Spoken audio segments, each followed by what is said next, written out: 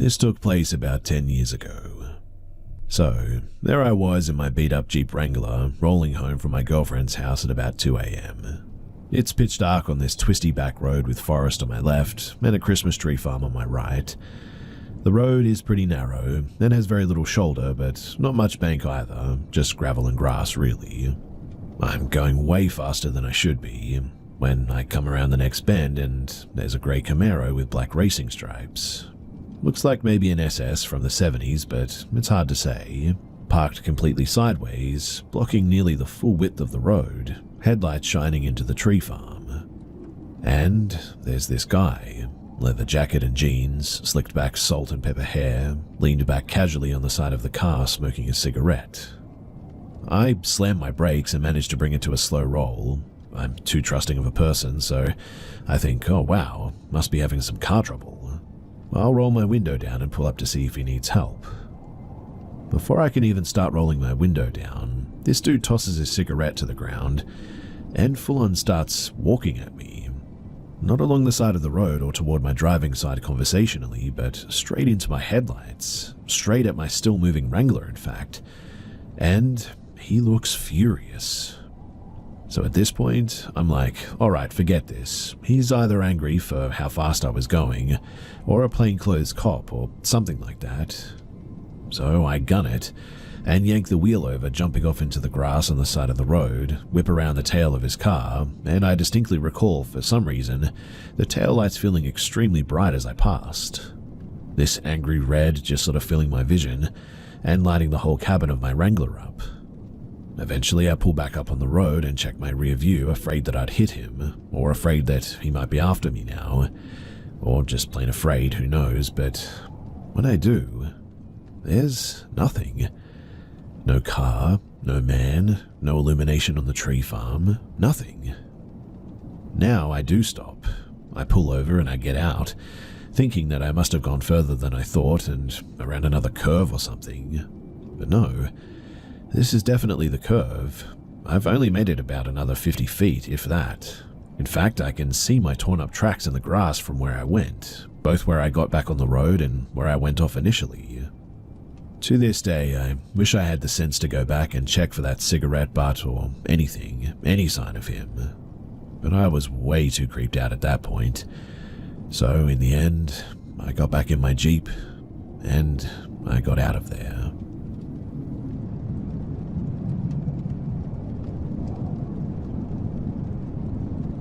So I moved in with an old roomie, Cassidy, and her 2 dogs back in August of 2021. We had an apartment for a year prior to moving to the duplex. The new place was on the south end of Columbus, not the best area, but I can deal with addicts and persistent homeless people, no problem. What I couldn't deal with, though, was whatever was actually there. Move-in was normal chaos. Boxes, sleeping on a mattress with your bed frame next to you, painting, etc. Nothing out of the ordinary happening. After a few weeks, I was constantly misplacing things, though. This is far from unheard of for me, but it was sort of out of control. Keys I put in the middle of an empty table wouldn't be there 10 minutes later. I'd start looking for them and then eventually they'd be back where I left them. This wasn't daily or anything, but enough to mention for sure.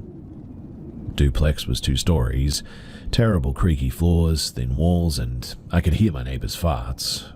And for a bit, it sounded like somebody was walking on the 2nd floor, but nobody was home up there. In the end, I just assumed it was the neighbors and I could hear them. That assumption, though, was disproven when my neighbors were out on their shared porch and I was inside, and I heard the footsteps and thought, oh, okay, so we really do have a little ghost here. I mean, whatever, I can deal with that. The footsteps were light and always in a sort of quick patter, like a little kid who doesn't know how to skip trying to skip or whatever. I'd get a tap on my shoulder here and there as well, but all harmless stuff. Soon I started hearing my roommate ask for me or say my name when she wasn't home. I never said anything to her in fear of sounding bonkers, but fast forward to like November of 2021, roommate comes to me in the morning and asked if I had anything spooky happen in the house beyond the footsteps and such. I told her then about hearing her ask for me when she wasn't home. She paused and did one of those eyes slightly closed, okay sort of soft nods, told me that she's been having the same thing happen, but obviously me asking for her. She never wanted to say anything for the same reason, but as she was falling asleep last night, her mirror fell. One of those cheap Walmart floor mirrors. Well, it didn't fall technically because it started to tip over, paused for a second, cracked, and then fell. She got freaked out by this, but didn't know if she was just lucid dreaming or what. After she mentioned this and we both acknowledged hearing stuff, it was then that things began to pick up a smidge. The footsteps became more frequent. I had a few taps on my back and would occasionally catch something just in the corner of my eye, but never full on. And I mean, things like this happen, but nothing crazy happened for a bit. But late January, Cassidy is out for the night and I'm passing out in my bed. I'm in that sort of juicy spot, part comfort and cozy levels reached and where you know you're about to fall asleep. But then, I feel breath in my ear, and here, I'm downstairs, come on.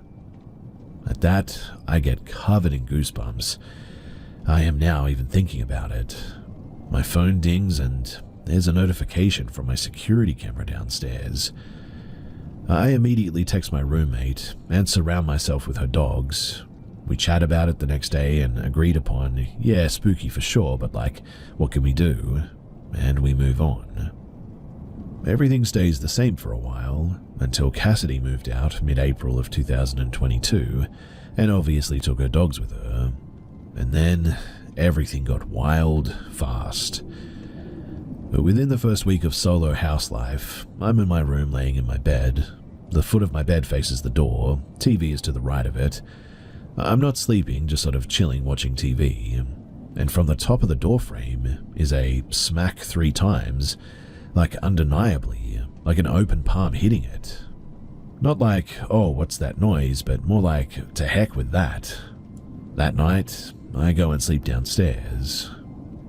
I then move out of my bedroom and into Cassidy's empty room the next day. No issues for a night or two, but I'm on my bed, which is on the floor, not about to take my bed frame apart and reset it up and all that. I think I was either doing nonsense on my phone or something on my laptop, but either way I was doing nothing important. The door to the hallway is across from me in the left corner of the room, and from the hallway, an unfamiliar, wildly uncomfortable noise. The quick little footsteps that I became accustomed to were not like this. They got heavier and slower, pacing down the hallway. Not constant, but enough for me to just hate everything about this. I stand up and go to the door, poke my head into the hallway, and it was then that I have my chest brushed. Not like shoved or pushed, not caressed, but just like, yeah, I can touch you sort of thing. Message received loud and clear. Out loud I say something like, okay bud, I'll go. I go to the bed and start packing a bag. My back is at the corner of the room, like against the wall, and I can feel something there with me. Like right there. My feelings are confirmed too when over my shoulder, suddenly, I hear a growl. Not like a dog growling, but a distinguishable sound. The best way that I can explain it is if you asked a tired, overweight guy to impersonate an empty stomach. And at that, I dip so fast.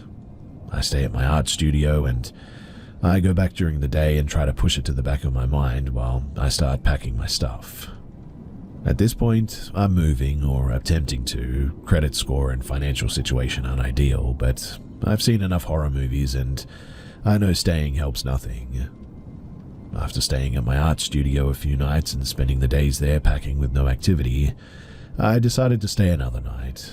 After all, my studio is not the most comfortable place to sleep.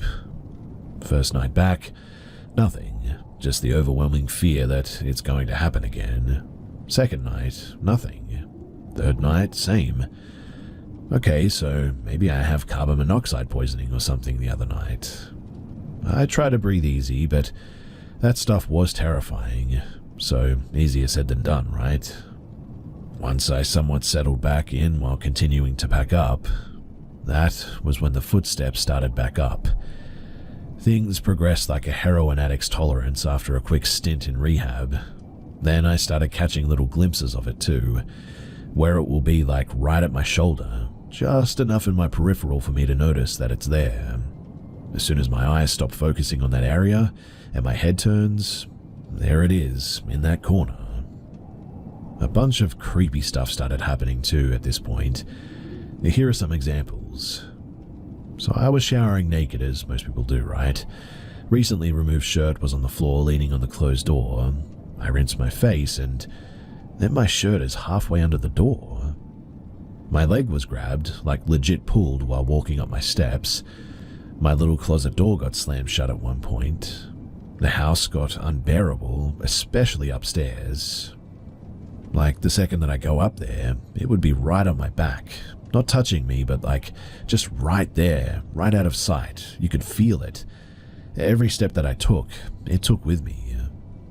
This wasn't just at night anymore too. It was constant. Keep in mind too that I'm packing up to move, so I really don't have a choice but to be there sometimes. I never go at night anymore, and if I do have to go upstairs to pack, I'm supermarket sweep styling that stuff. But my final to heck with this was at the end of May. I was in my room finishing up packing. My room was hands down the worst spot in the house too. It just did not want me there at all. Its presence in there was so intense, but this time I ended up sprinting out of my house and I just never went back. Looking out of the windows from my room while closing a box, in the reflection, I see it. Sort of like when you look down a well and it's just sort of pitch black. It's like that. It's at my wall, like 7 feet tall, just looming. I turn around, but then it's gone. I'm certainly a bit uneasy to say the least. It was like a magician coming up with new tricks to wow the audience. Just replace wow with terrify and audience with me, I suppose, but throughout this nightmare, I would often set up my phone along with the security camera.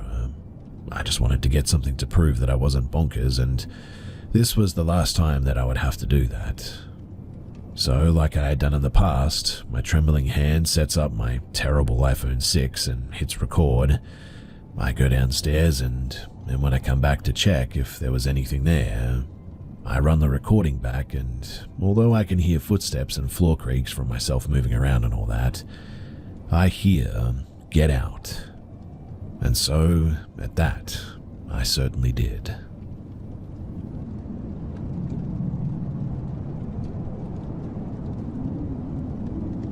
On my birthday in May of 2014, I went to the bar with a friend to celebrate. We were sitting on the patio when another of my friends, Steve, showed up at the bar. We were laughing and having a good time. Steve got excited and pointed to his new motorcycle parked across the street. I looked over it and it was like somebody dragged a dark black blanket over my eyes, like a dark storm rolling in over the ocean. I literally saw it. I felt like he was going to die on that machine, and it even slipped out of my mouth to him. He promised me that he would be okay, and so I dropped it. 29 days later, he was driving home on that motorcycle and his front wheel went up on the trunk of the person in front of him. He spun out, and unfortunately, he died there. It's been 10 years and I still think about this. Honestly, I wish I pushed harder about keeping him off that motorcycle, but I didn't. I lost a great friend that year, and I no longer remember his laugh, which was my favorite thing about him. On the other hand, I feel partially responsible for putting that into the universe, sort of like I killed him. I get to live with this the rest of my life, and I'm really sorry that I didn't press harder. I'm sorry that I lived longer than him, and I'm really sorry that he didn't get to see his little sister get married too. I'm sorry that I couldn't face his mother about this.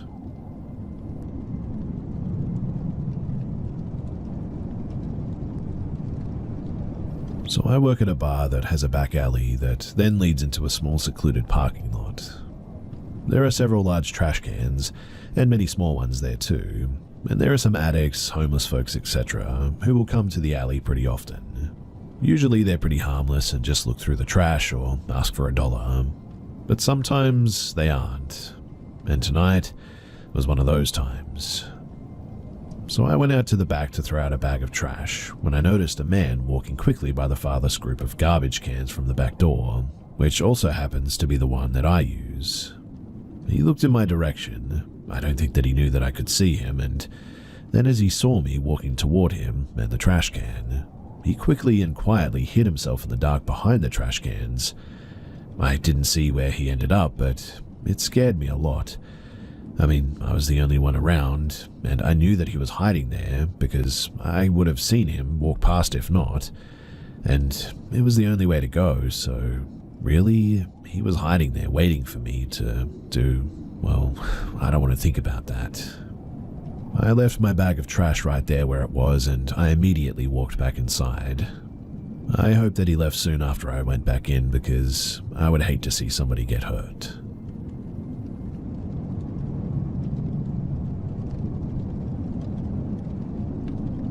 If you're familiar with the Denver area, I lived in the Clayton neighborhood on York. As with all millennials, the rental market crippled me and I had to find a place with charm, aka a 1920s brick duplex with 1970s updates in the year of our Lord 2022. But as a recently divorced man with 50-50 custody, my bank account dictated my residence. To give you a sense of the space, it was a shotgun-adjacent style home, 900 square feet, upstairs, with an unfinished basement that was really only used for laundry and housing spiders. My daughter and I had rooms on either end of the 10-foot narrow hallway, with the world's smallest full bathroom splitting the distance. For the first few months, it was just an old house on a busy street. Fire trucks, ambulances, and cop cars flew down the street each night. So much so that I had to get blackout curtains or my room would legitimately look like a knockoff disco of flashing lights. My daughter was 5 at the time and she had a hard time adjusting to living in 2 houses. She would frequently climb into bed halfway through the night because something had woken her up and she was scared. I would feel her crawl in and over me routinely, hands, elbows, and knees, feet even, all haphazardly crawling all over me. Now one night, around 2 in the morning, I felt her, but this time not crawling into the bed, but crawling out. I felt her tug my shirt, pulling me to the side to crawl out of the door, and I don't know why the change in direction woke me up, but it gave me an uneasy feeling, so I rolled over to grab her so she wouldn't fall off the bed. I murmured something like, "Kiddo, do you need to go to the bathroom?" But as I turned to grab her, I felt nothing. My arms folded into each other and my eyes shot open instantly, thinking that she tumbled off the bed. As I sat up groggily, I saw her standing in the doorway, but that was when I realized that it wasn't her. I can still remember the face, close to my daughter's age, a slight smirk, innocent and playful. She wore a yellow sundress with white flowers. She's burned into my memory, but not in a frightening way, I suppose. I turned to look at my daughter, passed out cold, snoring on the other side. When I quickly snapped my head back to where the little girl was standing, whoever she was gone. I've told that story a million times, and it wasn't the last experience that I had there, and the little girl certainly wasn't the only person that I saw. Now, for some time, it was unsettling thinking about the little girl. I hated scary movies. The jump scenes always made me flinch, but seeing her that night was different. There was no smash cut to a twisted face, no loud sound, just a little girl standing there looking at me with a soft smile. If anything, it felt like a roommate messing with me maybe. I felt her, I felt my shirt being tugged. I felt the weight on my chest, which means that it wasn't a dream. It was a physical experience. Honestly, I felt like I was losing my mind for some time after that. I hadn't told anyone yet. There wasn't a way that I could share it and not make it sound like I was just dreaming. And honestly, I had started to convince myself that it probably was just a dream. Unfortunately, or I don't know, perhaps fortunately, the next day would make it much harder to convince myself that I was dreaming. So if you know anything about rec hockey, then you know it's hard to find open sheets of ice. My beer league games mostly started at 9 or later. I had leaned into playing and as a single dad, needed help with my daughter on the late weeknights. My mum offered to come over and watch her while I played, which was a nice break from the week and a good way to distract me from the night before as well. When I got home at around 11, my mum was in the living room reading a book. She walked over to me and almost hugged me until this stink of the hockey gear caught up to her. I still remember her looking at me and saying, "So it was kind of a weird night." I put my keys on the table and asked her what she meant, and she said, "Well, your electric razor turned on in the bathroom a few times." I chalked it up to just a weird coincidence, but then she said, "And I kept getting up to check on Lou. It was weird because I thought I was hearing her run up and down the hallway, and I could have sworn that I heard her giggle, but every time that I got up to check on her, the door was closed and she was asleep." It was real. She experienced it. I didn't tell her about that night too. Honestly, I didn't want to admit it to myself because it meant the night before, the little girl, that it was all real, and that she wanted to play or something. Anyway, I've since moved in with my girlfriend in a house that feels quiet and calm. Sitting outside now, it's a lot easier to process through everything, but after the experiences I had with seeing the girl and my mum telling me that she had heard the little girl running up and down the hallway, laughing and trying to get her attention, the house felt open to more activity at the time. The summer in Denver is warmer than most people think, and this house had no air conditioning. Even with fans, it was easy to climb up to 80 inside with even the best fan setup. This was honestly my first step for my debunking too, because I thought that I was having some type of, like fever or heat-induced experience. I bought several swamp cooler style fans, and while I felt comfortable temp-wise, it definitely didn't help. My next thought was carbon monoxide or black mold or something. I became obsessed with trying to find out why I was hearing, seeing, and feeling things, but in the end, I couldn't find an answer and nothing helped. That summer too was a cluster of experiences. I can't recall each one in order because it was easily weekly, sometimes almost a daily feeling in fact. The main feeling though was what I could only describe as, like static energy. I tried to explain it to people like standing next to one of those electrical towers. It wasn't audible, but I could feel it walking in the hallway, in my bedroom, and the kitchen steps down to the basement. Like, for instance, the basement steps, they were old and creaky, and initially I would think that it was the house settling, and to a degree it probably was the case. However, there were two very specific instances that it was not the case. One night I was brushing my teeth and I heard my cat's ping pong ball bouncing in the kitchen and down the steps. This happened 3 times. A steady bounce, bounce, bounce on the tile floors, and then a hit off the wall leading down the steps, bouncing down one stair and hitting the door to the backyard. After the 3rd time, I called out to my cat to knock it off, and I remember so vividly sticking my head out of the door and looking into the kitchen, and there was my cat, not in the kitchen but laying in my daughter's room, in a very cat-like pose of not caring. But there was just no way that she could have made it over there and lounged in the time that I had heard the last ball bounce down. On another occasion, I was working from home and had my computer set up in my dining room. Again, in shotgun fashion, the house basically was a straight line from the back door to the front door. My desk was set up in a way that I could look out the front window of the living room to my back room. I was on a team call with an employee, and that's when I heard footsteps running up and down the back stairs, to the point where I had to tell my employee to give me a second. I leaned back and told the cat to knock it off and looked back at the screen when my face went white, and I did a double take down the stairs, because when I had looked back at the screen, I had noticed my cat, again in a very casual pose, sitting on the couch in the main room. I had told my employees about it, and when this particular one experienced it with me, I felt very validated by this because the steps were clear enough that they were audible but quick and playful, and they had heard it too. And if it wasn't a cat, then it was something small and curious, and I really don't know how to explain it. Now, this next one is hard to describe, but I'll try. So, as more things happened, I started talking about it more, generally on the phone or on team calls. If I was in a room, the hallway or kitchen and started to talk about the little girl, I could suddenly feel her around me. What this felt like was a sort of quieting of surrounding noises. If you can think about the sensation when you faint, the noise kind of muting or to a quiet ringing, almost like a tunnel hearing instead of a tunnel vision, that was a trigger for me. The next sensation would be a classic goosebumps, and then kind of like an inner radar where I'd just see a part of the room in my head. A lot of the times it was the hallway, but I'd just have this feeling of like, hey, look here. All three of those would intensify, and I would have to intentionally say no and walk away to sort of break it off.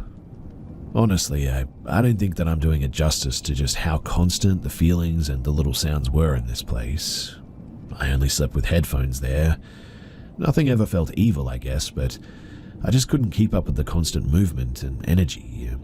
I needed to sleep, and things were too curious with me, and it got to the point where I'd pretty regularly feel a little tug here or a pressure there on my bed.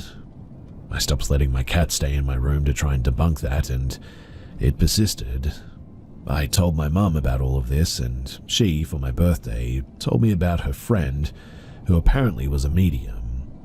Even with all of my personal experiences, I had serious doubts about this all, and I made sure not to give him any info prior to and told my mum to do the same. When I showed up to his house though, we sat down and I did a tarot reading, first time I'd ever done it, a little cleanse and then dowsing rods too. This was when my inner skeptic certainly kicked in. I mean, here I was holding 2 rods apparently communing with the dead. Nothing happened. I held them in my hands and asked a few questions and they limply moved, but nothing of consequence. I remember him asking me to ask a general question about anything, so I paused and asked if I should leave my house. The rods didn't move, but he looked at me and said, "I want to talk about your house. There's a girl there, isn't there?" I nodded and said, "Yeah, my daughter," and he smirked. "No, you've seen a little girl. She's like a bedroom, a hallway, stairs or something. Very playful." At that, I remember putting the dowsing rods down and just asked, "What does she look like to you?"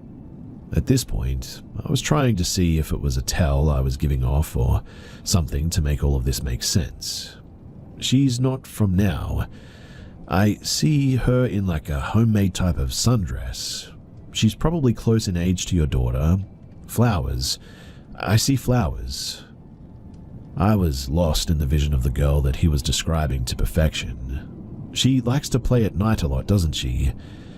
You have balls that she throws for you or a pet or something. She's not evil, she just likes having nice people there. And she isn't the only one there too." Honestly, whether I had fully understood it or not, I was at terms with the little girl that I had seen, but there was something else in the house, something older and bigger. At times, the movement that I heard and the energy that I had felt was different, heavier and not as playful. I really did not like hearing him say that. He told me that the girl was someone to talk to, basically to talk to her like a parent if I was over her playing and needed a quiet space. But as I told him what I experienced with feeling the tunnel hearing, the inner vision of where people were, he told me to be careful. It sounded like I was sensitive and that thinking was one thing, but talking directly to something, allowing them in, could lead to attachment. I can assure you that that day was a long drive back home. 2 nights later, I was laying in my bed, and I heard books on my shelf being flipped through. At first, I sort of chalked it up to the fan, but after about 5 minutes of the noise, I turned the fan off and it kept going, like somebody flicking through books. I sat up quickly, 2 or 3 times flashing my phone's flashlight to try and catch something, but there was nothing.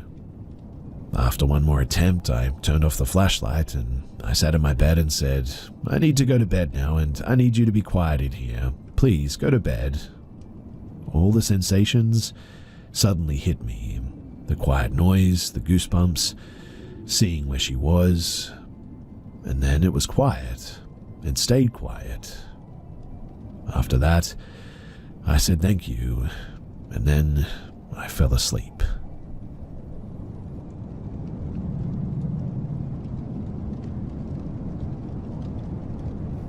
August 11, 2001. It's easy to remember the exact date because it was the same night as the premiere of Samurai Jack on Cartoon Network. I was 8 years old at the time, and this was a big deal. So of course I had a sleepover with my best friend Kay at her mum's house. We slept in the living room so that we could watch TV as we fell asleep. I was showing Kay my new favorite movie, Titan AE, and around 3 a.m., we were woken up by decorative indoor wind chimes. For whatever reason, they were going crazy, like there were actual wind gusts in the house. At the same time, it sounded like a whole pack of cats fighting in the front yard. Being children, it freaked us out, and we decided to go tell her mum that we were going to move to the bedroom for the rest of the night. When we opened the door to the room that her mum and 12-year-old sister had been sleeping in, we couldn't see them in the bed. Kay climbed into the bed and was like, "What the heck? There's no one here." So we assumed that they had moved to one of the other bedrooms, but there were 3 after all. So we began the search, but they weren't in any of the rooms. We started turning on every light in the house and getting a bit frantic. Doors were locked, keys were on the rack, car was in the driveway. Kay was freaking out because she thought that her mum's stalker got out of prison and abducted her mum and sister. Now, the next thing that I remember was the sunlight was what woke me up in the next morning. We were back on the living room floor as if we had never gotten up, with no memory of going back to sleep. But the weirdest thing is that we both recalled vividly looking for her mum and sister. So, naturally, we interrogated them the second that we saw them. Luckily, my bestie's mum is pretty open-minded and she actually believed that we weren't making it up, and that was pretty strange as well. Her mother, to this day, continues to recall the details of that day, but unfortunately my friend has somehow completely forgotten that it happened. I usually get a bit of a dismissive reaction when I share this story. My husband believes that it was a dream or sleep paralysis, which I have no problem considering, but I mean, come on, it's not that. I do wonder how Kay would forget something that we used to talk about obsessively as we got older. Others have suggested that I ask her mum and sister if they still remember our story. I will soon, but they're dealing with something at the moment, and it would be a bit inappropriate to bother them with this at this stage. But like I said, the last time that I talked to her, she recalled it, and she remembers that night in detail.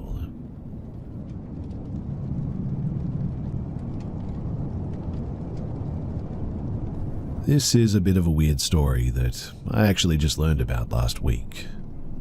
So I'm 26 years old and asked my parents why I'm the only one out of my siblings that knows Urdu. It's a Pakistani language. We all know our parents didn't teach us, and they barely speak Urdu around the house, but only when they're talking to family overseas. But even that didn't happen with regularity enough that I would have picked it up. My mum said that my great-grandpa taught me, and I said that I don't remember him, and she said that he died slightly before she was born. Apparently, when I was around 2 years old, I had an imaginary friend named the same thing as my great-grandfather from my mother's side. It was a fairly unique name, and growing up in America, I'm sure that I've never heard that name anywhere else before. My mum said that I would talk to him in English allegedly, and he would speak back to me in Urdu until I learned, and I was near fluent by the time that I was 3. Mind you, I don't remember any of this, but after I found this out, weirdly, I had a dream last night where I got to meet my great-grandfather, and he explained to me that he taught me this because he was tired of watching all of his family lose their culture. I tried speaking back to him, and he was speaking in Urdu in the dream, which has never happened before to me, and I promised him that I would try to learn more about my culture, and asked if he wanted me to tell his family anything from him. He mentioned my youngest uncle by name and asked me to tell him not to ride his motorcycle too fast, since that's how his dad died apparently. I woke up a few hours ago and I asked my mum how her dad died, and she said that he was in a motorcycle accident when he was driving too quickly, and apparently slid under a garbage truck. I immediately called my uncle after this in Pakistan, and I told him not to drive recklessly and that his grandpa came to me in a dream and explained that to me.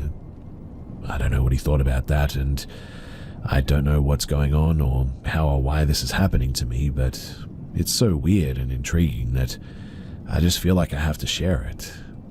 I am absolutely confused and simultaneously amazed by this whole thing.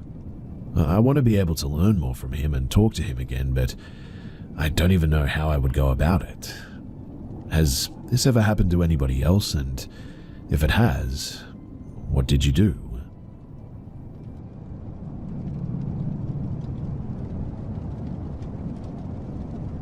So, I had an experience about 10 years ago that I'm still searching for answers about. I'm mostly curious to know if anyone else has seen a humanoid similar to the ones that I'll describe, as I haven't been able to find any accounts describing anything like them in all these years. This happened around late winter, early spring of 2015 in upstate New York. Early one morning, after my husband and child left for the day, I was tired and went back to bed. This was about 8:30 in the morning. I have a distinct memory of having been dozing off when the bedroom door, which I was facing, quietly opened and 2 or more humanoid creatures entered. They made absolutely no sound and approached me so quickly that I could barely register what was happening. All I remember is one approaching close enough to my face to make out how they looked. Next thing that I know, I'm waking up in my bed and over 3 hours had passed, which I remember just didn't feel possible. I also remember the beings right away because I was so baffled at how it had gotten so late in the day. But after a few minutes, I remembered what I'd seen before falling asleep and was instantly filled with just dread and confusion. I almost instantly started gaslighting myself about it, convinced that it was just a simple case of being in and out of dream state. But I still remember what these things look like and feel confused about it to this day. Here's how I would describe these things. They were a light off-white color with absolutely no distinguishing features. No eyes, ears, nose, genitals, nipples, hair, nothing. Just average male height, average male build, while humanoids with skin or some type of outer covering that looked almost like, I don't know, like wide white ace bandaging or something. Basically like a tightly and freshly wrapped mummy almost, but there was their skin, or I'm assuming that it was their skin at least. Perhaps they were disguised. The craziest thing to me though is still how they simply had no eyes, not even slits in their fabric like skin. I will add here that this is not my first encounter with the otherworldly, but it is the one that has baffled me the most, and the one that makes me wonder if maybe I've been abducted. So, can anyone relate to this experience or sighting? Have you ever heard of anything like this, or seen anything like this?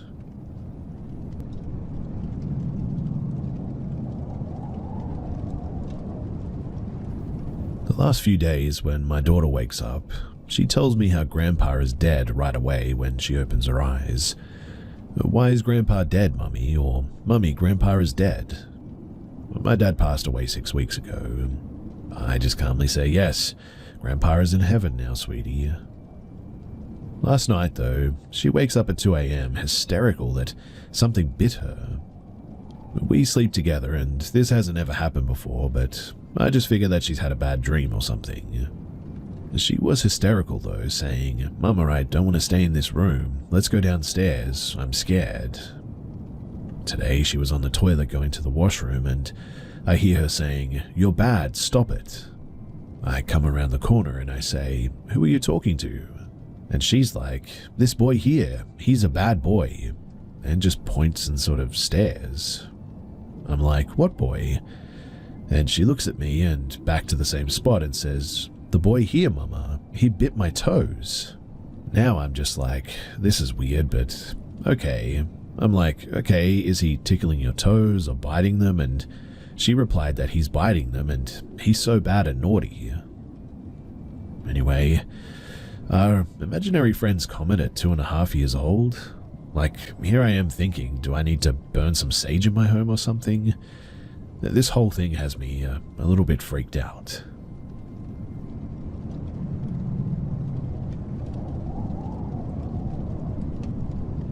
This happened to me back in October at and around my university, the Thursday prior to the week before Halloween. So I went to the student union at my university for lunch and spotted this couple around my age I haven't seen before in front of me in line. I felt something was off about them immediately too.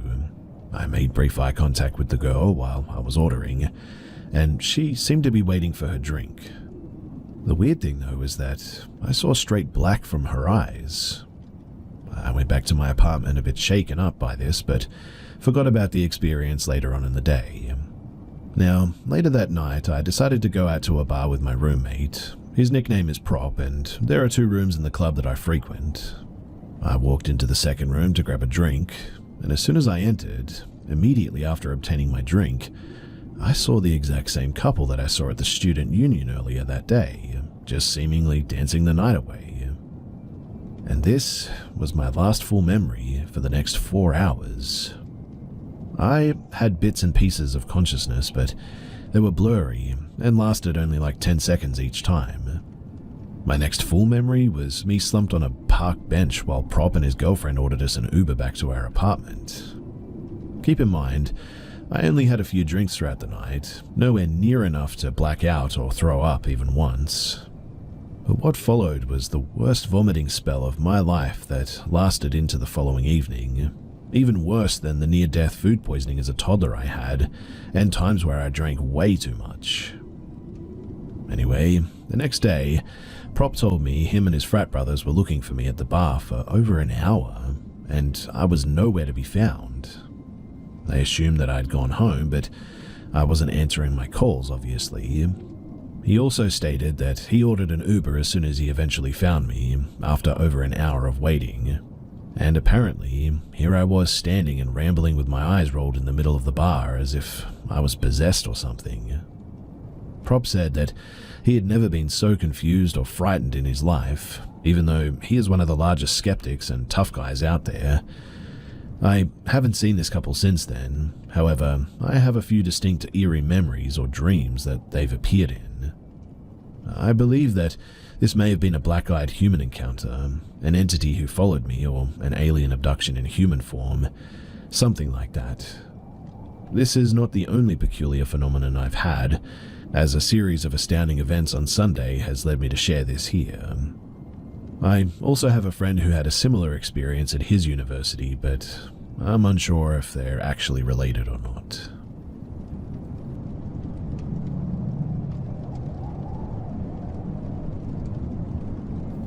For the first time in our home last night, my wife and I experienced separate things within about 30 minutes of each other. We just returned from a week in Miami Sunday night. My wife was pretty wiped out still yesterday and went to bed at about 9 p.m. last night. I stayed up until about 11. Our master bedroom has the bedroom itself, the bathroom, and a reading room that we have a treadmill in off of the bathroom. The treadmill itself faces away from the bathroom and towards the window, so the screen on the treadmill is visible from the bathroom.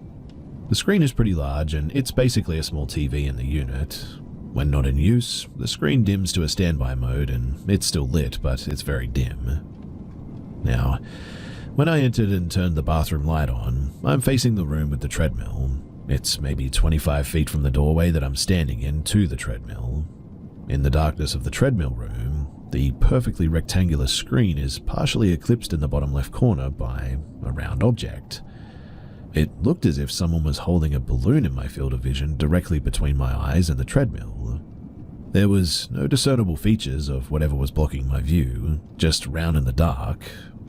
I flipped the second bathroom light on, and when I look back into the treadmill room, nothing is there and I can see the full rectangular screen perfectly. I investigate the room and I find nothing. Putting this out of my mind and assuming that I was just seeing things, I brush my teeth and eventually I get into bed. I never felt any sense of fear or dread, but perhaps 30 minutes later, I put my phone on my nightstand and roll over to go to sleep, and my wife immediately shoots up and cries out in the dark and frantically crawls into my arms, stuttering that there's a bear in the room.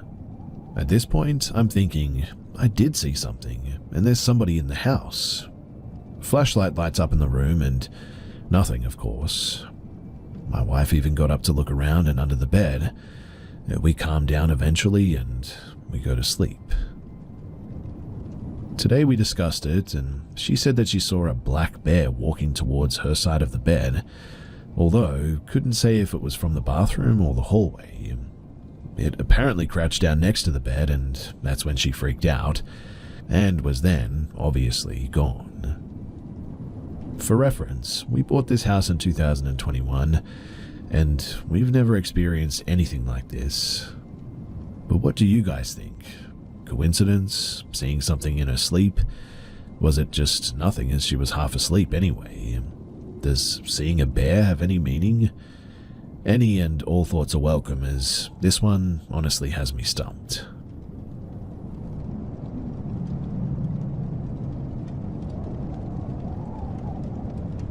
For context, I was probably about 11 or 12 at the time that this happened, and I lived in a tiny town in Florida called Mulberry. We basically had a McDonald's, a local corner store, and then a couple of mum and pop shops. They were all about 10 to 20 minutes apart by car. My neighborhood connected to Highway 60, which is a pretty infamous spot for bad accidents. Now, one day, it was around 11 p.m. when we decided to get McDonald's for dinner that day. But my dad was a truck driver, so getting dinner late wasn't too uncommon. Me and my brother, he would have been around maybe 18 to 20, tagged along, and we drove over to the restaurant. Streets were pretty dead, and the drive-thru was thankfully empty. We were all talking about something on the way back when it went silent. On the right side of the road was a woman, walking.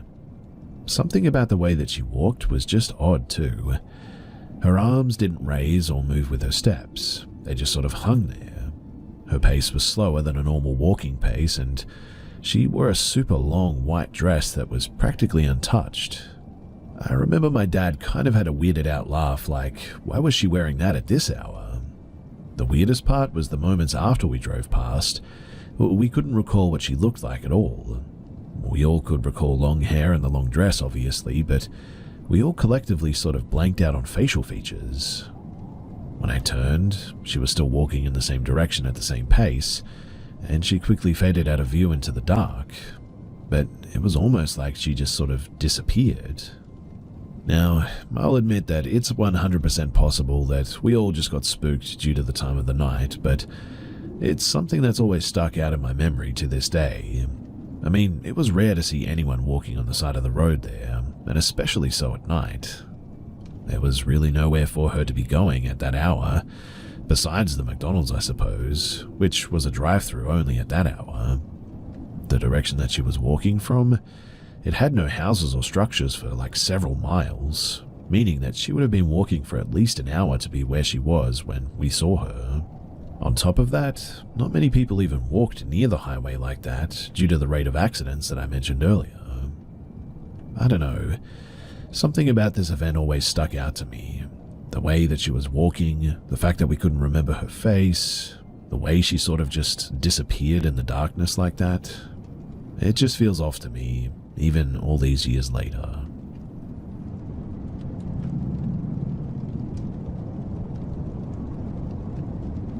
The only other person to hear about this directly from me is my wife. I told her the story when we first got together in 2021. I was recently reminded of it because we just had a baby at the hospital that I used to work at when all of this was going on in my life. It's the first time that I've been back there since 2020. Now, my ex-wife and I had separated during the pandemic, making divorce and custody of our 3-year-old at the time an absolute nightmare because courts weren't open, everything was telecourt on Zoom calls, and things got dragged on all the time. I had just received a job offer from a new hospital, but because of COVID, it had a start date that was 10 weeks out, so I gave my old hospital a 2-week notice and took 8 weeks off to myself. In that time to myself, I realized how nasty the divorce battle was getting, how expensive it was, how much my ex was also manipulating people around me that I started cutting off a lot of people close to me. I stopped talking to people who weren't my attorney, even my 2 cousins or the woman I was seeing at the time. The gyms weren't open and I couldn't work out. My new job pushed back my start date another 6 weeks due to not having enough appointments to get new hires cleared for work through employee health services, physical exams. So I'd be out of work a total of 3.5 months by this stage. I wasn't on any verge or a mental breakdown or anything, but something started to close in when I realized how many people I had to disassociate myself with. Bills still coming while my savings were dwindling, attorney fees racking up, and I was missing my son a lot with no court order in line, and until one was in place, I only got him whenever his mum would let me. In trying to pass time and also trying to find some financial gain, I started to frequent the only place that never closed, the casino. I quickly found myself playing there daily for hours on end, and ended up racking up play points getting offers for meal comps and free room stays, but I always went home at the end of the night in anticipation of maybe getting my son the next morning. Most of the time, I'd leave around 2 or 3 in the morning when the table action from Baccarat, my game of choice, would die down. Some days I was in a casino psychosis, I guess you could call it, where I would leave, not cash out any chips because I knew that I was coming back anyway. I'd get some sleep, a little, and then I'd get back up and check my phone to see if I was getting my son for the day, and touch base with my attorney, shower, get back into my car to head back to the casino, 40 minutes away, all while the sounds of the slots were still ringing in my ears from the nights prior. One night I came home at around 1 a.m., and I had to be up early. The woman that I was dating at the time lived 2 hours away in San Jose, California, and I was severely neglecting the relationship, and so we made some plans. 1 a.m. was early for me, and I was pulling up to my house. My porch light wasn't on, but turning into my driveway, my headlights shined in that direction, and that was when I saw a boy, probably around maybe 8 to 10 years old, I would guess, by my door, and I hopped out of the car quickly thinking that he might be in trouble. When I got up to the door, though, there was no one there. I was certain that it was a boy, and I wasn't seeing things from being tired because, I wasn't. I experienced paranormal things when I was younger, but never in this house, so I automatically thought my house may be haunted. And it's the first time that this ghost, or whatever it was showing up now that nobody else stayed there besides me, perhaps. Still though, I checked around the house, inside, sat still waiting to hear anything, any creaks or cabinet doors closing, and eventually I just went to bed. I drove to San Jose the next day and stayed there, and it was then that I learned that it wasn't my house that the boy was staying in because I saw him again while in a whole different city.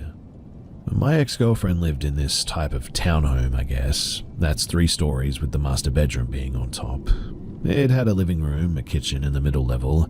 Garage and front door entryway was on the first floor. We'd ordered DoorDash at the end of the night, and when the food arrived, I looked down outside the window to see the Dasher leaving, so I ran downstairs to grab the food with my car keys in hand, since my car was right out front. I bent down to grab the food and unlocked my car, and held down on the unlock button, accidentally rolling windows down. And that's when I saw someone sitting in my passenger seat. Just grey skin, black eyes and black hair, hardly able to see over the window of the 2018 Camaro. I ran up to the car, and when I did, nobody was in it. I got in to roll my windows back up, and quickly ran back upstairs with the food, not saying anything about what I had just seen. I didn't see him again the next couple of days while staying there, but I got back home and did my routine again, making my way to the casino, and this is when I started seeing the boy more frequently. Whoever he was following me around everywhere. I'd see him at home, in parking lots, in distances behind crowds. He was short, but weirdly, he looked, dead. There was one occasion that I saw him, and he didn't even seem to have a face. For 3 weeks, he followed me around, too.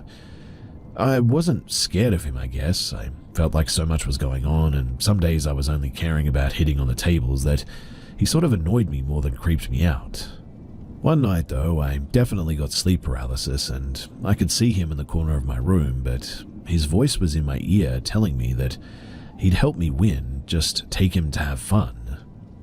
I fought it off and got free and eventually fell back asleep. Growing up being raised a Thai Buddhist and having experienced things when I was younger, I knew generally that you aren't supposed to give in to what the spirits want or test them in any way, as things can get much worse. That same following day, I hit a $40,000 run on the baccarat table that happened fairly quickly too. I couldn't bet a single hand wrong. I doubled down every time, in fact. 500 to 1,000 to 2,000 to 4,000 to 8,000 and so on. It was a huge rush, but I went home and there he was again by the front door. This time grinning ear to ear like he was taking credit for it or something. Anyway, the next day I went again and I got up to about 17,500, betting 2,500 at a time, and I saw the little boy laughing at me in the distance. It was then that I lost everything in 4 hands, trying to recover everything from the first lost hand, and eventually I just left in a rage. I had attorney fees to pay for, and really I could have just used that money on that. I was contemplating deeply grabbing more cash and going back to try and win it back, but I had an argument with my girlfriend from San Jose about not spending enough time together, and it stopped me from going anywhere. The little boy appeared again in the darkness when I was in bed, about to go to sleep that night. And ignoring everything that I had learned growing up, it was that night that I challenged him. Gambling had me double down on him, and I told him that if he was going to be following me around like this, then he's going to be stuck with me, that he's going to be miserable. Do I look like the type of person that has anything to offer you? You're going to starve following me around. And it was at that very moment that I was done yelling at this dead kid. It's like he understood exactly what I said, and clearly it wasn't what he wanted. He let out a huge ear-piercing scream, and honestly it felt like it shook the house. And he just faded away. His eyes were the last thing to go. After that, I never saw him again, and haven't experienced anything paranormal since then too. In the following weeks, the courts started opening back up, in personal litigation and all that, and I got a court order to get my son. Things got into motion towards finalizing the divorce with his mum, and I ended up listing the house for sale for us to split the money instead of buying her out. I moved and I started work at my new hospital and was finally able to focus on working and spending time with my son. I split with my ex-girlfriend that I was dating at the time. Also, it's like everything bad had just gone away all of a sudden and left with that little boy. I never mentioned a word of this to anyone else besides my wife, just because we joked about my divorce and wishing that we had met during the pandemic when people were forced to stay home together. I opened up to her about what kind of year that was for me. I obviously don't have any proof to show that this has actually happened. Maybe that's why I don't really speak about it too, but I mean, I have no reason to lie about it, or even draft up this long-winded storyline with so much background information. Looking back, I'm realizing that maybe I was being haunted by something for whatever reason, but when it was happening, it just didn't feel that way. I mean, sure, there were moments I jumped or was startled, but the way that I was reacting to it, it felt like I was being burdened, not haunted, if that makes any sense. In any case, I'm glad that it's all over now. I don't know really why any of this happened. I mean, I was under a lot of pressure at the time, so who knows. Maybe it was in my head, but still, the whole thing felt very real to me. And I've never had anything happen like this ever again, or previously, so I don't know. I don't think it was psychosis or anything. Like I said, looking back on it all, I really do believe that I was being haunted.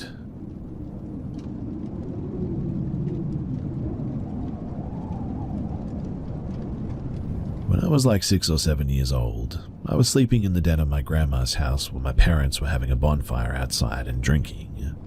It was definitely sometime after midnight, but I woke up suddenly for some reason and started looking around the room in the dark. It was then that I saw a little person dressed in all black, and he had a little hat and like a little cape on, but then I realized that it looked like a shadow, like it was completely black. He then ran across the room and into the closet, but the closet door was closed, so he ran through the door. I got so freaked out by that I screamed for my mum. She heard me and came inside. I told her what I had seen and she believed me. Apparently my grandma's house was crazy haunted. And now, I'm not sure if it was the same night or a different night, but my mum told me about this years later when I was older. My mum was telling her brother, my uncle, what I saw, and she said that I had seen a midget in all black, and my uncle cuts her off and asks, did it have a newsboy hat and a cape? She said yes, and he says, I've seen him too. He was sitting on the wall behind the avocado tree one night, and he was smoking a cigarette watching me. He said that he had seen the cigarette light up when he was taking a drag, and then he just suddenly disappeared. It was super crazy, and honestly, I don't know what to make of it all these years later. If he was able to smoke a cigarette, is that even a shadow person at all? Was it a demon? It's like it was sentient, maybe. So, what could it have been? This was like 25 years ago now, and the whole thing still troubles me.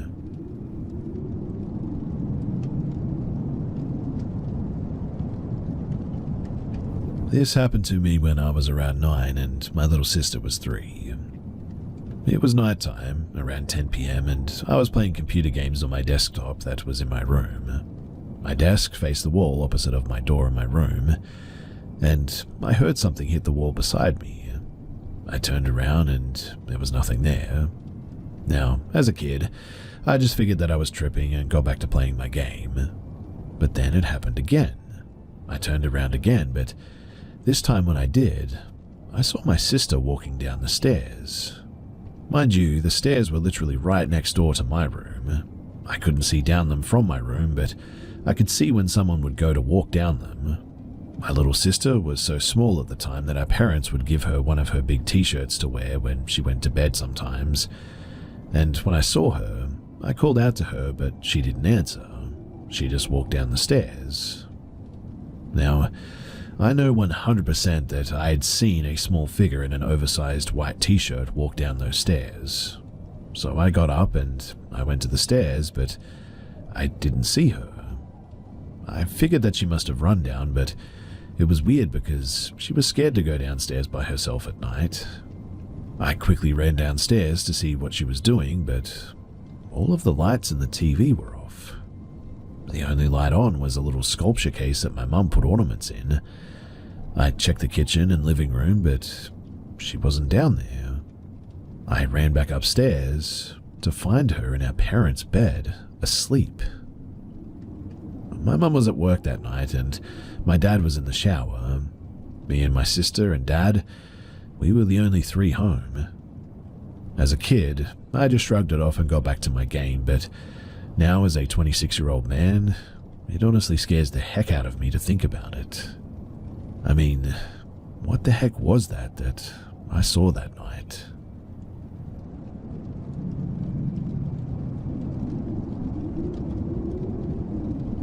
There is a strange old energy throughout Georgia Piedmont in the foothills of the Appalachians.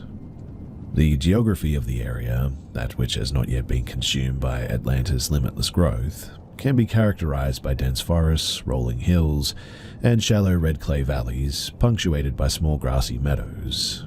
Silty rivers and small streams crisscross the landscape, often filling up the valleys to form lakes and marshes. You're never alone in these forests too, which are densely populated with wildlife of all strata. The region also hosts a large human presence, with booming sunbelt suburbs sprawling endlessly into the ancient hills. As there are so many people in a relatively small region, it can feel difficult to escape the hustle and bustle of it all. Well-known trails close to the population centers are often crowded, especially on fall weekends when the plentiful trees bloom with autumn color. I've been around long enough to know what hikes to avoid at certain times of the year, as solitude is one of the most enticing benefits of wilderness to me. Plenty of state and natural forests, as well as expensive county nature preserves, go relatively unnoticed if they're not among the top search results on all trails. My Labrador puppy loves to accompany me on any hike, and after work one day, I loaded him into the cab of my tired old pickup and drove us out to a close-by nature preserve that we frequent. A small gravel parking lot was totally empty when we arrived. The trail that we took led straight from the parking lot and was one of the most popular. It was midsummer, and I knew that there would be at least 90 minutes before sunset, but under the tree cover, the landscape was already beginning to darken. As we got on our way, the roar of cicadas immediately drowned out the soft percussion of our footsteps. After crossing a whitewater creek and proceeding through a thicket of tall pines for not more than 2 miles, the view suddenly opens up to an expansive, untamed meadow. Markings on trees along the right-hand side clearly indicate where the trail resumes on the opposite corner, several hundred yards away. The majority of the meadow slopes down gradually to the left, dotted with occasional dogwoods, and is sliced off sharply by another wall of old-growth pines before the bottom of the hill. Now, although I was familiar with the trail, I suddenly found us cutting swiftly leftward through the tall grass and down the hill toward the grove at the bottom of the meadow. Both my pup and I were drawn with urgency to this off-trail area of the preserve. Soon enough, we were at the trees and taking our first steps into the dim woods. Through the branches ahead, I could see a crumbling red brick chimney standing alone in the brush. It didn't appear to be far away, but as we continued to advance toward it for several minutes, it seemed that, for whatever reason, we just weren't getting any closer. Suddenly, a large black snake stopped us in our tracks, positioning itself as if to block us and staring with a raised head. This is highly unusual behavior for black snakes, which are normally furtive and keep away from people. This slight shock snapped me out of my almost trance-like state, and suddenly, everything felt very wrong. I took it as a sign that we were not welcome in that part of the forest, and no longer wanted to investigate the chimney. It took much longer than I expected to get back into the meadow. At this point, I was drenched in sweat, and my pup was panting hard, whereas not long ago we were enjoying the relatively cool summer evening. The meadow, too, was now dark, and when I checked my watch, I saw that we had been off the trail for nearly an hour, apparently. Also, everything was now completely silent, no more cicada chirping. None of that made sense, but I've had similar encounters throughout the region, where the laws of space and time seem to be somehow suspended in certain areas of the backwoods. I've considered looking for the chimney again when I'm sure to have more daylight, but then I think about the snake's warning and the feeling of existential dread that I felt that evening. I don't know. Perhaps some things are just not meant to be investigated.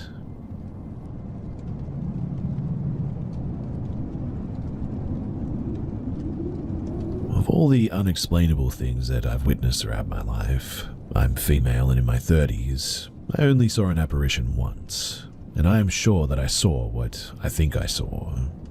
I was about 10 to 11 years old. My grandma was babysitting my younger sister and I. My sister was 5 or 6. She was watching TV in the living room. My grandma and I were at the kitchen table. Her kitchen window was located directly above her sink, and from where we were sitting, we were facing that window. There is also a sliding glass door to the right side of that window that exits out to a deck, and it was surrounded by a fenced-in yard in a densely populated suburban neighborhood. It couldn't have been any later than 2 or 3 in the afternoon. It was a nice spring day and slightly overcast. One of our favorite things to do was to have tea together, and so she made the best iced tea, and I always wanted it when I visited. We were sitting at the table, chatting and drinking said tea, when out of my peripheral vision, I noticed something appear in the window. I looked up, and clear as day, right in the window looking directly at me, was a man. He was dressed in what looked to me was 1920s attire. He had a tall black top hat on, piercing blue eyes, no facial expression but grey sort of bushy eyebrows, and one of those creepy handlebar moustaches that appeared to be curled with gel or something. Now, I had an active imagination as a kid, and I was in somewhat of a daze as I was looking at him through the window.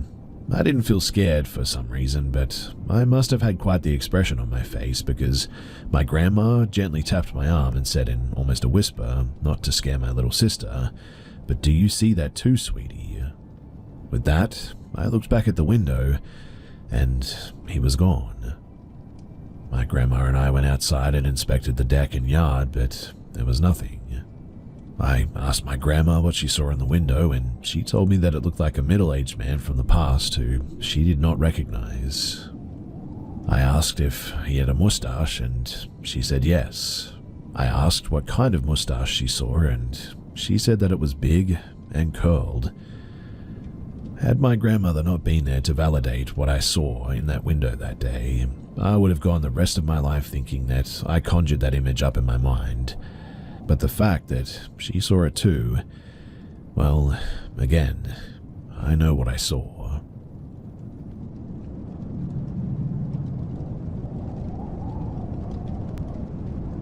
I want to preface this story by stating that I'm a very analytical person. I'm actually a technical business analyst, so my livelihood is to analyze and find reasoning behind every situation. But it's to the point where I just cannot deny that something is living in my family home and it imitates my mother. So I live in Queensland, Australia, and in about 2004, we moved into a very old Queenslander home. Google Queenslander home and you'll see the type of house that I'm talking about. It was a big fixer-upper, with very high ceilings and a beautiful deck that caught the summer breeze perfectly. It was the first house built in the entire street over 150 years ago, and used to be a celery farm. Random, I know. About 15 years ago, my cousin was sleeping over one night. We were very close, and she told me all about her paranormal experiences. For context, she grew up in Indonesia, and her mother was apparently into black magic, so she has seen and experienced a lot of things. "Is there anything in my house?" I asked her. "Yes," she replied. "She sits on the windowsill of your mum's room," she said. "Is it bad?" I asked. Not too sure if I wanted to actually hear the answer, to be honest. "Just don't bother it," she said, shutting down the conversation. Fast forward a few years. I was sitting on my bed studying with the door open. I then see my mum walk down the hallway with the washing basket, about to put on a load of laundry. About 5 seconds later, I see her walk down the hallway with the washing basket, going the same direction that she was before. I was baffled at that. I mean, how could she walk the same direction twice? I tried to shake it off, thinking that it must have just been my tired mind playing tricks on me. After all, I was studying and it was pretty late. About a year passes and I had forgotten the spooky incident of my mum walking in the same direction twice. It was a Friday afternoon and I had my best friend over and we were hanging out in the kitchen talking to my mum. Mum was cooking dinner and me and my friend were just chatting away. My brother then appears from his room. "Where's dinner?" he asked. "Still another 30 minutes away," Mum replies. "But you just came into my bedroom and told me that dinner was ready." We all froze, silent. Chills ran up the back of my spine as I remember the incident that happened a year prior. "No, I didn't," Mum responded. Yes you did," my brother exclaimed. "You knocked open my door, walked into my room and told me that dinner was ready." Now, I can vouch for my mum that she definitely didn't do this. After all, I was with her the entire time. My brother shook his head. Perhaps I'm imagining things? And then walked back to his room. It was then that I knew that he wasn't imagining things, though. From there as well, things got weird, but only for me. My brother never had another experience after that, and neither did my mum. My placid dog, a big fat golden lab, would jump up from her sleep and growl and bark at the corner of the room. Doors that I closed would open up behind me, and I always felt like something didn't want me there. Fast forward a few years though, and I had moved out of home, and was asked by my mum to dog sit while she went away for the weekend. I did. It was a hot summer night, and I was in the spare bedroom with the air conditioning on freezing cold. Then, at the exact same time, the air conditioning turned off, my phone went to Do Not Disturb, and the bedroom door flung open. I don't mean that the door just creaked open. I mean, it absolutely swung on its hinges, like somebody had pushed it. I jumped up and ran out of the room, called my boyfriend, freaking out. He calmed me down, and for whatever reason, I stayed at the house. As a horror film fanatic, I know that this was a dumb move, but it became time for bed, so I went to take the dog outside to go potty before bringing her back in. She is a stubborn old thing, and so I have to physically go outside and stand in the backyard with her, otherwise she just will not go. Whilst we were outside and the dog was sniffing around trying to find her toilet spot for that evening, I suddenly felt something. I don't know how to describe it because I didn't actually see anything, but I felt something that looked like my mother at the end of the backyard, standing and looking directly at me. I know that sounds really weird, but the feeling was so strong. People will say that it was your mind playing tricks on you, but I swear that it wasn't, because I have never before nor since had a feeling like that before. It was like I was seeing something without actually seeing it. I sort of sensed it, I guess, and it sensed really strong. She was in a nightgown, blonde shoulder-length hair, looking just like my mother, except cold and emotionless and angry. I rushed the dog back inside and I went to bed. Needless to say, I didn't sleep well that night. But whatever it was imitating my mother, it didn't seem to like me. It never showed itself to my mum or brother, but for some reason loved to torment me. That was until recently. You see, I was over at my mum's for dinner, and the topic of ghost stories came up. I brought up all the experience that I'd had at that house and how I found it so strange that Mum never experienced it. Mum looked at me with a blank stare, almost as if she was trying to hold something in. "What is it?" I asked. "Well, the other week, something happened." She began to tell me the story, which finally made her realize that I was telling the truth.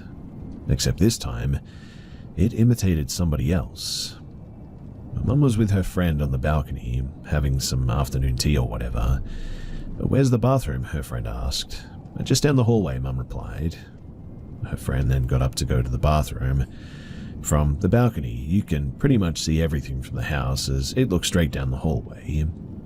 Mum looked down, eating her afternoon tea, and when she looked back up, she saw her friend walk out of the toilet and into my mum's bedroom. My mum shouted out her friend's name, and then, "What are you doing?" But there was no response. My mum shouted a bit more, getting up from her seat to go and see why she went into her bedroom.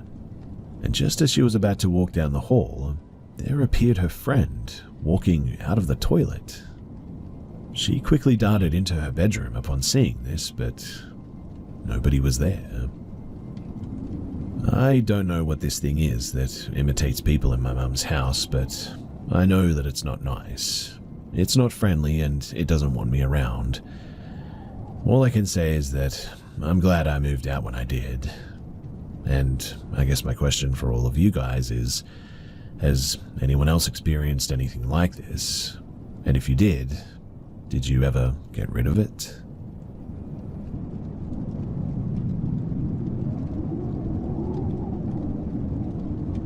So, I had a roommate named Adrian Michaels.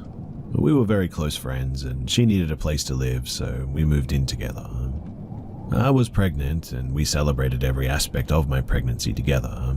She made an appointment to freeze her eggs because she was in her late 20s and she didn't believe her eggs would be good by the time that she was ready to have a baby. I'm giving these details so that you can see what situations we found ourselves in. Anyway, a few days after my due date, her service cat alerted me and I was going to be sick. Sure enough, I was, and I went to the doctor just to be safe. For reasons I won't get into, they illegally held me there and coerced me into having an unnecessary C-section, which was my greatest fear. 3 weeks later, I was in a spiral of depression and unable to do my usual tasks. I usually cooked and cleaned for her. She also spiraled into her ED and lost a lot of weight very quickly, and she quit exercising as well. Another thing I won't go into a lot of detail is that she had a very bad day that day, and unfortunately, that night she died. So after that, we had to move. Our first day looking, we found a 2-bedroom house on the lake for $750 a month. Similar houses were going for like $1,400 plus at the time, so we felt extremely blessed. We were the only applicants, and the owner said that his wife couldn't handle living in the house but wouldn't explain why.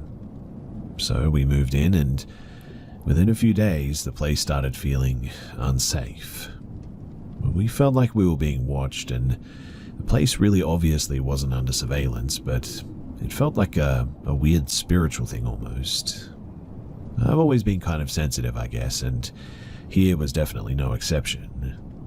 It started pretty benign, I guess, like feeling like I wasn't alone in the kitchen or the laundry room, and that was fine. I mean, it didn't bother me too much. We just figured that maybe Adrian was stopping by. I would talk to her sometimes and tell her that I'd miss her, but it was around then that the dreams started. Pretty standard dreams usually.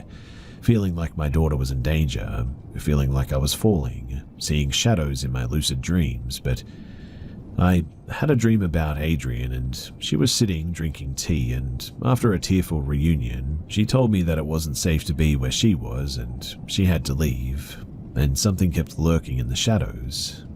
She told me not to look for it because it's going to cause me even greater pain.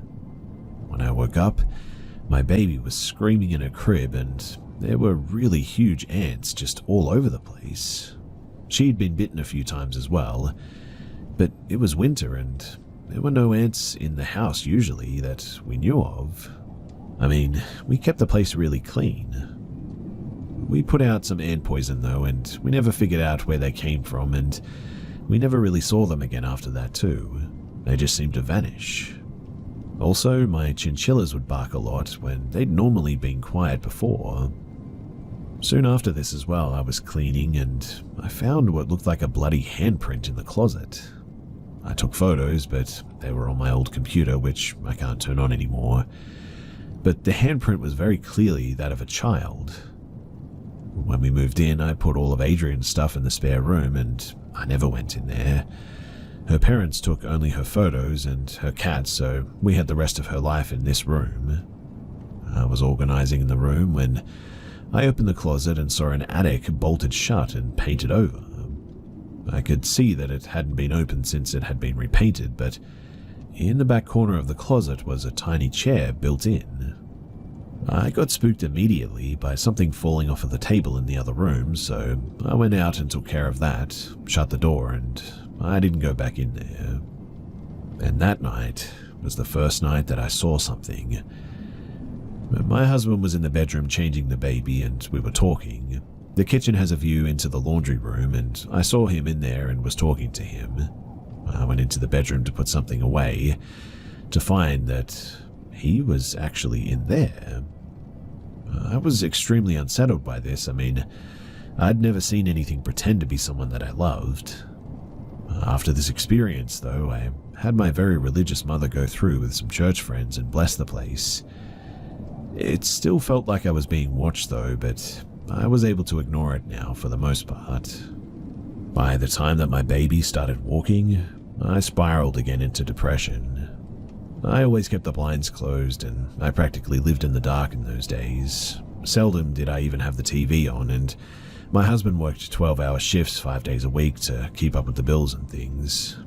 My mum was over a lot, but I quit cleaning and I can't remember a lot of it, honestly. I felt immense guilt that my roommate died because I couldn't be better for her, which rationally I know isn't correct, but I was really messed up during this time is what I'm getting at.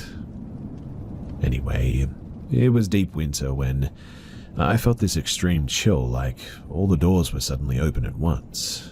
My scented candles flickered and almost went out, but all of a sudden I just couldn't move. I was holding my sleeping baby and out of the corner of my eye, I saw something crawling on the floor. It was large too, like a man size, but the proportions were off and the arms were way too long. It was walking towards us and everything in me was screaming not to look at it.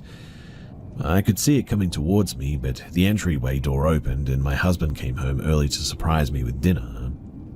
At that, I quickly shot around, but when I did, nothing was there. I told him about it later when I could think about it, but I saw the figure several more times, but there was just nothing that we could do. I mean, at least it didn't end for a few more months, so we just sucked it up and dealt with the fear. Eventually, I looked into the history of the house, and one of the people who lived there was the police chief who was jailed for abusing his daughter, apparently. It was a trap house at one point as well, and someone had been killed nearby. There's probably a lot of experiences that I had in that house that I shut out of my mind, but this is everything that really stands out to me, things that I'll never forget. But the house just felt suffocating at times and like I was being pushed out. The landlord had a second house available for only $450 a month, so we moved out the day after we found out about the other rental place. No one stays living there very long. Most people have stayed for about 4 months before everyone always leaves. Since the events of this story, though, my life has improved incredibly.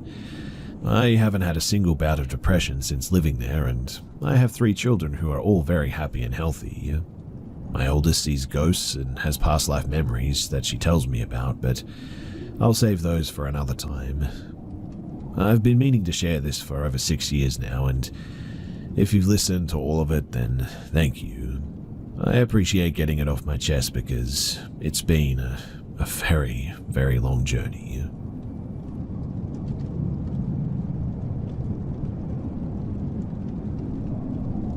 I work at an oil refinery or chemical plant in the southern US. I won't give the company name for obvious reasons, but I work primarily around the rail yard, but we do handle business throughout the whole eastern portion of the plant. So about a month ago, I will not give the exact date as you'll be able to find my place of work pretty quickly. I had completed my work for the night and had taken the company truck to a part of the refinery that I was more likely to go unnoticed by my supervisor should they be driving around. This has been my go-to spot to hide from the boss and sleep away the remainder of my shift for the past 2 years or so that I've worked here.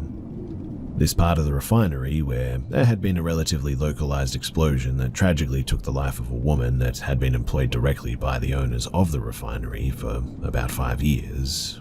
She was attempting to fire up burners to restore power to the refinery during an emergency power outage. This took place around 10 years before, on the same day and round about the same time in the morning. The area of the plant where this happened is still taped off and shut down to this day. Anyway, on this night, while sitting in the truck, it had begun to rain very heavily. We had been in a relatively severe drought for the past several months, so the poor weather was actually welcomed by all, especially with the notice the plant had sent over the radio stating that there was lightning in the area and to stop work and find the nearest substantial shelter. I was watching a movie on my phone and finding it hard to stay awake with the sound of the heavy rain on the roof of the truck. Sometime in the very early morning hours, though, although I can't be exactly sure on the time, I was awoken from my half-sleep by a huge orange glow that completely engulfed me. It was so intense that I couldn't open my eyes past a squint due to the brightness. I could only describe it as being very similar to staring directly into the sun. I immediately recognized that I was in the middle of an explosion. However, there was absolutely no sound, no heat, and no fear. For a moment, I questioned if I was still alive, but as the orange glow died down, I saw a woman completely engulfed in flames, running for about 5 or 6 steps before falling to the ground. Since that day, 10 years ago, there have been a number of pipes installed that run horizontally just above the ground in front of the furnace and meant to bypass it, and whoever this woman was, she ran straight through them. I mean, she ran straight through them like they weren't even there. Then, just as soon as I saw it, it all just disappeared. The fire was gone, she was gone, the whole space was just as empty as before, and I was back to sitting alone in a truck, listening to the rain. I obviously couldn't believe what I had just seen. I, like everyone else at that plant, was familiar with what had happened on that day, and I knew exactly what I had just witnessed. I just couldn't wrap my head around how I had witnessed an event that happened a full decade in the past. I drove back to our shop, where I promptly clocked out and went out to my personal truck. I sat there for at least half an hour trying to come to terms with what I had just witnessed. After the initial shock wore off, I felt very indifferent about it, I guess. It didn't freak me out or anything. What I saw was just, I guess, very matter-of-fact. Even still, though, I kept the story to myself because I figured that there was very little benefit to telling anyone. And an event like this is obviously hard to forget, especially in the only 3 or so weeks since it happened, but I have tried not to dwell on it too much because I know that I'll drive myself crazy trying to comprehend exactly why I was somehow able to witness such a well-known and tragic event from like 10 years in the past. But then, last night, it happened again. We have a very small loading dock that sits in the back of the rail yard and hasn't been manned or used in years. Last night the weather was very foggy, to the point that you could only see lights from the refinery for about 100 yards, and could only see objects for maybe 25. I was driving the work truck down to a storage tank that we have, and talking on the phone to my wife about the trip that she had taken to visit her mum in the next state over. As I turned the corner near the rack, my phone dropped the call. I didn't think too much of it because service can be spotty in parts of the refinery, although this area usually has a pretty strong signal. Nevertheless, I figured that I would just call her back after I had arrived at my destination. I happened to look to my left to glance at the rack. I never had the opportunity to use it, and it had different equipment than I'm used to using. I have to look at it when I pass in an attempt to picture how it all worked. It sort of sits about 30 feet from the road, so it's close enough that I was able to still make out the details pretty well. As I looked over, I saw 2 men up there. They were wearing the old company uniform and seemed to be hooking up a large white rail car. These white cars are uncommon in our yard, but not unheard of. However, if we had one staged in this area, there is absolutely no way that I would know about it.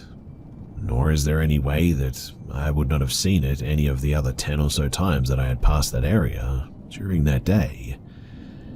I could make out their faces well enough to know that neither of the men were anyone that currently works here. I also noticed the rack didn't look nearly as rusty and neglected as it usually does. It still had paint on it and didn't look overgrown or abandoned at all. That being said, everything was a little blurry and, instead of being in the fog, it was more like they were in the fog, I guess, or were the fog. They were sort of part of it almost. Then, as I reached the next turn, they were just gone. The people were gone, the large white car was gone, the rack was back to its rusty normal self. Interestingly, the fog started clearing up very shortly after this as well, although I can't say that they were really connected. Once again, this took me a minute to process, but I wasn't really freaked out or anything. I actually just thought that it was really cool that I got to sort of witness this time slip 2 times now. I asked a co-worker that has been here nearly as long as I have been alive when the uniforms changed, and he said that it was sometime during 2015. I don't know if I also saw them 10 years in the past or if it was a different, more random amount of time. Our company had been here since the 60s, so there really is no telling. But one thing that I did notice is that both events seemed to move slower than normal time. Not slow motion, just a little slower than normal, I guess. I don't know if this was actually time moving slower or if my brain was just taking longer to process what I was seeing. These are the only times in my life that I've never experienced anything like this. I don't know if it was something to do with the plant, the area, or me. I will say, though, that the city where this took place is where one of the most well-documented UFO sightings or abductions took place. Maybe this is just a place where odd things happen. Who knows? Anyway, I'm sorry if my thoughts are a little bit jumbled here. Reliving this while sharing it has proven to make it difficult to keep my mind on track. I would love to hear of anyone else that has had similar experiences to this, though. I am really desperate to know I'm not the only one that has seen something like this, because if you've ever experienced something like it, then you know that it is something else.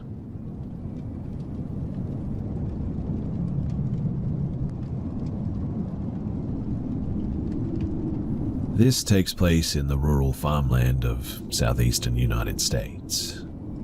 For those from around the area, you will know that there really isn't much around except for old farmhouses, fields, and the occasional subdivision. When I was around 17 or 18, I was dating a girl who went to the same high school as me. Being teenagers, we needed a place to be alone, and what better than the front seat of my F-150? Often, it was hard to find a place to park that was away from the road and was far enough away from everybody else. One evening, as the sun was getting ready to set, I remembered an abandoned house with a long driveway and a tobacco barn off some old back road with no other houses around. I had been there before and explored the property. The house's roof had been abandoned long ago and currently had been used to store lumber, apparently. The house had no doors or windows left, and the rest of the property was clearly in disrepair and didn't appear to be used at all. I figured this long-forgotten property would make a good spot, so I drove my truck up into the driveway, far away from prying eyes. I put my truck in park, lifted up my center console, and put on the radio. As my girlfriend and I were talking, she suddenly stops with her eyes glued to the rearview mirror and says, I think somebody is there." I initially blew her off, as I was fairly confident that nobody was around for miles, but I glanced in my rear view to see a very beat-up looking Ford truck had pulled directly behind mine, and the door instantly flew open. Out jumped a tall, dirty-looking man, holding what appeared to be a gun with a weathered wooden stock. As I put my window down, the man advances yelling all types of obscenities from the side of my truck. As he walks up, I hear the distinct sound of the safety clicking off of an older rifle. I froze as the world stopped around me. I had never been held at gunpoint before. As soon as the shock wore off, I threw my hands up and I see the man had his sights aimed on me through the rear window of my truck. I looked over to my girlfriend, who was frozen in shock and somewhat cowered into the passenger door. I remember feeling helpless and reaching for my pistol I usually had between the seats, which I quickly realized that I had left at home. This was probably a blessing in disguise, as the strange man was clearly belligerent and under the influence of something, and I'm sure that him seeing my pistol would have just sent him more over the edge. As my hands are up and my girlfriend is shaking in fear, I eventually mutter out, "What's going on, sir?" The man, through rotten and missing teeth, shouts, "You come out here tearing up my field and ruining my crops?" He clearly had mistaken me for some of the ATV riders around the area who would often wander on the private property and tear up the land like that. Looking at the man, he didn't look like any of the farmers that I had known around the area, having lived here 15 years at this point. I was pretty familiar with the local farmers. This supposed farmer looked maybe in his early 30s and looked to me more like a junkie that I would see downtown. I replied to the man that I had never been here before, nor was I responsible for destroying his crops, trying desperately to defuse the situation. He wanted to hear none of it though and continued to mutter, while still holding me at gunpoint. I waited for a break in his incoherent babbling to apologize profusely and say, "Sir, if I had seen a no trespassing sign, I wouldn't have dared step foot on the property." The man advanced from behind my truck to open my window to yell, "Didn't you see the sign?" He didn't believe me. As I studied him, he continued to grip the rifle tighter and mumbled to himself. I apologized some more and offered to leave when I noticed that he has me completely blocked in at this point, which means that there was nowhere to go. As soon as I mentioned leaving, he perked up and dropped the rifle ever so slightly, putting us out of immediate danger. My fight or flight briefly chose fight, but I knew that there was no way to jump out of the truck and get him before he could shoot. Time seemed to slow, and I felt like the silence that ensued lasted hours. He started to yell obscenities again, but started to walk back to his truck. As he passes my rear bumper, my girlfriend and I exchanged glances. I had never seen a fear like that in somebody's eyes before, let alone somebody that I loved. I knew that I had to do whatever I could to get away from this unhinged stranger, so I fired up my truck and put it in reverse as he does the same. The beat-up Ford backed up into the road and stopped, waiting for me to exit. I backed into the road as well, my eyes never leaving the rearview mirror. As soon as there was enough space, I threw that truck into drive and stomped the gas pedal down as far as I could go. My tires squealed and the truck roared as it ran through the gears. I was familiar with the roads and was confident that I could outrun him if I needed to, as his truck looked like it was on its last leg, to be honest. As the speedometer flew past 60, I could see the man following us, but enough distance from my truck that it would be hard to put a hole in my tailgate. My girlfriend is calming down at this point and is trying to rationalize what had just happened to us. I drove and drove for several miles, constantly looking behind to see if he was following. I briefly remember doing over 100 miles an hour at some point. The mood in the cab changed to utter disbelief as we talk about how crazy the supposed farmer looked and awkwardly laughing off our near deaths. I never saw the man again after that, and I never did return to that abandoned house, except for the next day to leave him some ruts in the front yard of the rundown property. Looking back, I haven't the slightest idea as to how the man knew that we were there, as we weren't visible from the road, nor where we followed. I personally think that he was just some tweaker, as I knew most of all the farmers in the area, and being in a small town like that, you know pretty much everyone. I had never seen this man in my entire life, nor have I seen him since.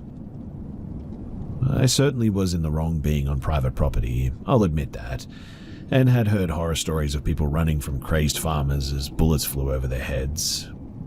However, a couple of kids parked up in what was clearly a forgotten property, several hundred yards from the nearest field, shouldn't have warranted a firearm pointed at me and my girlfriend, who was sitting in a clean truck that obviously hadn't been tearing up any fields. Coming from a farming family and being close with farmers in the area, the last thing that you would catch me doing is tearing up somebody's livelihood. Regardless, I put my girlfriend's and my life at stake just to park up somewhere and fool around a bit. But trust me though, I never made that mistake again.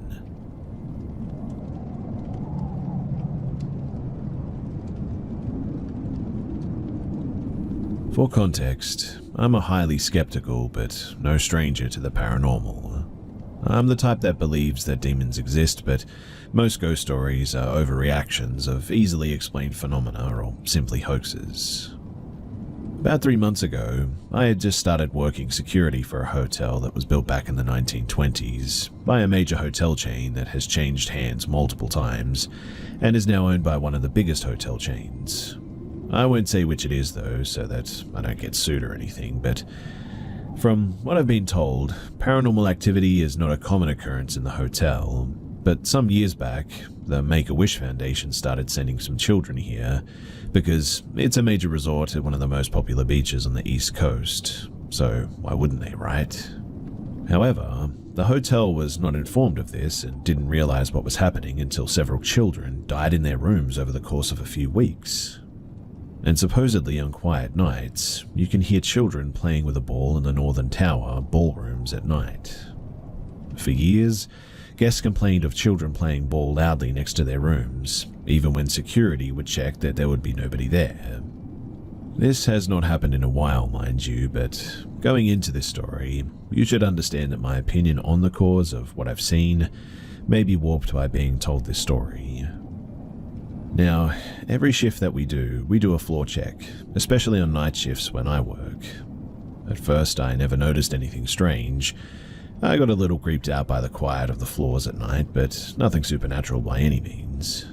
The hotel has 2 separate towers separated by a restaurant and shopping area that connects them. About a month into the job, and suddenly I started feeling like something was following me on the floor checks, especially in the south tower, which is the biggest and tallest, and where I understand most jumpers choose because of all the rooms facing the ocean, having a sliding glass door with a short rail in front of it as well. And, well, you can put the rest together from there, right? Anyway, it got really bad in October. Maybe the spooky season had an effect on me, but this feeling of being watched and followed just never really went away. As the weeks have gone on, I started seeing distorted faces in windows as I passed by, to the point that I no longer look at them. The floor pattern sometimes reflects on the glass, and the mind could easily make a face with the pattern, I know that, but some of these faces were up further on the glass where this really shouldn't have been possible. When I focus up there, I can almost hear whispers in the back of my mind, urging me to, well, finish myself for the mistakes that I've made, or even telling me insecurities I have about myself. I've really never told any of those things to anyone, too. In the last few weeks, some strange physical and auditory phenomena have occurred as well. So part of what we do on floor checks is close doors that we find open, and some of the doors lately have been more difficult to close. One in particular I had to use all my strength to slam shut. The ice machines, too, on each floor sometimes make a sort of banging noise while in operation, so I usually attribute any noise that I hear from the vending area to that, but sometimes it almost just sounded like someone was rummaging in the garbage cans. And when I would go to investigate, I'll hold my keys so they wouldn't jingle in case it was a person, and as soon as I do, the rummaging noise always will stop. On a couple of occasions, I felt what I can only describe as hands touching me while closing certain doors. Sometimes it's just a tickle, and other times a sort of brush against the back of my hand, and even a feeling like someone on the other side of the door is pulling it in the opposite direction against me. And because of all this, I now dread the floor checks, especially after 3 a.m. I'm not trying to make this seem scarier than it is, but these things intensify the closer that it gets to that hour for whatever reason. Whatever they are, they aren't friendly, and I think that they know that I can sense them. They really don't like that I can sense them too. Like some nights, that watched and followed feeling is more like a burning hatred directed towards my existence, like being stalked by an enemy or a predator. I'm pretty religious too, and whenever these things happen, I always pray to God, and when I do, it usually goes away, or whatever it is. The scariest thing, though, is the last time it was that intense that I heard something growl next to my ear. I've never been hurt by them, mind you, so my assumption is that they can't actually hurt anyone physically, but they try to communicate often, and they want their presences acknowledged. Almost as though there's a power that comes from it. My grandmother told me once that demons truly have no power. They're only capable of whatever we believe them to be capable of. So I guess my mounting fear is feeding them, whatever they are. Now, I know that my experiences could just be me seeing things or looking too much into something completely explainable. I don't know, but this is just what I've seen and heard. Whatever it is that's haunting me at night, my co-workers don't know about it, or at least they aren't telling anyone, like I don't too. Maybe I'm just crazy and seeing things, but if that's the case, well, why am I not having any other signs of manic episodes or psychosis or something? And more importantly, why am I only seeing things in that one part of the building?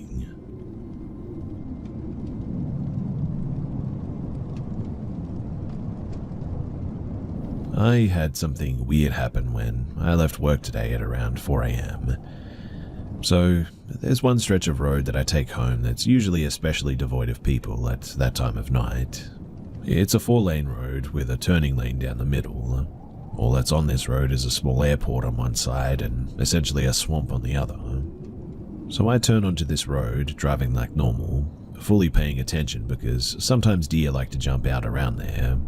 It's completely empty, no other cars in sight, totally straight road with no curves, and in the best way that I can describe it, a man just materialized out of thin air, walking in the center turning lane about 10 feet ahead of me.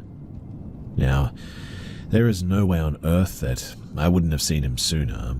I mean, with my absurdly bright headlights and absolutely nothing else around, it would have been impossible to miss him. I didn't get a great look at him since he showed up so suddenly, and by the time that I even registered all of that in my brain, I was already flying past him. All I could tell was that it looked like a middle-aged or older black man with a red jacket on, and he had maybe one of those wheeled suitcases or bag things that he was kind of dragging behind him. I hit the brakes and was looking for him in my mirrors because he was very, very close to my car, and I was scared that I'd hit him or something. But I suddenly didn't see anything or anyone at all behind me. As fast as he appeared, he was gone. I ended up pulling a U-turn because I wanted to make sure that I wasn't losing my mind. Keep in mind, there's absolutely nowhere for this guy to have gone in the 30 seconds that it took for me to slow down and turn around like that. On one side of the road, there's a fence around the airport runways, and on the other is an empty gravel lot and a ditch. And I mean, there was just nowhere that this man couldn't have gone that quickly where I wouldn't have seen him. Anyway, either I lost my mind that night, as I first thought, or down that road, there's a ghost hitchhiker.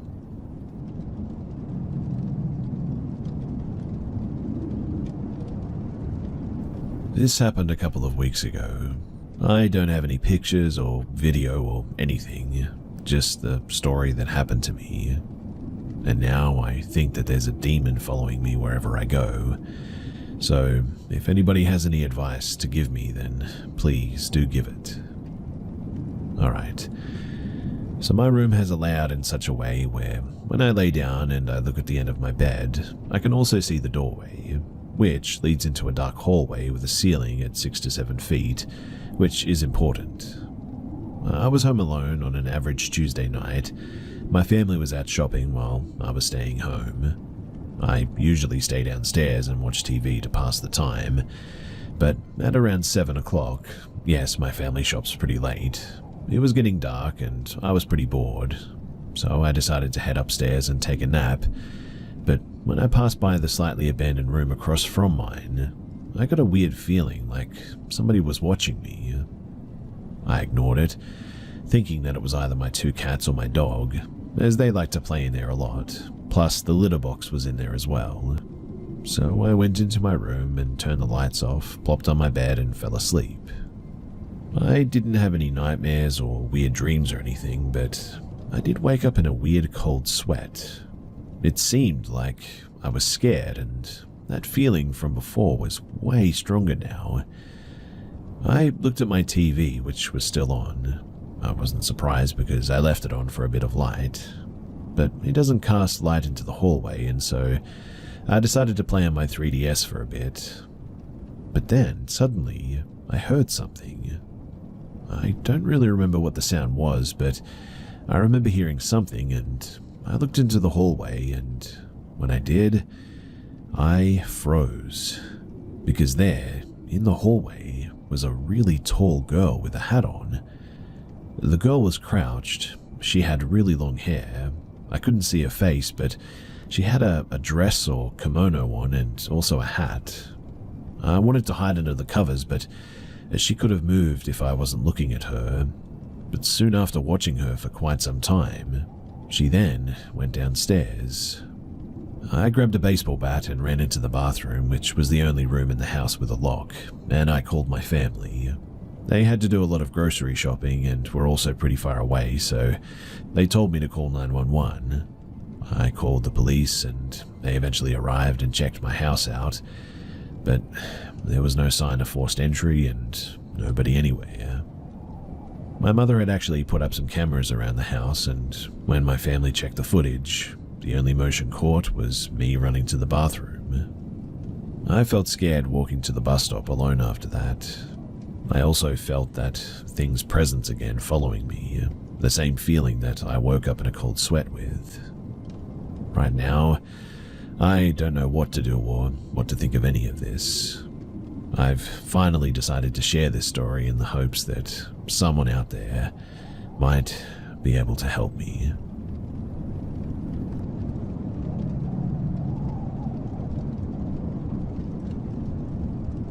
When I was young, I grew up on the outskirts of a small town in the Midwest, close to the Great Lakes. The town had a population of about 8,000 at the time and was established in 1833. We lived well outside of town, in an area that was mostly either forest or farmland. There was a small trailer park fairly close on the other side of the railroad tracks, built on a sort of raised mound, so high that you couldn't even see the trailer park from the second floor of our house. But to give you an idea of just how remote we were, the half-of-a-mile stretch in the other direction only had 3 other houses total, and only on one side of the road as well. After that, there was a 2.5 stretch of pretty much nothing but trees or crops before you reached the town proper. At that time, I would have called the farmhouse that we lived in a mansion, but I was very small. But we lived there for about 5 years, moving in at about the time that I just entered kindergarten. In retrospect, and looking at it on Google Street View now, it was a fairly small farmhouse, probably built in the early 1900s. While this isn't directly related to the events that I'll later tell you, it occurs to me that it might be relevant, so I'm going to include it. So we owned 6 acres of land, and even then I knew I was fortunate to have so much room to explore and play in. The property was much longer than it was wide too. The house sat fairly close to the road, and the mass of the land that had been cleared I now assumed to be used as farmland for crops. There was also a ring of trees around the perimeter, and a well-worn walking path adjacent to that ring of trees. Outside of a very small grove of apple trees directly next to the house, towards the front of the property, the rest of the land was an empty field full of just tall weeds. So, while I spent most of my time playing in and exploring the closest half of the property, I would never really go back in the back acres alone. The stretch of the trees to the north didn't bother me, nor did the patch of trees in thick forest to the northwest. The patch to the southwest, however, for whatever reason, just terrified me. I would never go anywhere near it alone, and even if I ventured that far with friends or adults, it made me extremely uncomfortable being near that forested sort of corner there. I occasionally still have nightmares about that patch, and for whatever reason, it just freaked me out.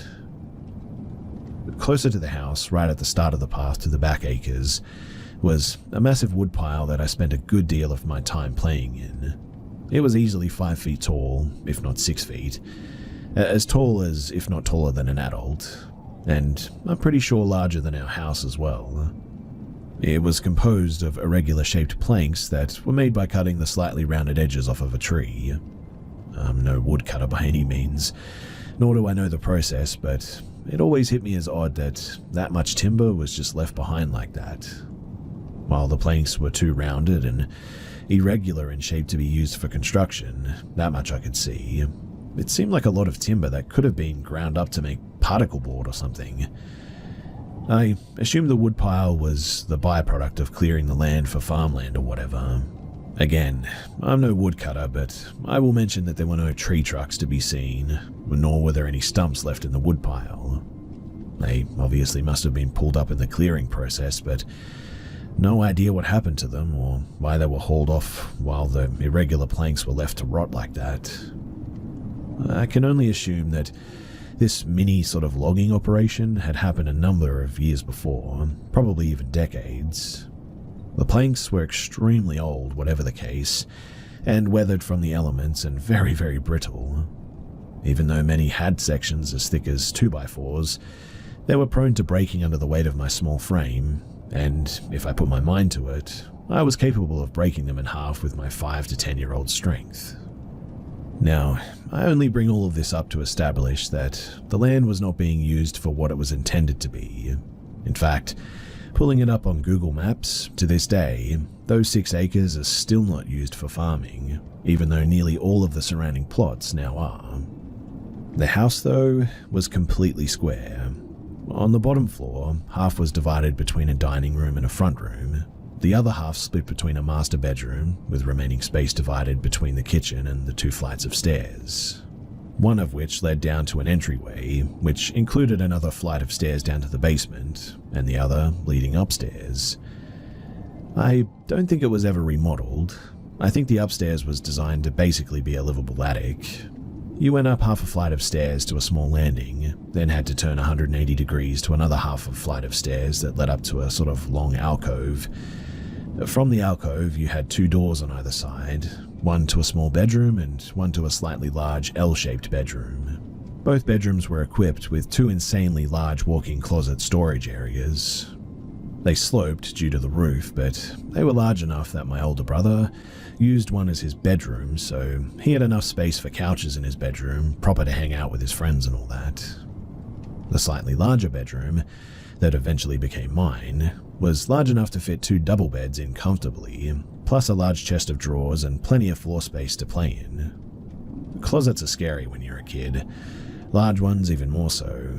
Mine was large enough to fit every conceivable monster my mind could imagine in it.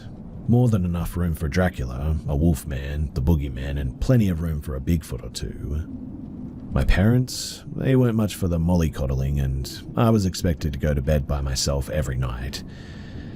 Now, there was a small window on the stairway landing that allowed some light from the yard security light, but when you made that 180 turn, you were staring at a flight of stairs leading up to the pitch darkness where the next light switch could be found. I'm not too proud to admit it, but most nights I made that ascent crying in fear. I also have a large family, but my siblings were all much older, and every year saw another one striking out on their own, and a number of those of us dwelling there getting consistently smaller. One might come back to visit or stay briefly when times were tough, but we went from like 6 when we first moved in to eventually 2 to 4. My father traveled for work, and my older teenager brother spent most of his time out running around. So, by the time that I was 9, most nights it was just me and my mum. Putting this as politely as I can as well, my closest brother was much older than me, a high school jock and, well, kind of an idiot. Even for brothers, I can't say our relationship was good at that point. Most of our interactions went between him ignoring me to tormenting me for his own amusement. I tended to avoid him as much as possible because our time spent together was never enjoyable and usually ended with me crying and our mum screaming, "Leave your brother alone." Now, honestly, I still have almost no idea when this happened. I couldn't tell you what season, and only slightly comfortable in guessing it was probably about the time I was 8, maybe barely after I turned 9 years old. The only thing that I can say for certain is that my father was away on business at the time, and while I'd shared my bedroom with my older sister for the first few years, she'd moved out and I had the bedroom to myself. Now, old houses creak. They creak and moan as they settle. Most nights I'd lay in bed terrified, listening to these sounds trying to convince myself that it wasn't a monster coming to get me. Eventually a train would pass by, and the motion of it shaking the house would always put me to sleep, which is a bit weird, right? So I assume it was a night like any other. If I'd seen a scary movie or read a horror story, I would walk up the stairs in fear and lay in bed listening to every small noise, wondering what it was until a train rocked me to sleep. Barring a nightmare, I almost never woke up in the middle of the night, usually sleeping until the sun came up or my mum woke me up, whichever came first. I didn't have an alarm clock, and I have no memory of there ever being a clock in that room. Total stab in the dark, but sometime after midnight, I was awoken to a sound outside of my bedroom door, in that little alcove that I'd mentioned before. I'd have to say that I was a fairly sound sleeper back then, because I don't ever remember being woken up by my brother coming home, or any other sound for that matter. But for whatever reason, this time, I was woken up by a very slow, very long creak of the floorboards. The first immediate thought was that it was the house settling, and I turned over to go back to sleep, but this time it didn't stop. There were no sound of footsteps, and each creak just sort of took forever. I wasn't actually scared at first, just sort of curious, trying to figure out what it was. But then there was way more noise than the house would make. But if it was someone out there, they were moving just insanely slow. No sound of footfall. If there was someone, they'd just about have to be barefooted or in socks maybe. Just the slow sound of one floorboard groaning in protest of pressure, followed painfully slowly by another floorboard groaning in relief as pressure was removed.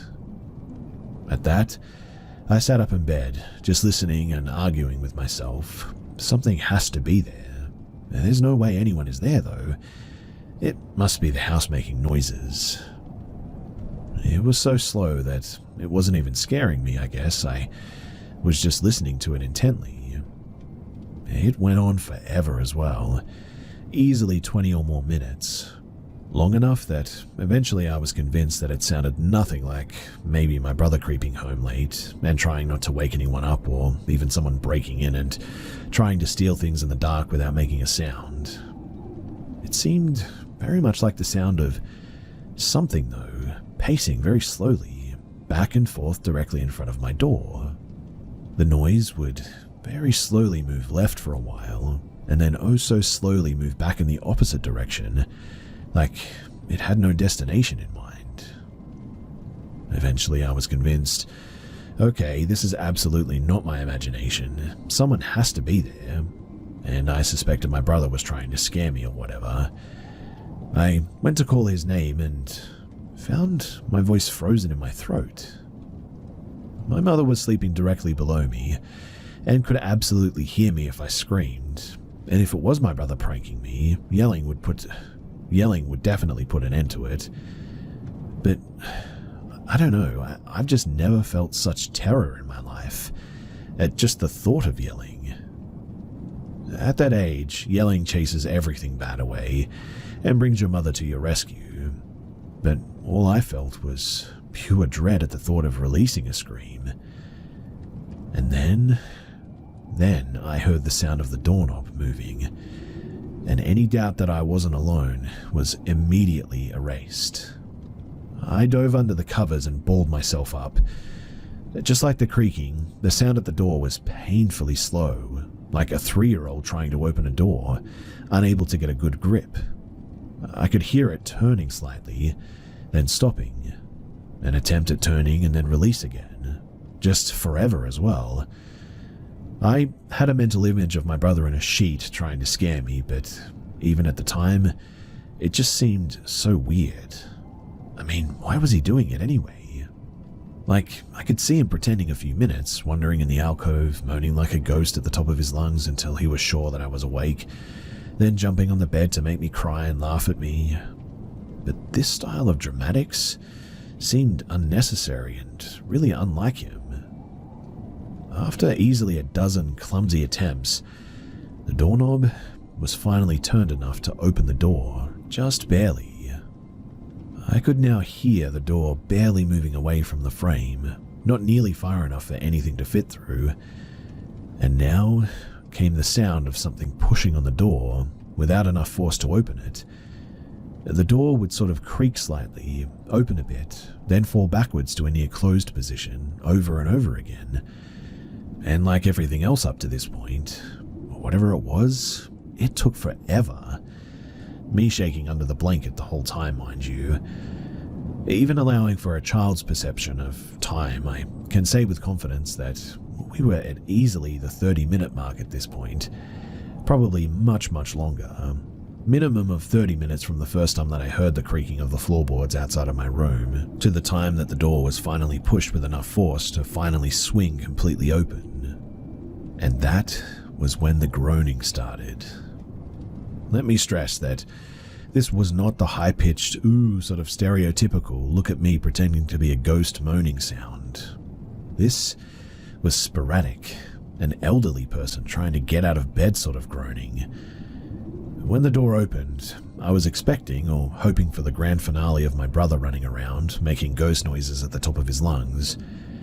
But what I got was a continuation of the slow creeping on floorboards towards my bed, now accompanied by what I can only describe as a low groan.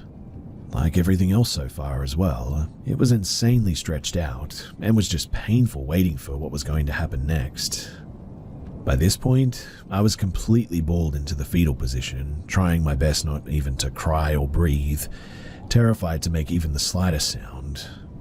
Spoiler too, this went on for hours. I'm finally aware time moves slower for kids, but this would extend until just shy of dawn.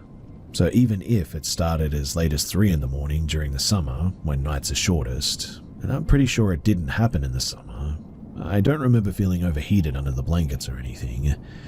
We're still looking at least 2 or 3 hours minimum. In any case, the entity, or whatever it was, circles the bed in what felt like forever, and somewhere I guess about an hour in, it began touching me.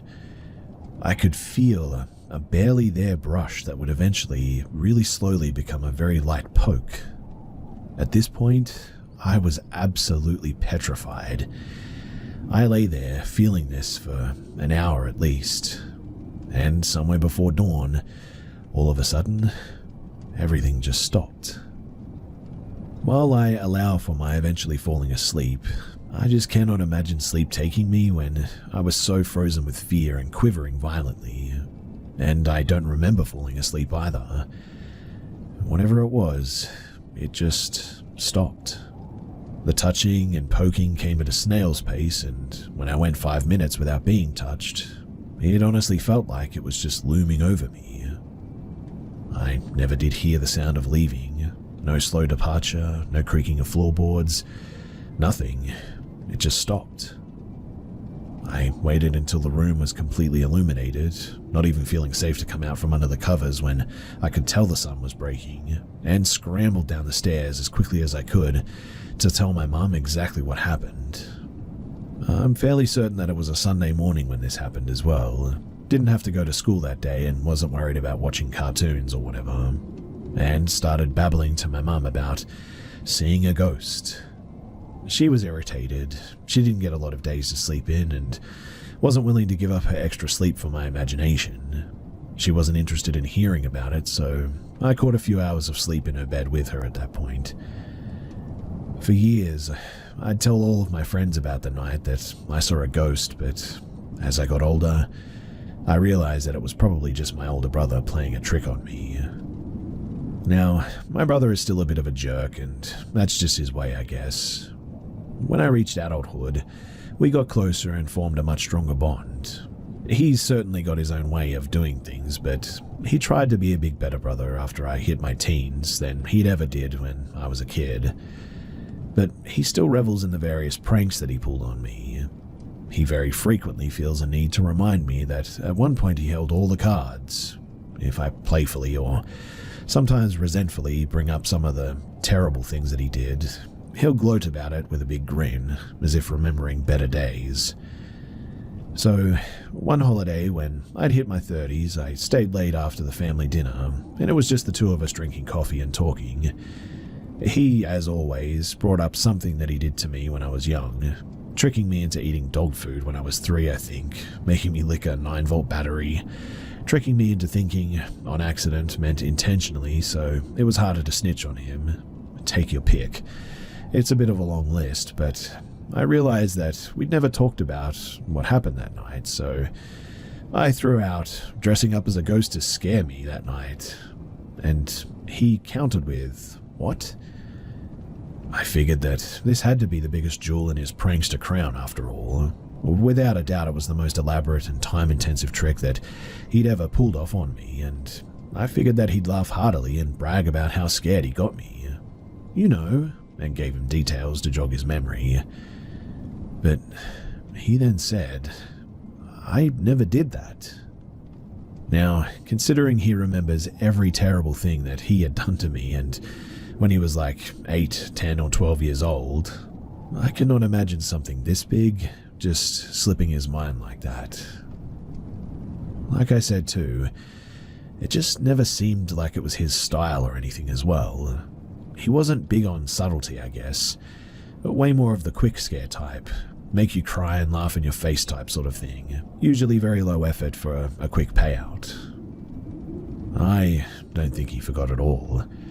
I have no reason to believe that he's lying.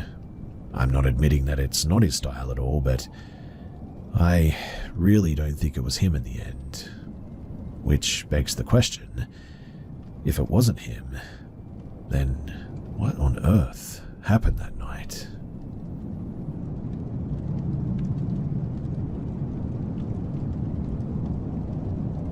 This past year, I hiked the Pacific Crest Trail. There was about 600 miles of trail that I hiked or camped alone.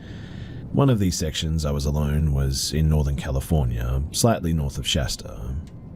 I got to a beautiful spot and knew that it was the best spot to set up camp. It was gorgeous too, 360 views of woods in the valley below and mountains everywhere. I could see it raining on Mount Shasta at that point, probably my favorite campsite in North Cal. I still remember the exact mile and have some footage of the site during the daylight too. But I set up my camp and after admiring the sunset, I went to bed. I could see the outside below the vestibule when I was laying down in the tent, and as I was trying to go to sleep, I saw a white light in the valley, maybe about a quarter to half a mile away, I guess. Not right near my tent or anything. I wasn't close to any towns. In the Sierra Mountains, south of the area, I would see an occasional remote cabin in the woods, so I figured that it must have just been that. But there were no access points or dirt roads up there. No forest clearings, just thick woods surrounded by mountains. I looked at the light for a bit and tried to think about what it could have been, but this was pretty remote, so I just couldn't come up with an explanation. I was tired from hiking all day though, so I didn't think too much more of it. A little later, I looked out again and noticed another light though. It was an orange light slowly circling the white light. It was also slowly morphing into a shape as it circled. I watched it for a long time, trying to understand what the heck I was looking at. It had a very calm sort of motion, and it was almost mesmerizing.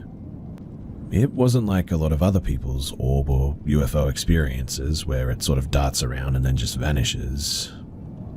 I watched it for a little while, and eventually I fell asleep. It started raining around midnight, and I looked out of my tent and still saw both lights, one white stationary light and one orange morphing light. I woke up again at around 4 a.m. to go and pee, and walked outside of my tent, and it was still there, same motion. I tried to get a video, but due to the distance and the darkness, it looked like another terrible video that didn't show anything, so I forgot about it. In the end, I woke up at around sunrise and looked for it, but at that point, both lights were gone. I didn't see these lights around sunset or sunrise, only ever in the darkness, and I know that these would have been visible during the sunrise and sunset too. They were pretty bright. I'm sure that there's an explanation that I can come up with eventually, but I genuinely have no clue what I was looking at, and I'm still trying to figure it out. Now, unrelated a bit, I guess, but near the area that I was walking and to the right of the trail was some thick brush at some point. Maybe 5 to 6 feet tall, I would guess. This was near the Shasta Trinity Forest area, maybe 1 or 2 days after the lights of the woods. I was hiking alone, like I said, and I noticed about 100 feet away from the brush was being sort of flattened by something, and whatever it was moving very quickly. It was approaching the trail and was going to end up right next to me if I had continued my pace. I couldn't see what was flattening this brush, but whatever it was, it had to be very strong. It reminded me of something that you'd see in Jurassic Park almost. I instantly assumed that it was a bear. I still kind of think it was, but I didn't want to surprise the bear and have a close encounter or anything. So I yelled, "Stop!" And it stopped, completely. I remained still and waited to see what was going on, but it was completely still. And it was also really eerily quiet everywhere, like total silence in the woods, which I'm not really used to. I got pretty unsettled by that, and I started talking to whatever it was while I walked by. I just kept saying things like, "Hey, I'm gonna walk by and be on my way, friend. I hope you're having a good day." I kept walking and kept looking back, but nothing moved from that point onward. Like I said, probably a bear, right? Black bears are generally like big raccoons, and they don't want to interact with humans by any means. But I've encountered a few bears before, and they always run away when I told them to get lost, like they get spooked and they leg it. Whatever this was, if it was a bear, it didn't move an inch. In fact, it just sat there and seemed to watch me. Anyway, after speaking with some other hikers that I'd met, a few people said how North Cal was a little bit unsettling. The SoCal desert is very windy, and the Sierra Mountains have tons of flowing streams. NorCal doesn't have as many streams or as much wind, so there is just a sort of silence that pervades it, which can feel ominous, especially in the dark. And really, that's my best explanation for the feeling, at least. But after going through the SoCal desert, Sierra Mountains, NorCal, Oregon, and Washington, NorCal was the only section that was definitely a little bit unnerving to me. And I did portions of each of these sections alone too. Anyway, I still have no idea what those lights were. I don't know if they're related to the sound or the thing that was in the brush that day, but part of me thinks that somehow it's all connected.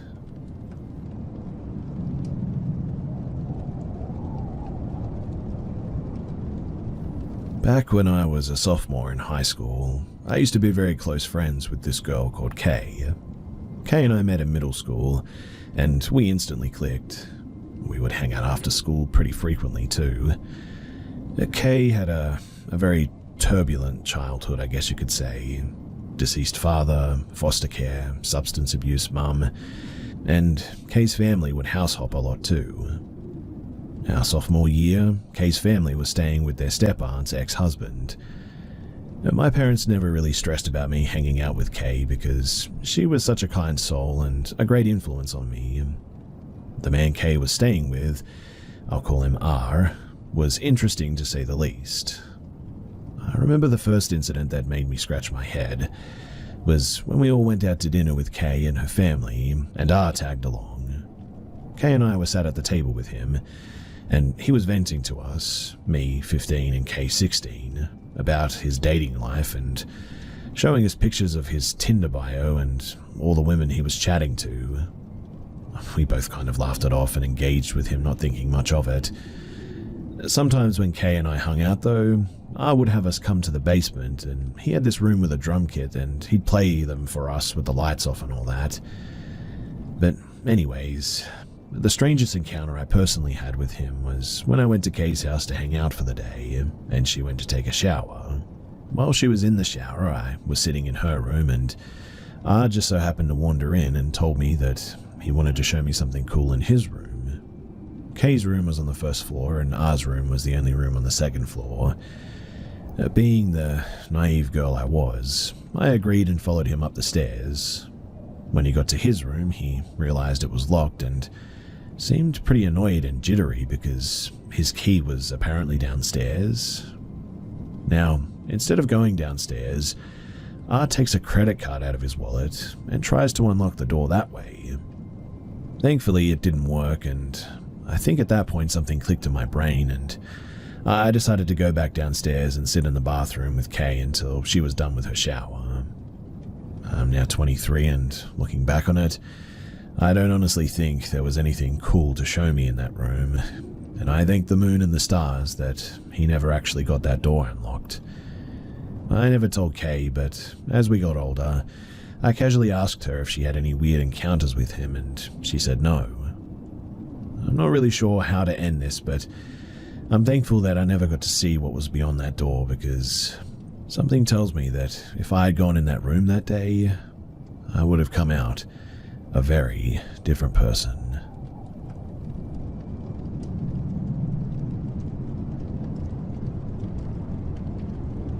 This encounter happened about a week ago, last Tuesday afternoon to be exact. I, a 30-year-old female, was catching up on chores and last-minute shopping on my day off. I was actually on my way home and had stopped at a gas station to fill up, so I wouldn't have to worry about it the next day before work. But the gas station that I had stopped at is usually pretty dead. It's a decent size, with like 24 pumps, I think. Because of the direction that I was headed, I parked at the very last pump, the furthest from the building on the inside. At the time, there was maybe half a dozen other people at the complete opposite end, with about 4 pillars or 8 empty pumps between us. I honestly wasn't paying too much attention to anyone, until this old beat-up looking white panel van pulled up to the outside pump on the other side of mine. Now, I'll admit that I'm a huge true crime nerd, as in started reading true crime novels at like the age of 11, and got a lot of notes home to my parents for it in fact, but that's a story for another time. So that sight instantly put me on edge. I tried my best to remain casual, but kept my attention on the van, and tried to move in a way the pump wasn't blocking my escape route if needed. Now, I was positioned toward the side of the pump, closest to the building, keeping the pump between me and the stranger, when this middle-aged looking man walked toward the other end of the pump, and close to me to try to get my attention. I didn't get any closer, but did lean forward to listen to him. He kind of quietly asked if I could help him with some gas. I mentioned quietly because I had to lean forward more and asked him what, so that he would repeat himself. He didn't get any closer and almost stuttered asking if I could help him with gas, staying on the far end of the pump from me. My first thought was that he was asking for money, so I told him that I had no cash.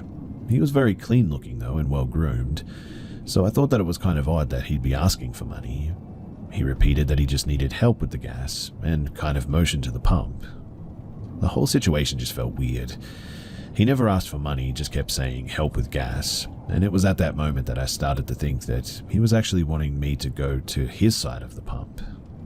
He was parked in a way that the van doors were right next to the pump, and he made a point not to stand in front of them. I also noticed that he was positioned in a way that he would likely have been blocked by any cameras, and at that moment I knew that he was trying to steal my card or grab me, I think, and I would have been completely blocked from any cameras, and we were far enough away from other people and next to a busy highway that no one would have heard me if I yelled. Honestly, I was almost thinking that I was kind of just being a jerk and that what if he really did need help? But I couldn't shake the feeling that something felt wrong.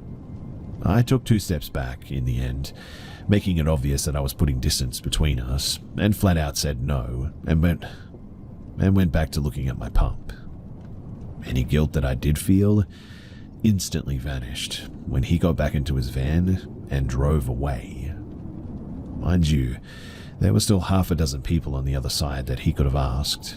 He could have gone inside to ask someone there for help, so why only ask one person and then leave? I'm convinced that it was a grab-and-go attempt that failed, and so he bailed before any more attention was on him.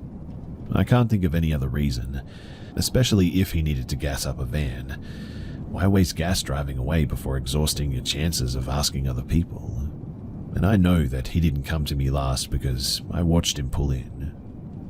Now, I do know that there's a chance that he could have really needed help and I was just being a jerk. But as a lone woman, I'd rather be a jerk than dead. I'm posting this here as a PSA in a sense. If you're out and about on your own, do not put yourself in situations where you are alone. I have always tried to go to the quiet, empty places because I hate crowds, but I can see how that can be dangerous. Just bite the bullet and deal with the crowd is my advice. The more witnesses, the less likely someone will try something like this.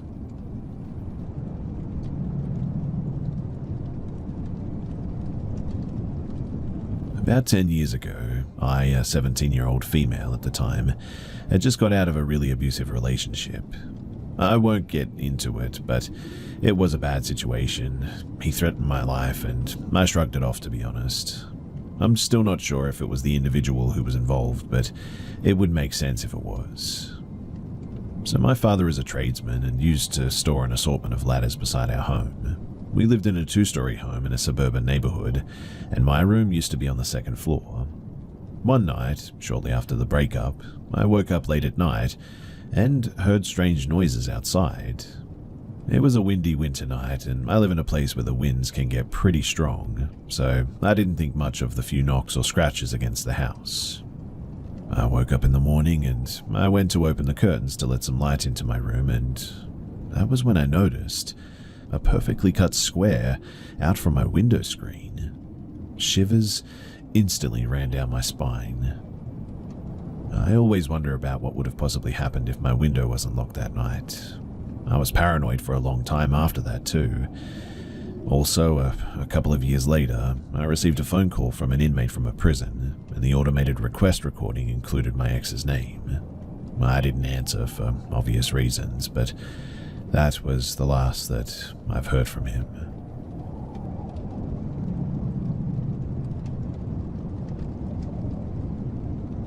When I was in high school, my mother was married to a man named Donald.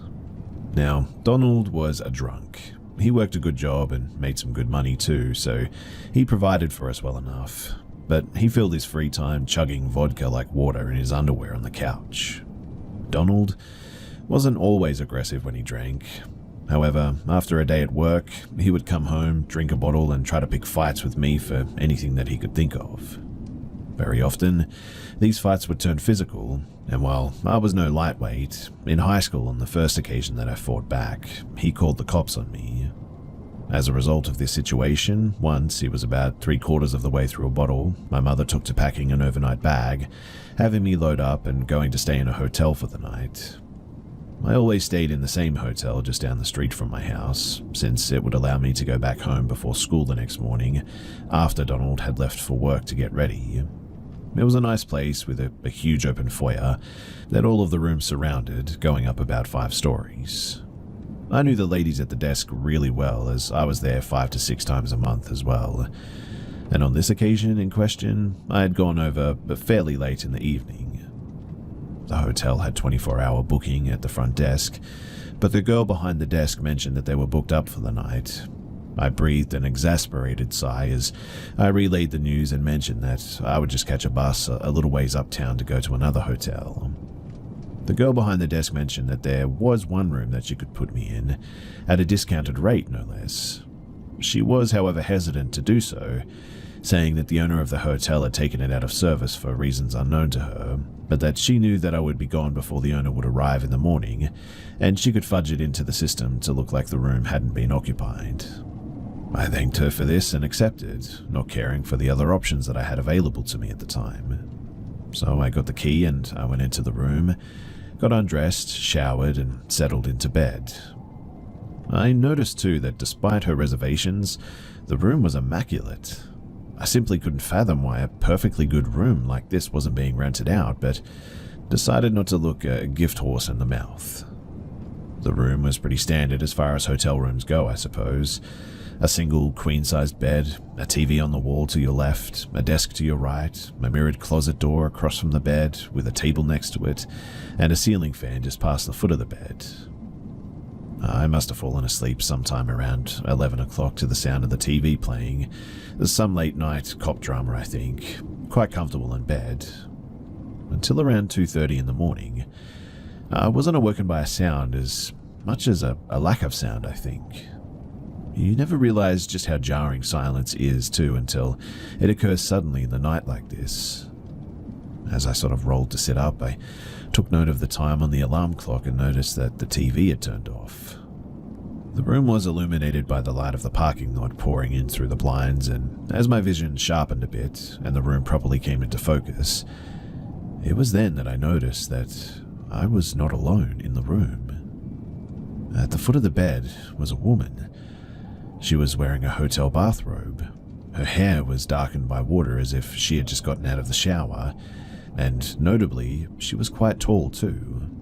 The top of her head was just 2 feet or so below the ceiling fan.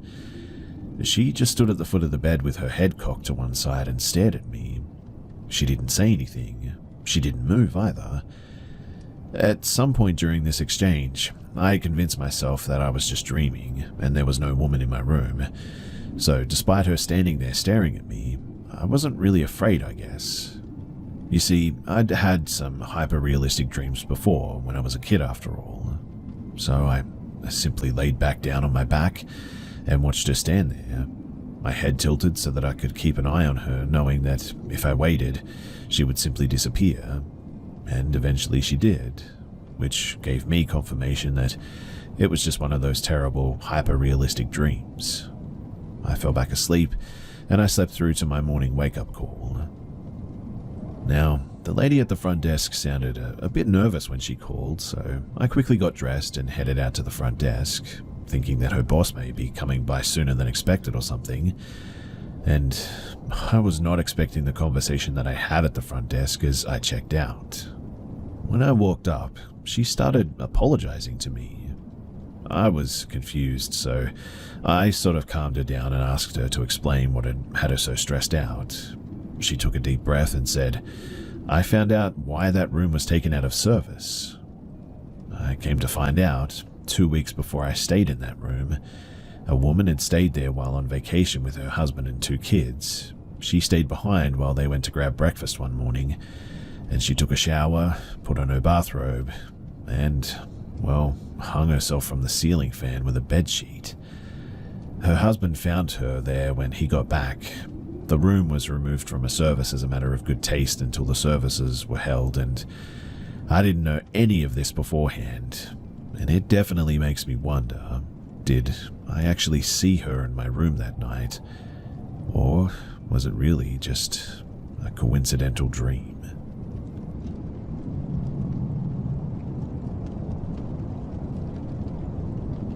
Back when I was younger, I lived in a really big house, and in my room, there was always this dark, dusty closet that I never used. To get to it, you had to crawl through a small door about a little smaller than half the size of a normal door, and I never went in there for a reason. For one, the room was covered in child's drawings all over, words, pictures, and other disturbing and unexplainable stuff that I don't really want to talk about right now, but the quick note is that I was not like 16 in this story. I was like 8 or 9, so I was young. For the first years in the house, nothing ever really happened though. It was peaceful, but eventually we had to take off the door for a reason that I forget. But when my dad first took the door off, it was fine. Sure, it smelled a little bit dusty in my room, but nothing really happened. However, that night, I just couldn't sleep for some reason, and all I could smell was this terrible smell of something rotting. I kept smelling this too for another 3 nights, and I didn't want to tell my parents as they were busy all the time while this was happening, so it would just be a hassle for them, and I knew that.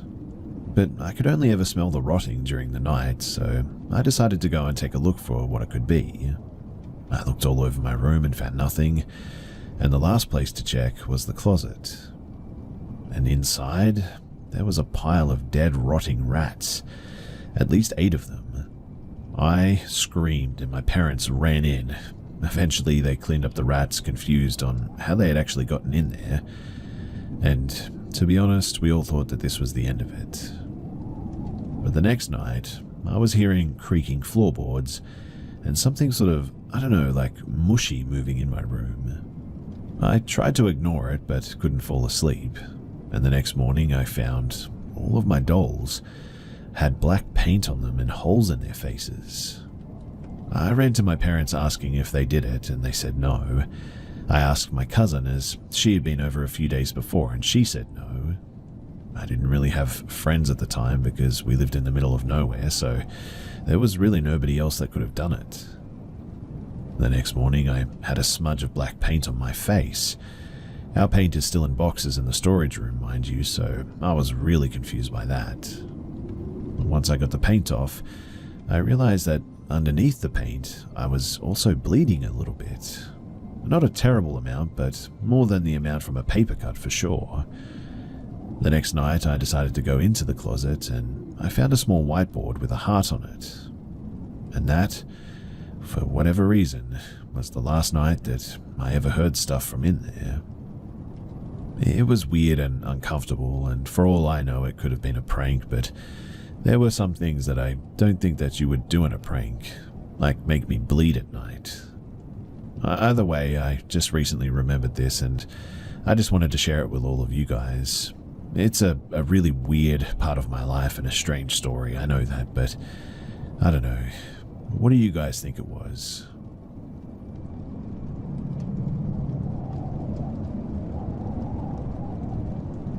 When I was younger and just got into online college, I got my first apartment. I had 3 jobs and one was third shift, but I was more than ready for the independence, so I didn't mind. While I had a great time there, I did have one problem though, my new downstairs neighbor. So the other tenants are a bit older than I am, with one of them being an old man who lived there for like 20 years. The other was an older woman with a small kid, probably been there for 3 to 4 years, and an empty apartment downstairs.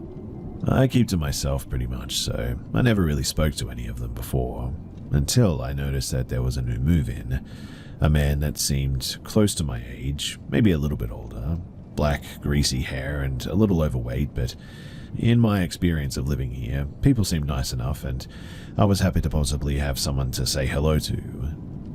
That possibility turned sour though really quick when a casual hello turned into "that trash stinks" remarks from him when I was taking out the trash, and other snide remarks under his breath when I've done nothing, even remarking on my sister's lack of a bra when she came to visit me.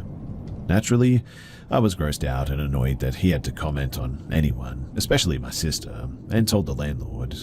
Nothing came of it, of course, but one day I was asleep and someone came banging on my door. I had no idea who it was, and my anxiety was beyond strong. I'm alone and never expect a knock that wasn't planned, so it was weird, but it was the neighbor saying that I was being too loud and I need to stop harassing him. I explained through a closed door that I was asleep and that I was not making any noise. He left and stomped down the stairs while muttering and calling me names. My heart felt like it was beating out of my chest though, and I went back to bed, only to hear him coming back up the stairs and bang on my door again. When I addressed him again, he said that I was harassing him and that he's calling the cops because I'm still making noise. I told him to ask the other neighbor because there's no way that I could possibly be making noise when he's on the other side of the building. He thanks me politely before stomping off and cursing and calling me names yet again. I tell the landlord right away that one of his tenants is acting hostile and I don't feel comfortable or safe, and he tells me that he'll look into it. I hear nothing though for a whole week. But it turns out that it was the old neighbor hitting the floor with a stick like one of those classic cartoons because the rude neighbor was playing music too loud. I swear that he should have known that too, as I'm on the other side of the building. It was like he wanted an excuse to come and speak to me almost. Anyway, the following months it got even worse, and one day I walked out in a snowsuit so that I can play in the snow. Big kid at heart. He had to remark on my clothing being unnecessary, even when there's 3 feet of snow out. I forgot what I said in response, something like it's not his business, but he basically just swore at me.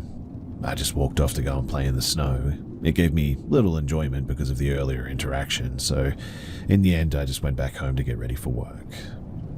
The snowstorm, it got worse though, and I had just come back home from my night shift. I see him alone in the parking lot with the car on and the windows up.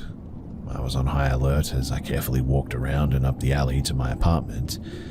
But the second that I closed the door to go upstairs, I hear loud, wall-shaking music. It's him. He's blasting his car music at max volume in a snowstorm at 3 in the morning.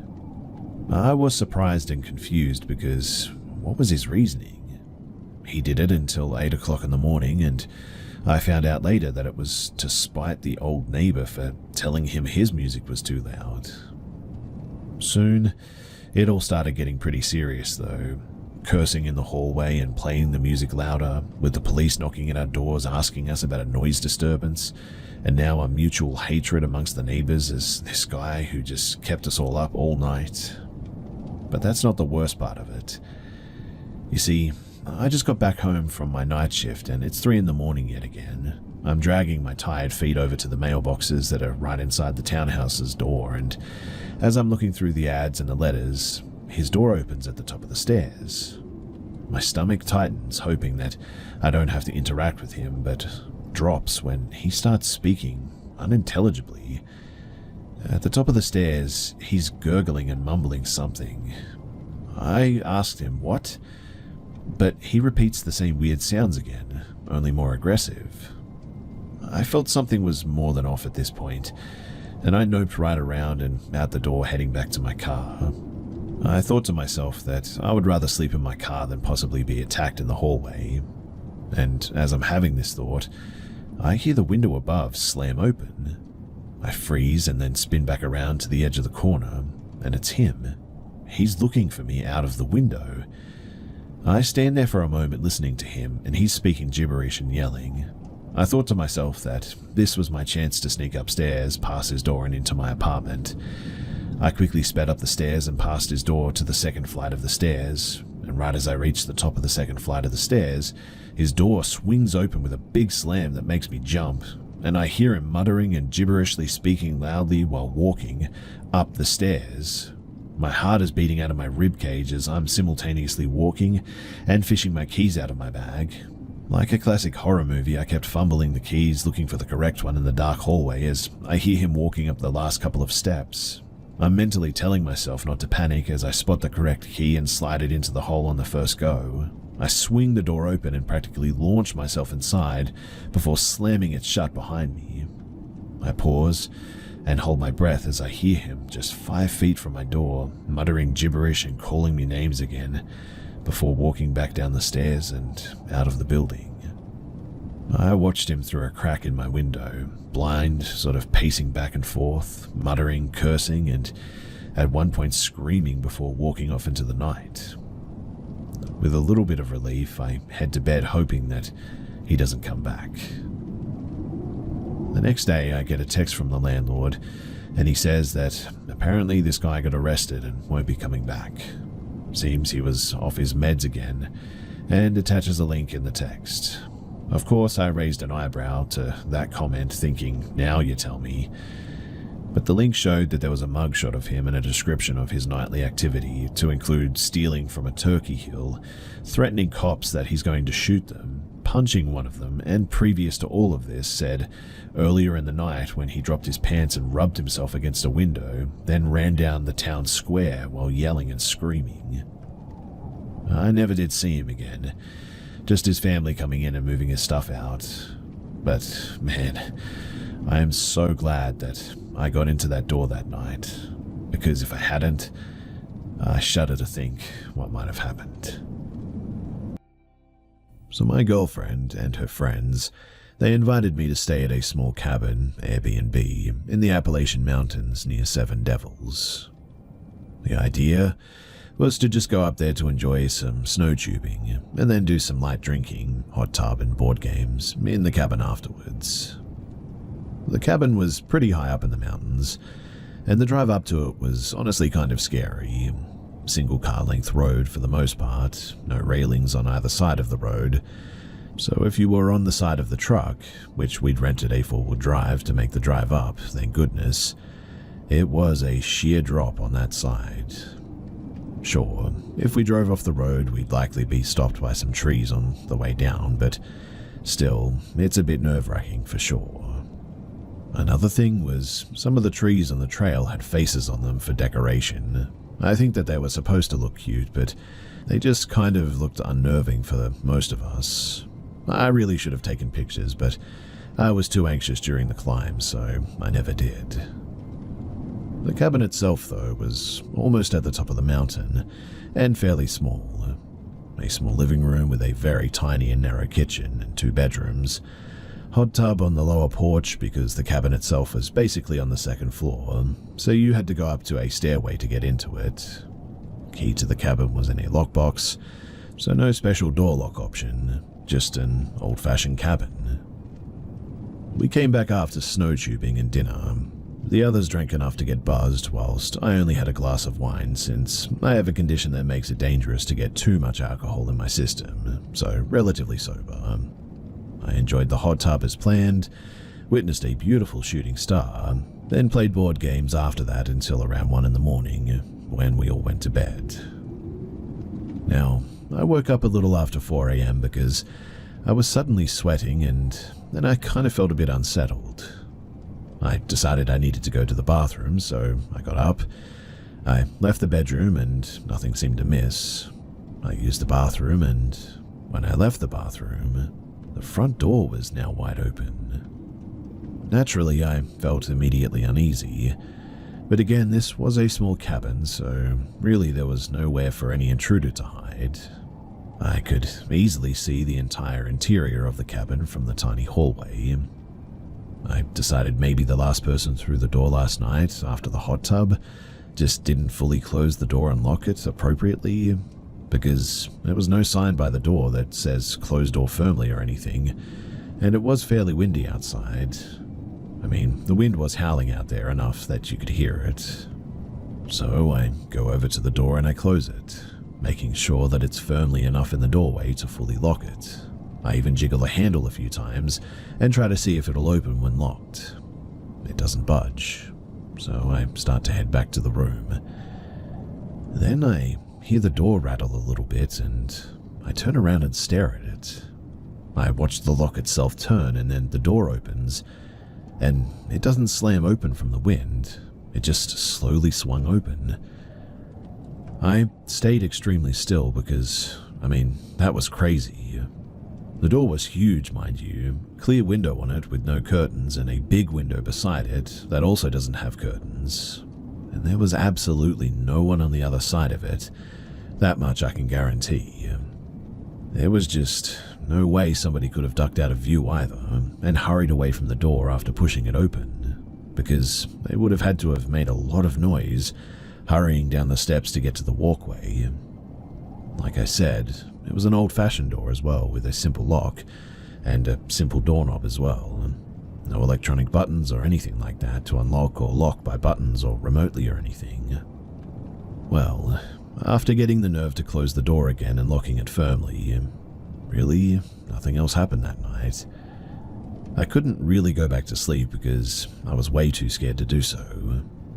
So the following morning I told the others about it, and they were pretty spooked by it too, but otherwise glad that we were only staying that one night. Before we packed up the truck to leave, there was this strange knocking noise coming from the surrounding woods. Not like somebody knocking on a wall or a door or anything. It was a deep, hollow-sounding knock that only knocked twice, stopped for a while, and then would do it again.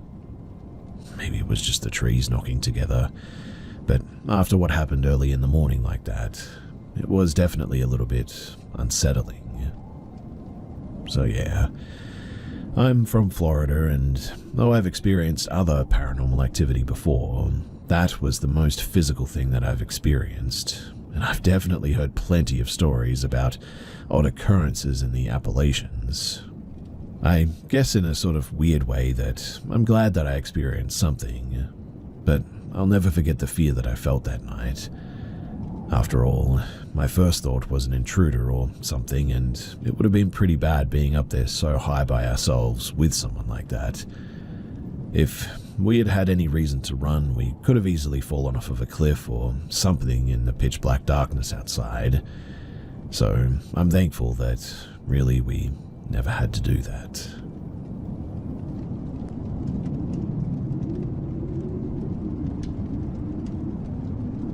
In Northern California, my family lived in an old house from the 60s. It was worn and squeaky, but livable. A charming house, really. We lived in this house for a few years, and my experience in this house was when I was also young, maybe about 13 or 14. And many of these instances had convinced me thoroughly that this place was haunted. So when we first moved in, there were many drafts, cold spots, and some strange sounds through the house, but nothing came close to the pictures that I'd gotten of the entity in the home. Leading up to the photos being taken, my family had started seeing orbs, shadow figures, etc. that were generally non-applicable to a haunting in their eyes, but I was freaked out more and more as time went on. Now one day I was sitting on my parents' bed reading an old magazine when I heard a very clear hi right next to my ear. I left the room so fast it was unreal. Another day I'd lost my phone for a week, Tore apart my room from top to bottom, couldn't find it anywhere. A week passed and I found it sitting neatly on a box in my closet. Okay, I must have looked past it, right? Whatever. Around this time, I was known for making little recordings of my child self singing and making atrocious noises because I was a weird kid. The thing is that I always named those recordings, always. The day that I found the phone, I went in there to listen to my sound clips, and there were 3 new unnamed recordings. Weird. I mean, I would have named those for sure. So I played them and was instantly freaked out. One was less than a second long. The problem with the logic behind myself making this one was that I debunked myself from pocket recording because to hit start and stop, the phone was too slow that it takes about 3 whole seconds from start to end the recording. The first one was short and wasn't dissimilar to the sound of a horse galloping. The second sounded like a pocket recording, so I shrugged that one off. Okay, strange. The third recording was fairly long and hosted a loud crunching or marching noise with children in the background like a party. I hadn't been to any parties, nor was I in school for the spring break, but you can clearly hear an adult male voice say the word name Fallon, but the rest is muffled. Okay, cool, whatever, I forget about it. But a week or 2 later, my phone disappeared once again. I searched and searched my closet for days to no avail, only to find it a week later in the exact spot that it was last time. This time, I instantly directed it to the sound clips and, to my surprise, found 3 more recordings. 2 short ones and 1 long one. The first 2 were just static noise, but the third one brings chills to my arms every time that I listen or think about it. It was a very little girl singing into the phone like I would have, but I definitely did not sing that. It was hard to make out, but it was something about going to the edge, then something else I couldn't quite make out, and then it just ends. Don't get me wrong, I know it's heaps unlikely that there's a ghost who can record themselves singing into a phone, but I have no idea where these came from. I'm the youngest in my family, and nobody could tell me where those came from either. Nobody would play a prank like that, and my young cousin, pictured in the picture that you're about to see, didn't have any knowledge of how to navigate a phone yet. Sometime later, I was woken up really late at night one time for some reason. I've had terrible insomnia problems my whole life, but I could hear my dad in the kitchen. He must be coming home from work, I thought, checking the alarm clock. But it was 3 in the morning, and there was no way that he was home that late. Then I remembered, no, he didn't work today. Heavy bootsteps started walking from the kitchen towards the hallway. It walked from the laminated floor into the kitchen to the carpet, just down the hall, and eventually stopped in front of my sister's room, and I was awake for a few hours afterwards, not hearing anything else for the rest of the night, scared out of my mind, for sure. So, now to the pictures. I was babysitting my younger cousin by myself one day for a few hours. We were coloring and playing with Play-Doh. Pictured is me in front of them taking a picture of them, and I didn't see it when I took the pictures, and I didn't know it was there until years after we moved out, but the timestamp stated that they were taken within the same minute. And behind my cousin sat with the china cabinet with a mirror in the back. The figure in the mirror would have been standing just behind me in the kitchen. You can sort of see the cabinet of the kitchen, right, and the fridge to the left, and the window just past it if you look carefully. The figure, it had no facial features. The first picture was taken with the figure, and the second is without it. And you cannot tell me that this place wasn't freaky. Anyways, that concludes my story, and I would be happy to answer any questions if you guys have any. Thanks for listening.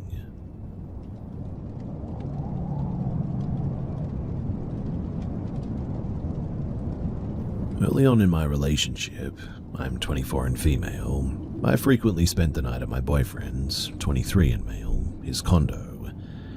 He lived alone on the bottom floor. His neighbor above him was kind and usually a quiet guy. I rarely noticed noises coming from above. For context, almost the entire condo was hardwood flooring, with the only carpet being in the family room. My boyfriend was working a pipe fitting job and commuting a couple of hours away, so he would usually leave at about 4 in the morning, if not earlier. I would usually stay in bed for a couple of hours after he left, then would hit the road around 7 or 8, depending on my work schedule. The first time that I noticed something, it was just a bit of a dream, albeit a very vivid dream. This took place after my boyfriend left for work and I had fallen back asleep. In the dream, I was walking through his condo and, as I passed by the bathroom, an old man came out and started yelling at me, saying something was wrong with the water. He had no clothes on, was shorter, rounder, bald sort of fella. When I went to look in the tub, the water was coming out of it dark brown, almost black in color, and the old man started telling me that I needed to get out, still yelling at me. I didn't think much of this dream. I figured that it was my mind being silly and remembering that the building used to be an assisted living facility. A week or 2 later, though, is when the weirdness escalated a bit. My boyfriend left for work as usual, but this time I had a harder time sort of falling back asleep. I gave up after about half an hour or so, settling on scrolling through social media, until it was time to leave. As I'm laying in his bed, I hear what sounds like wet footsteps coming down the hallway. I can hear each individual step squish as it comes down the about 20-foot long hallway, until it stops outside of the bedroom door. There was no shadow that I could see, and the sound was so clear that I initially assumed my boyfriend had forgotten something at home, or that he had been sent home from work. I waited and waited for him to open the door, but I never heard the footsteps recede and nobody came in. I stayed frozen in bed and ultimately chose to ignore it. I waited patiently for the sun to come out and promptly left without even making the bed. Do you wish that a thrilling fantasy lived rent-free in your head instead of your endless to-do list? Well, with Dipsy Stories, you can trade mundane thoughts for spicy narratives that will make you feel like you're living in a romance novel. Dipsy is the female-founded app for spicy audiobooks and more, created by women for the female gaze. Their app has over 1,000 spicy audiobooks, all crafted by a team of professional writers and top-tier narrators. And if you're anything like me and a bit of an insomniac, then you're going to love their section for sleep. I personally really enjoyed their section with ambient sounds like winter rain, and actually ended up falling asleep that one night, which was really nice. And with their easy-to-explore app, you can search for your favorite romance genres like contemporary, historical, dark, sports, western, romantasy, sapphic, and more. New chapters are released every week, and you'll always find something new to enjoy. And right now, listeners of this show can get an extended 30-day free trial. Just go to dipsystories.com/scared to start your free trial.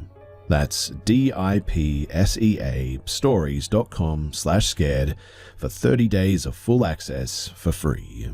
Visit dipsystories.com/scared.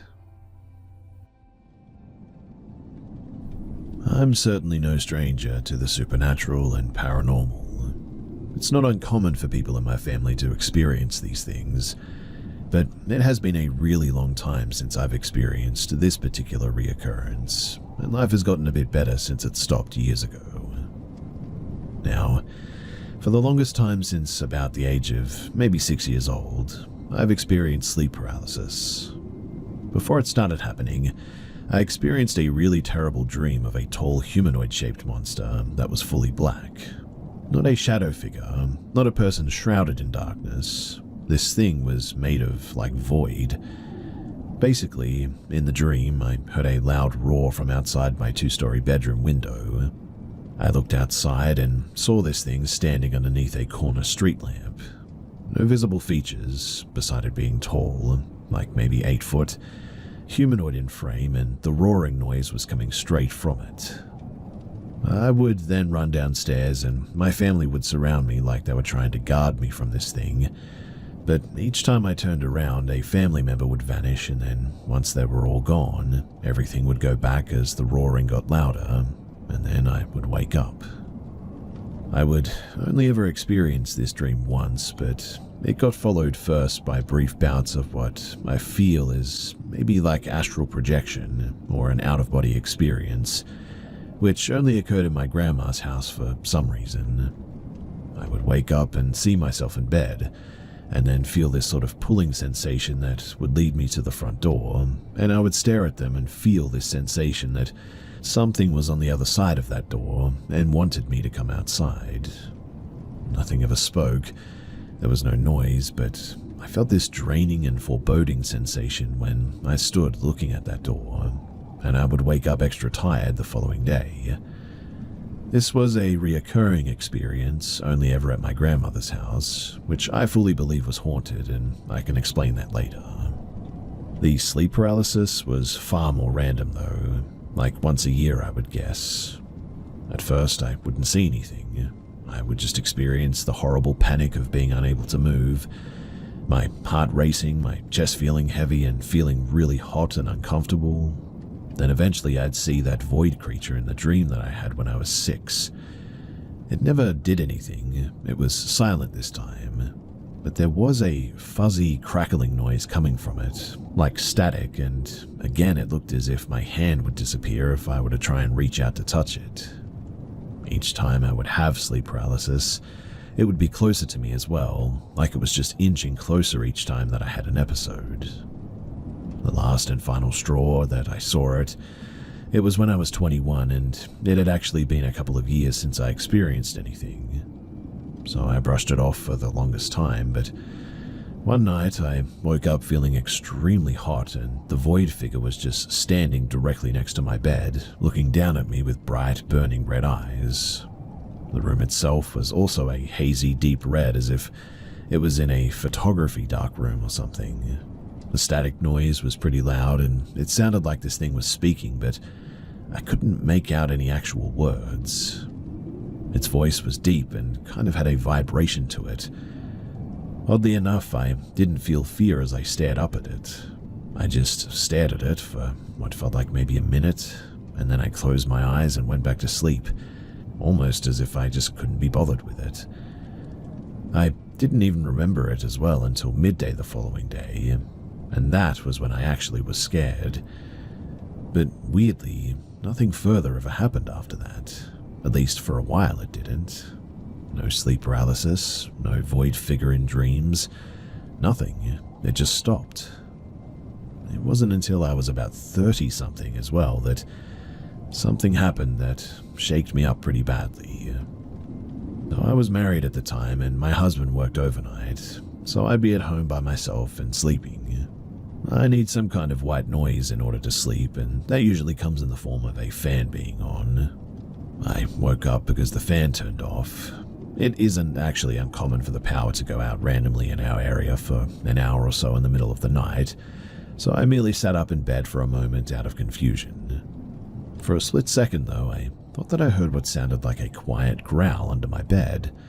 I didn't have any pets at the time.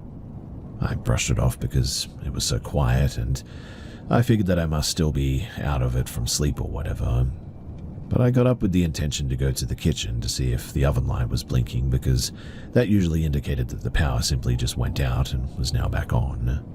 But the second that I opened the bedroom door, there was that deafening roar from the nightmare when I was 6, and everything in the house suddenly turned red. My only thought was to run out the front door, but when I did, I ran right out of my bedroom again like I was caught in some sort of a loop. I couldn't leave the house. The roar was suddenly getting louder, and I was really starting to panic. I began screaming, and I kept repeating, "Wake up and let me out," when I finally stopped by the front door and just held the doorknob. I could feel sharp claws dragging down the back of my neck when suddenly I woke up. I was drenched in a cold sweat, and I was stuck in bed for a while because I was just afraid to move. But eventually I found the courage to get up and turn on every light in the house. And that definitely was the most vivid nightmare that I had ever had.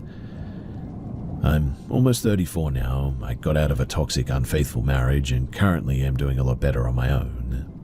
There were a lot of negative people in my life before and have since cut them out of my life. And who knows, maybe that plays a part in all of this, because I haven't had anything like that really happen since then. Then again, I've had years of dry spells before, and I don't get nightmares quite like that anymore. None involving the void being, at least.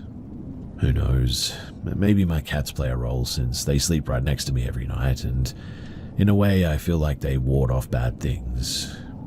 I fully believe that I had been haunted by something that preyed on me when I was most vulnerable in my life. I just really hope that I never experience it again.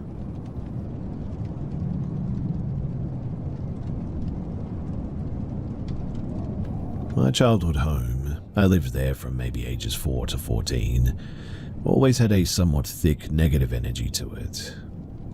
I remember my parents having family and family friends over as a child, and a few of them making verbal comments about how the energy felt dark, observant, and that they'd get the creeps if they stayed the night for any sort of reason. In my experience, as I aged through the elementary school period, the parts of the house that felt the darkest and most ominous were basically the whole upstairs, the game room, my bedroom, and the bathroom, and downstairs, and it was the laundry room that felt particularly dark. In general, the other parts of the house felt okay enough, but as a child I experienced significant fear around sleeping in my bedroom alone or at all, even if my mum accompanied me to my bed. Even during the day, if I was playing with my toys, I'd eventually get the creeps, and it felt like something was just lurking, observing me, slowly making its way, most of the time after some time playing in there. That creeping feeling that would make the hair on my arms stand up, and I'd look around my room. My eyes would always lock onto my closet door and stare at it in fear.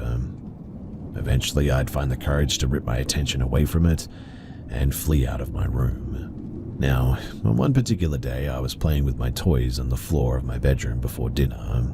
I was excited about the toys that I was playing with because I had just gotten them for my birthday. No one else was upstairs but me, and I get called downstairs for dinner. I go down and I eat, and after dinner I come back up pretty quickly as I was excited to resume playing with my new toys. I walk into my room and I freeze, as my toys were in completely different positions and locations than where I'd left them. Action figures that I previously had sitting were now stood up straight and feet away from where it was sitting before. Toys that were on a piece of toy furniture were now taken off of the furniture, etc. In fact, almost every toy was moved. I was about 6 or 7 at that time, and I really could not understand it. In my rational brain, I asked my sister, who is 2.5 years older than me, if she went into my room, and she said no. And I just couldn't wrap my head around it. For years, every night, I would sleep in my parents' bed. That was the usual, really. I adamantly would not sleep in my bedroom. It was more than a childlike defiance as well. I was petrified to sleep in there. So much so that I had an unfortunate bedwetting issue well into 2nd or 3rd grade. And one night, my mum was able to get me to lay there at night alone. I had full body shakes from fear, and I remember so vividly not being able to sleep at all, and getting so scared that I hid myself under my blankets, where I hid awake for what felt like at least 2 hours or so. I remember how badly I was sweating, getting so hot from being tucked under my blanket. My shirt and pants were wet with sweat, and under the blanket, I felt like there was something looming over top of me outside, like the vastness of the dark in my room housed an energy that I could not look in the face. Like the dark corners were swirling with an energy waiting for me to come out from the covers. Eventually, it was so hot under there that I just had to come out. Otherwise, I would have started to have trouble breathing, more than I already was. So I whipped the covers off of me, felt the colder flow of the air grace my skin, and immediately darted my eyes all over my room to analyze. I started sobbing, bawling in fear. I feared my closet, that was cracked with light on as a nightlight. I felt exposed and vulnerable to the veil which was thin in my bedroom. I remember getting up quick, running out of my room, closing the door as an energy shut off, and sitting in the hallway hugging myself, just crying. Now, as I got older, I was able to handle sleeping in my room a little better. It was in the 4th grade, about 9 years old, when I was able to kind of sleep in there. And on one of the first nights that I slept in there alone in the 4th grade, I fell asleep in my bed but woke up on one of our living room couches, which faced the laundry room. When I awoke, it was about 4 in the morning. It was dark in the living room, only some moonlight coming in from our tall windows which faced our dark backyard. I was laying on my side. My field of vision in front of me included the living room, which flowed into the dining room, and the laundry room as well. Initially, I was incredibly confused why I was on the couch. I didn't feel tired about waking, but I just felt awake, and as my eyes adjusted on the darkness of the laundry room, I realized that I was being watched. I will never forget the face of the entity standing there looking at me with an unwavering, sinister gaze. Again, in my rational brain, I tried to imagine what could have been in the laundry room that could have just looked like some seemingly demonic entity. I couldn't think of anything that was in there that could have caused that illusion. In there was just the washer and the dryer and the cabinets on the wall, really. Nothing else. No clothes or towels, no posters or artwork. Nothing. But I stared into the darkness of the laundry room that, as my eyes further adjusted, seemed to illuminate this creature. More pale white skin, big circular black darkness around the eyes which peered upwards at me from a downward pointed chin, hair that was long, black and stringy. Its pale white fabric skin seemed to disappear vertically into the darkness, and I instantly felt frozen in fear. It wasn't moving, not even an inch. It didn't move a single muscle. I must have been breathing half of what you normally breathe in a minute, as I didn't move, or more that I didn't even need to move. I was hardly blinking, and I definitely wasn't going to go back to sleep. For some, I know that this sounds a lot like sleep paralysis, but I know for a fact that this was not that, because I was 100% not moving on purpose. I was not trying to move, and I couldn't. I was deathly afraid, and would not allow myself to bring any attention my way from this thing. I stared at it until the sun came up, and my parents' alarms started going off to get us ready for school. When the sun rose, I remember how stiffly I moved when I stood up. I kept my body back pressed on the wall next to the couch as I made the corner into my parents' room, never turning my back towards the laundry room in this face. Minutes later, when my parents were up and I needed to get ready for school, I ascended the stairs to my room and I found my bedroom blanket strewn down the stairs vertically, which would symbolize it falling off of my body as I maybe sleepwalked out of bed and down the stairs earlier, leading me to waking up on the couch. I don't remember what ensued following that, though. All I know is that around the same time frame, I had another sleepwalking episode where I wound up on the couch after falling asleep on my bed. This time, when I woke up on the couch, I also had articles of clothing taken off of me that would put places that would not have fallen onto naturally. The places that I found them almost appeared purposeful. Before or after these two sleepwalking events, though, I have never sleptwalked otherwise. I started experiencing other things too. In my room during the day and at night, toys in my closet would start making a sound out of nowhere. I wasn't as scared as I used to be when I was younger, so I was able to handle these happenings and feelings of fear better. They never diminished the dark feeling in the corners, though. But one night, I generally was having a hard time falling asleep, so I laid awake in the quiet of the night, everybody else asleep. I was staring at the little sliver of hallway ceiling that I was able to see from inside of my room, which was slightly illuminated due to a nightlight or something from far away in the bathroom. For hours, the silhouette of a man's side profile was on that ceiling. To compare how it looked, unironically, it looked how people online described the Hat Man. It looked like it had a top hat on, a big brow bone, big nose, and a strong chin.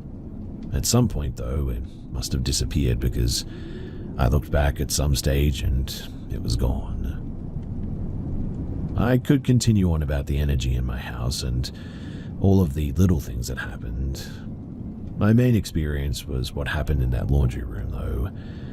I have always hesitated to tell people about it too because of the Hollywood-esque nature about the way the entity looked. I get that. I've only ever told a few people, in fact.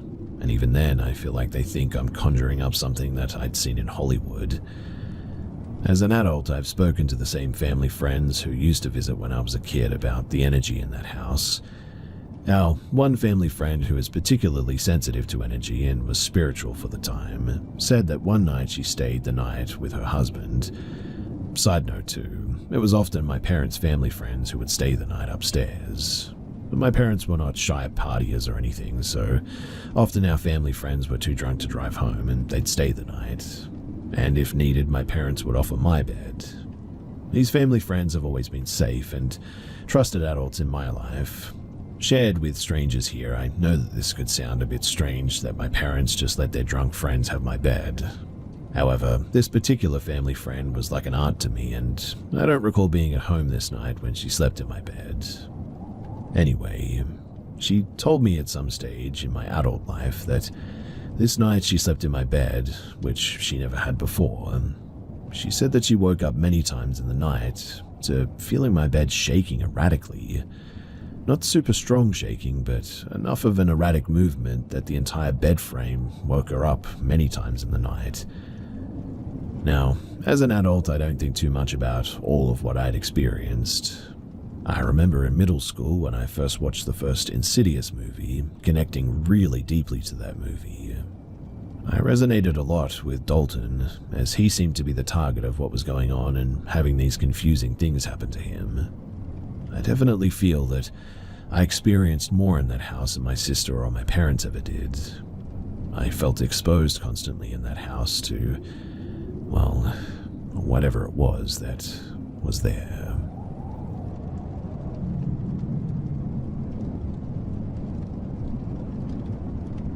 I live in South Africa and am now 22 years old, but when this took place, I was about maybe 8 to 9, I think. My family and I had gone camping in a popular dam for what was meant to be 2 nights. It was my mother, my older sister, and myself pitched up in a tent. On the first night, sometime pretty late, I had gone out to go for a pee, but on the way back, 2 older men, maybe in their 40s or so, they were sat at a fire and they called me over. I'll admit that I was a pretty brain-dead child at that time who didn't heed the wisdom of stranger danger, and so I obliged. They were busy braaiing and offered me some meat, which I happily accepted. But we started chatting about stuff, and in hindsight it was mostly them just giving the usual small talk conversation points, but after a few minutes I remember I started to feel extremely dizzy. It was like the world was spinning, but everything was going in slow motion, if that makes any sense.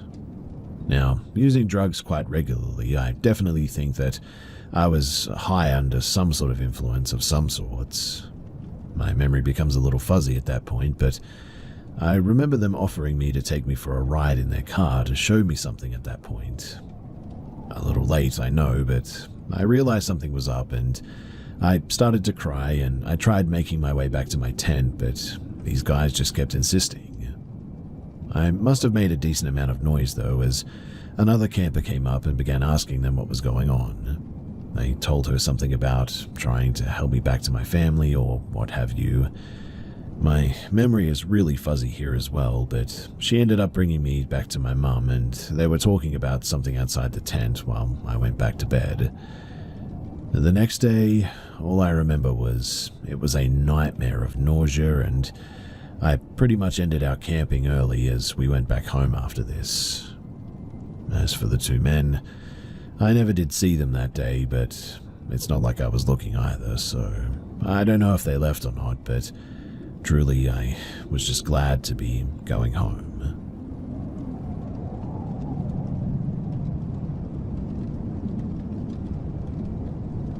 When I graduated college, I was about 24 years old. I really wanted to get out on my own and try living alone at that age. I mean, bit of a late bloomer, I know, but luckily for me, my grandma had asked me to move in to an assisted living center about a year prior. I had asked my parents if I could live there. They talked it over with my grandma, and she agreed that it would be nice to have someone there after a year of it sitting empty. This was in a kind of up-and-coming area, but still, it had its rough spots for sure. Regardless, I was really excited until, well, I got there to do a walkthrough to see how I was going to set up my things.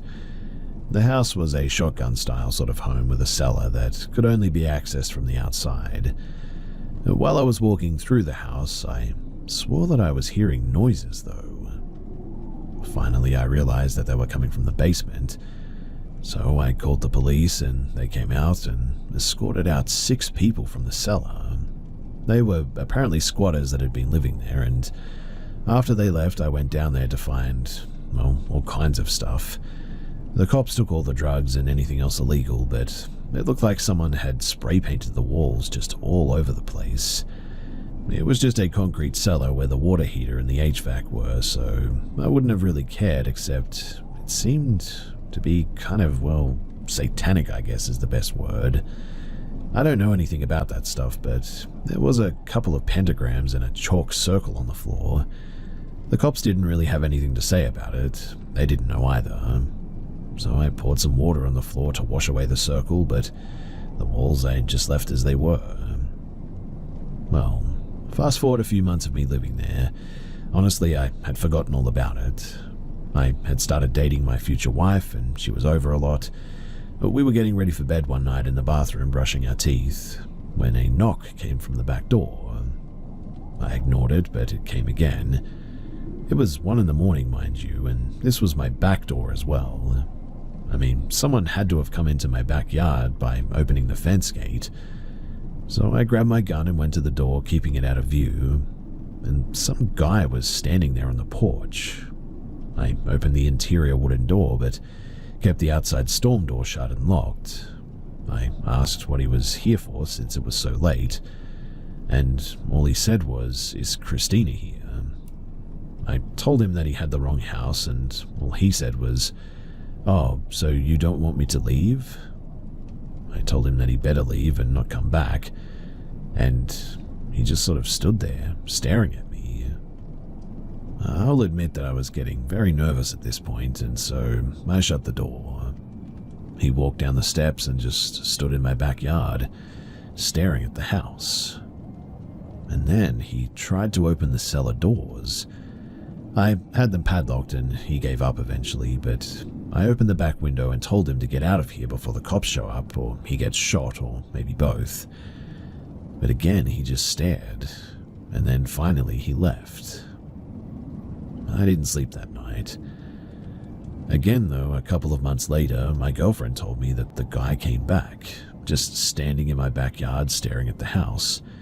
This time it was in broad daylight, and I called the cops this time, and he tried the cellar doors again, but left before they showed up. The next day I went down to the cellar to see if maybe there had been something left behind that he was trying to get to, but I genuinely found nothing. It was just a damp, disgusting cellar with a dirt floor, and I have zero idea why he wanted to be in there. I highly doubt the satanic stuff had anything to do with it, but it certainly just made it a whole lot creepier, I guess. I unfortunately had to move out sometime later as I could no longer afford it. We never saw the guy again, but the whole situation was just really, really weird.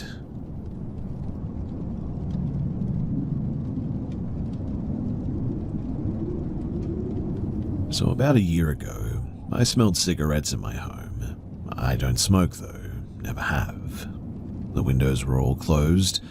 I walked downstairs and it was the strongest in the living room. I should mention too that it was around 2 in the morning since I'm a bit of a night owl, and I didn't think much about it because it could have been my neighbors at the time. I didn't turn on any lights. I walked into the kitchen and grabbed some cereal. I sat down at the dining room table and I ate my cereal in the dining room. As I scrolled through my phone, I heard a noise in the living room, like somebody moved something heavy across the coffee table. I'm still surprised I didn't wet myself from fear, but I looked up and I saw this silhouette of a tall and bulky man sitting on the couch. I immediately made out the camouflage uniform in the dark, and he looked at me. I looked at him, and we literally just stayed like that for a while. I eventually got up and flipped on the dining room light, which shined into the living room, and he immediately disappeared. I went upstairs feeling like I had actually gone crazy at that moment. Over the course of the next week, same thing. With the strong smell of cigarettes, I'd walk down the stairs and he'd be just there, chilling on the couch in the complete dark. As the next month went on as well, things kept getting weird. Things started moving a literal tiny inch from where they should have been, but only ever in the living room. I never had any experiences with him during broad daylight until I was in my kitchen doing dishes that afternoon. I had headphones on like usual as I did the dishes, and I suddenly felt someone press right up against my back. And I don't mean like somebody grazed me by accident. I mean that they literally stood right up against my back.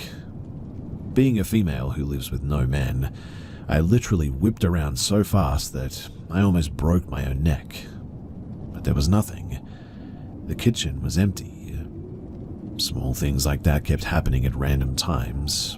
When I was sitting watching some YouTube videos, when I was doing my makeup, even when I was lying in bed.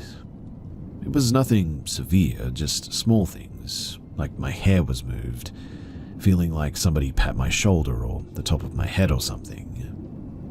But the only thing that I could really come up with is that it was him. He had never caused problems exactly.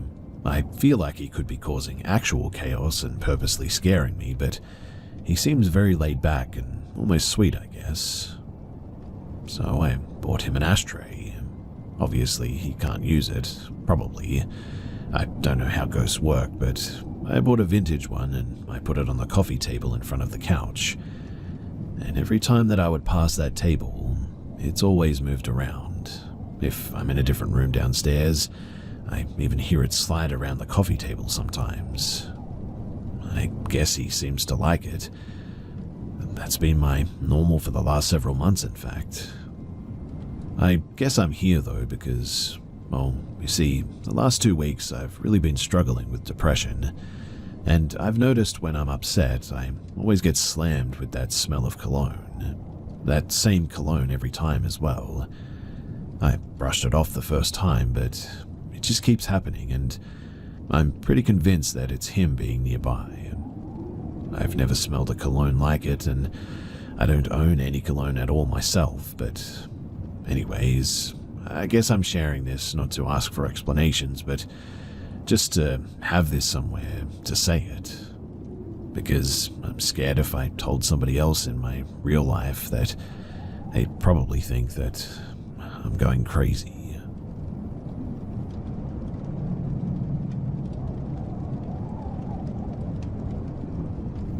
This happened when I was about 12 or 13.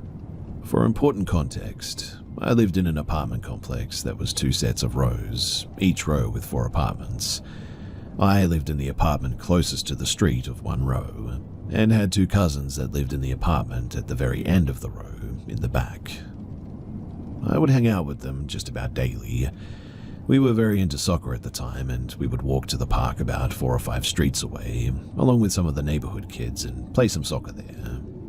Now, I say neighborhood kids, but it was a big group of about maybe 15 kids total, and the ages ranged from 10 years old all the way up to 17.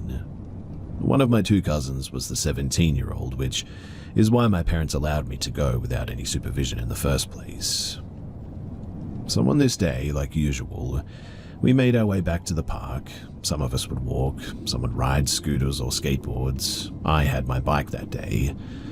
We get to the park and we start playing.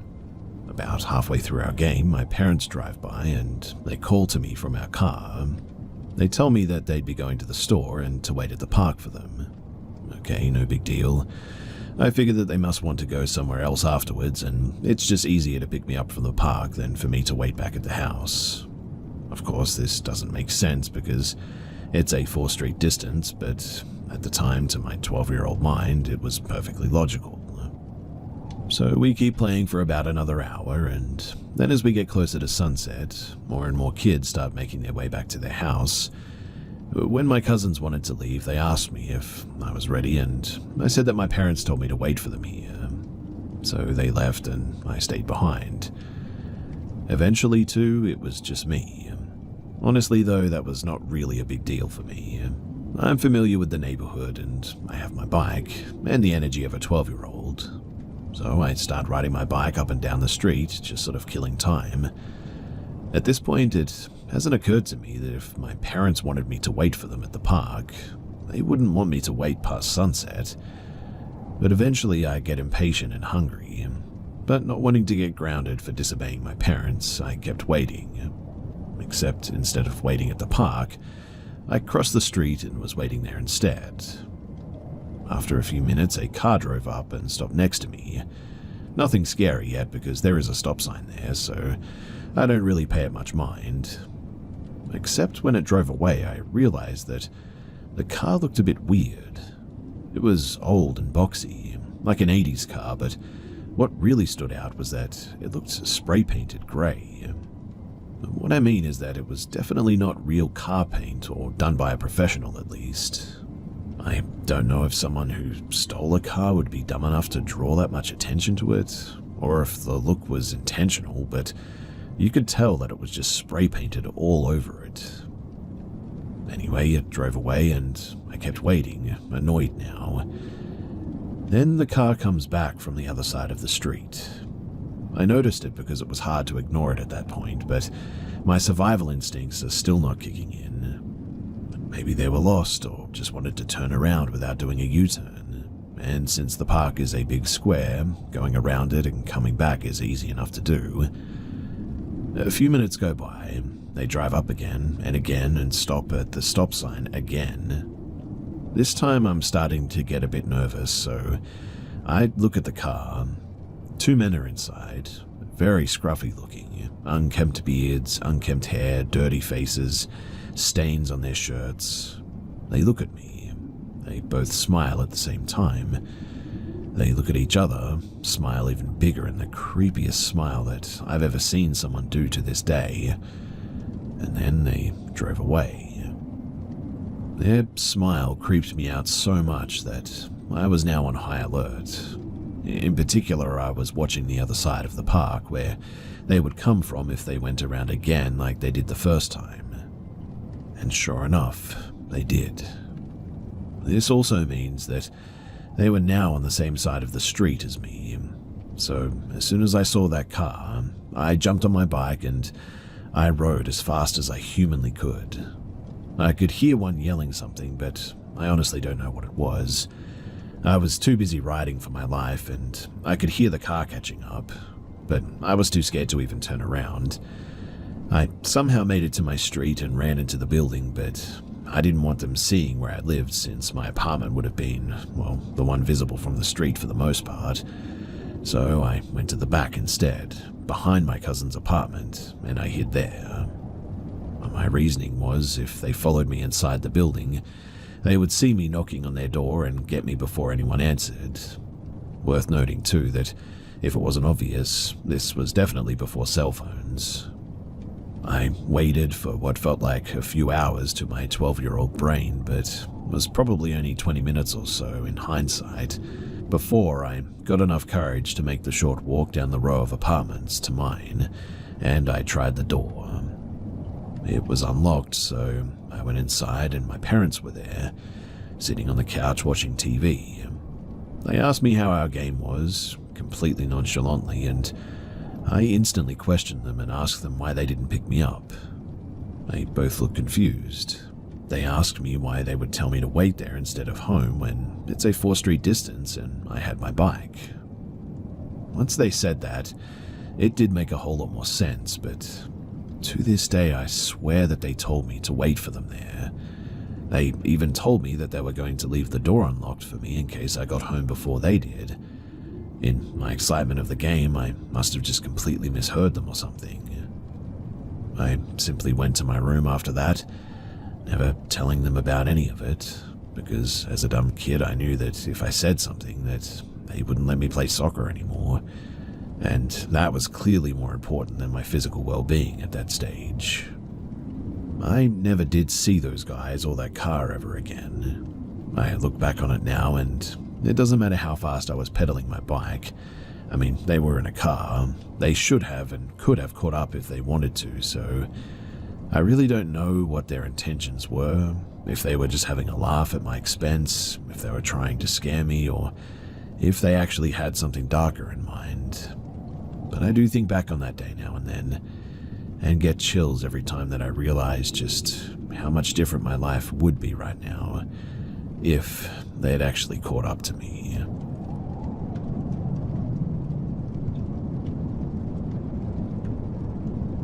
So I'm 24 and male, and branching out a little bit in my dating practices. I've got a transgender date under my belt, and honestly it went really well. My second, however, made my intuition scream, get out of there. I was out Ubering food late one night, and when I was done I decided to try and hook up while I was in the city, away from my rural home. My attempts on Grindr for a meet were unsuccessful. I wasn't quite ready to give up yet, so I went to Tammy and started swiping. The first swipe of the day was a lucky one as well, or so I thought. At 4 a.m. I get a few messages that go like this: "Come chill, I'm bored, we can go with the flow and get to know each other. Number and home address, McKees Rock, Pittsburgh, PA. I was unnervingly forward, but I thought that I'd take a chance and texted the number. "Hey, are you still up?" I said. "Yeah, come and talk and chill," she said. "Have you had coffee, breakfast yet?" "No," she said. "Okay, would you like to get some?" She said, "I don't know, maybe." "It's gonna be a 30-minute drive, would you like to talk over the phone instead?" She says that she's going to take a shower and after that she will. I get within 10 minutes of the address and I get a text. She says, "I need 15 more minutes, why don't you bring something with you?" That's obviously fine so far, but I didn't get to talk to them and get a sense of who they were, so I take my knife and carry it, appendix style. I circle around the block to scope and find a parking spot, preferably close in case I need to nope the heck out of there. Someone had just parked out on the street in front of the location and they were just sitting in their car, it seemed. I waited out a bit and they just never come out. I then gained the courage to go to the door, mentally prepared for anything to go down. I knock and the door opens. I didn't recognize the person who opened the door, but I told them who I was here to see and they let me in, directing me to the door to my left. The guy then stands between me and the exit and says, "Come on, man, what the heck?" And as if on cue, another man enters the building and they go upstairs. I thought that this was the man who was parked in the spot and never got out as well. There were 3 apartments in said building, hers, the third, to the left as soon as you enter the main door, and then one up some stairs facing the main door. I didn't pay much mind at this point to where the last one was, but I knocked on the 3rd apartment to see my date, and she answers right away. "I still need a few more minutes," she says, and shuts the door. I didn't get much more than a glimpse of her face in the process, but once she shut the door, I was in the hall alone. It was then that I heard 2 to 3 men's voices speaking to each other, almost inaudibly as music dampened this secret conversation. In that moment, my heart suddenly sank to my stomach, and it felt like I had to go before anyone noticed that I'd left. So I walked out and went straight to my car. I drove forward as I watched the man in the street, presumably from that house, walk in my direction to see where I was going. I did a U-turn as there was a no outlet sign, only to find my original path blocked with an idle car. So I quickly took a side street out of there. I pass a few lights and then see the man that never left his car next to me at a red light, looking over at me. I managed to lose him going through some big trucks at the wee hours of the morning as I drove to more familiar territory. And once I was in the clear, I suddenly realized that there was something very off about whatever the heck that was. I don't know what could have happened to me that night, but looking back on it all, I'm really glad that my instincts kicked in while I still had a chance.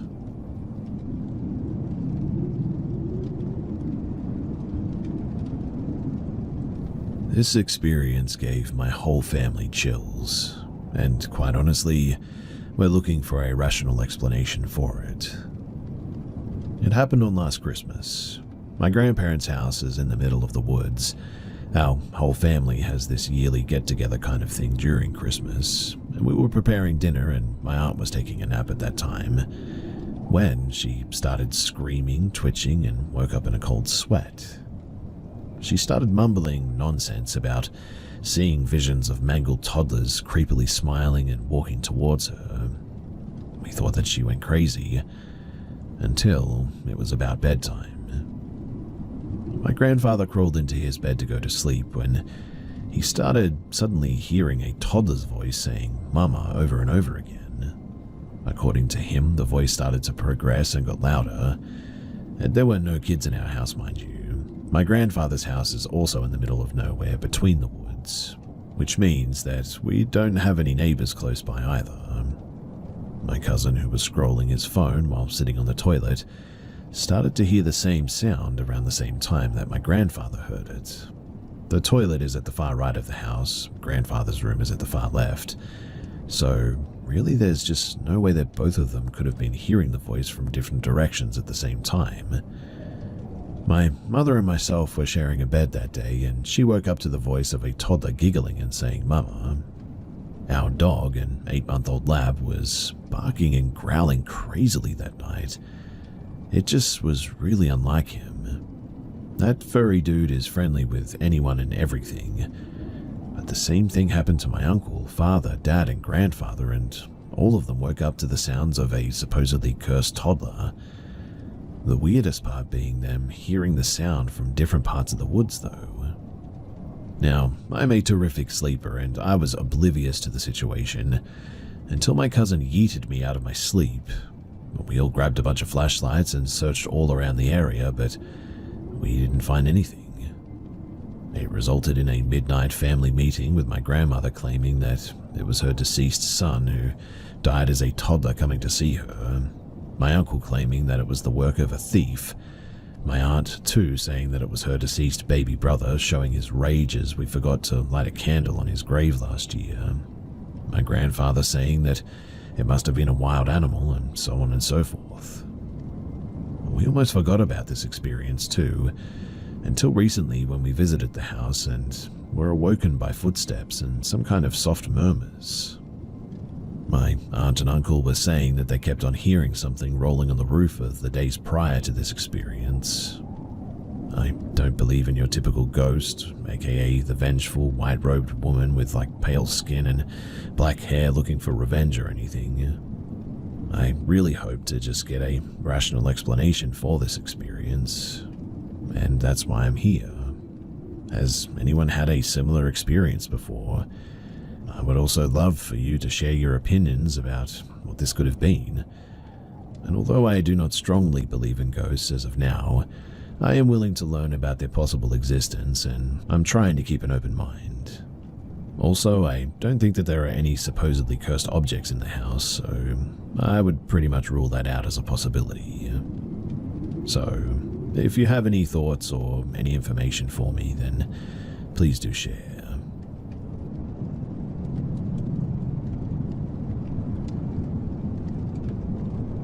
So first of all, I'm not from North America, middle of Europe here actually.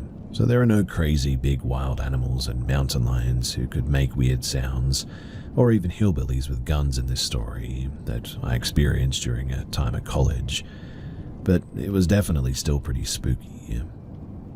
So when I was in college, I lived directly on campus in one of the dorm buildings, and the campus of my small college was not located in the local city, but a bit sort of outside from it, and surrounded by a lot of agricultural landscape, with endless fields and dirt roads, sparsely some woods between them as well. I really liked it there because you could go for chill walks and runs through the middle of the fields without much disturbance by city life and other people, except for some hunters and some farmers occasionally. But fast forward to one time when me and my two friends went for a walk through the fields, via the dirt paths there, at 11 p.m. on a warm late summer day. We chatted and laughed about silly stuff while making our way further and further away from campus. The only stuff that you saw were the red lights of wind turbines and some small towns in the distance, and here and there a bat flying over our heads. We had no lights on us, and only one had his mobile phone with him. When we were like 5 kilometers away from campus, we checked on the maps. We suddenly came to a crossing and wondered where we should go, to make it a loop back to campus without going the same way that we had come from. We decided on a path which went to the right, and that was when things got a bit weird. Bear in mind that we're all pretty tall guys in their early 20s, which is still kind of safe and not easily scareable or anything, but the first thing that I noticed was a shadowy thing moving in the distance down the path that we had started to take. It was barely noticeable, but definitely something was moving there. The others noticed it too, and we joked about some horror movie stuff, but we shrugged it off as some deer that was crossing the path at some point. We continued further into the path and forgot about the shadow, until we saw a high seat perch. They're everywhere for hunters here, near the path. We decided to climb on it, to take a bit of a rest and enjoy the dark landscape. In the distance, you could see the silhouette of some of the small wooded areas, like 100 meters away from our spot. As I was gazing around, my eyes suddenly catch some lights moving through the wooded area. I wiped my eyes, and when I looked again, I saw that it was a person with some kind of a headlamp running through the woods. Like, not jogging, but full-on force sprinting in a parallel direction to our spot. We also checked later on Google Maps that there really was no path through that wooded area. I had told the others, and together we followed the light all the way to the right side of the woods, when one of my friends decided that it would be funny to scream in the direction of said person. He screamed something like hello, and the light of the headlamp turned around directly in our direction. After a few seconds, it turned off completely, and we couldn't see the person anymore. And suddenly, this eerie feeling, is the best way that I can describe it, suddenly kicked in for all of us. I don't know why, but the idea of a random person in the middle of nowhere that kind of knows that we were there but we can't see them anymore suddenly scared us a bit. We climbed out of the hunting perch and we booked it out the way that we had come from, with a pretty fast walking pace. While on the way back, we kept looking behind us to see if anybody was following us, and I swear that I saw some shadow moving again down the path behind us. It was probably just hallucination because we had an eerie feeling, but I don't know. Back to campus we went, to one of the guys' dorms, downed a beer and talked about what had happened. We just couldn't find a good explanation for why a person would act like that in the woods there. I mean, hunters usually don't sprint full force forward here, especially not alone like that, only if there's like a big group to hunt, but that would be loud with many dogs and all that. And a trail runner at 11 p.m. in a random wooded area with no trails seemed really off also. But who knows? Anyway, we never found out who that was, and in the end we just kept away from that part of the path and all the upcoming walks that we went on. But still, something about those shadows and seeing that person there, it still gives me the creeps.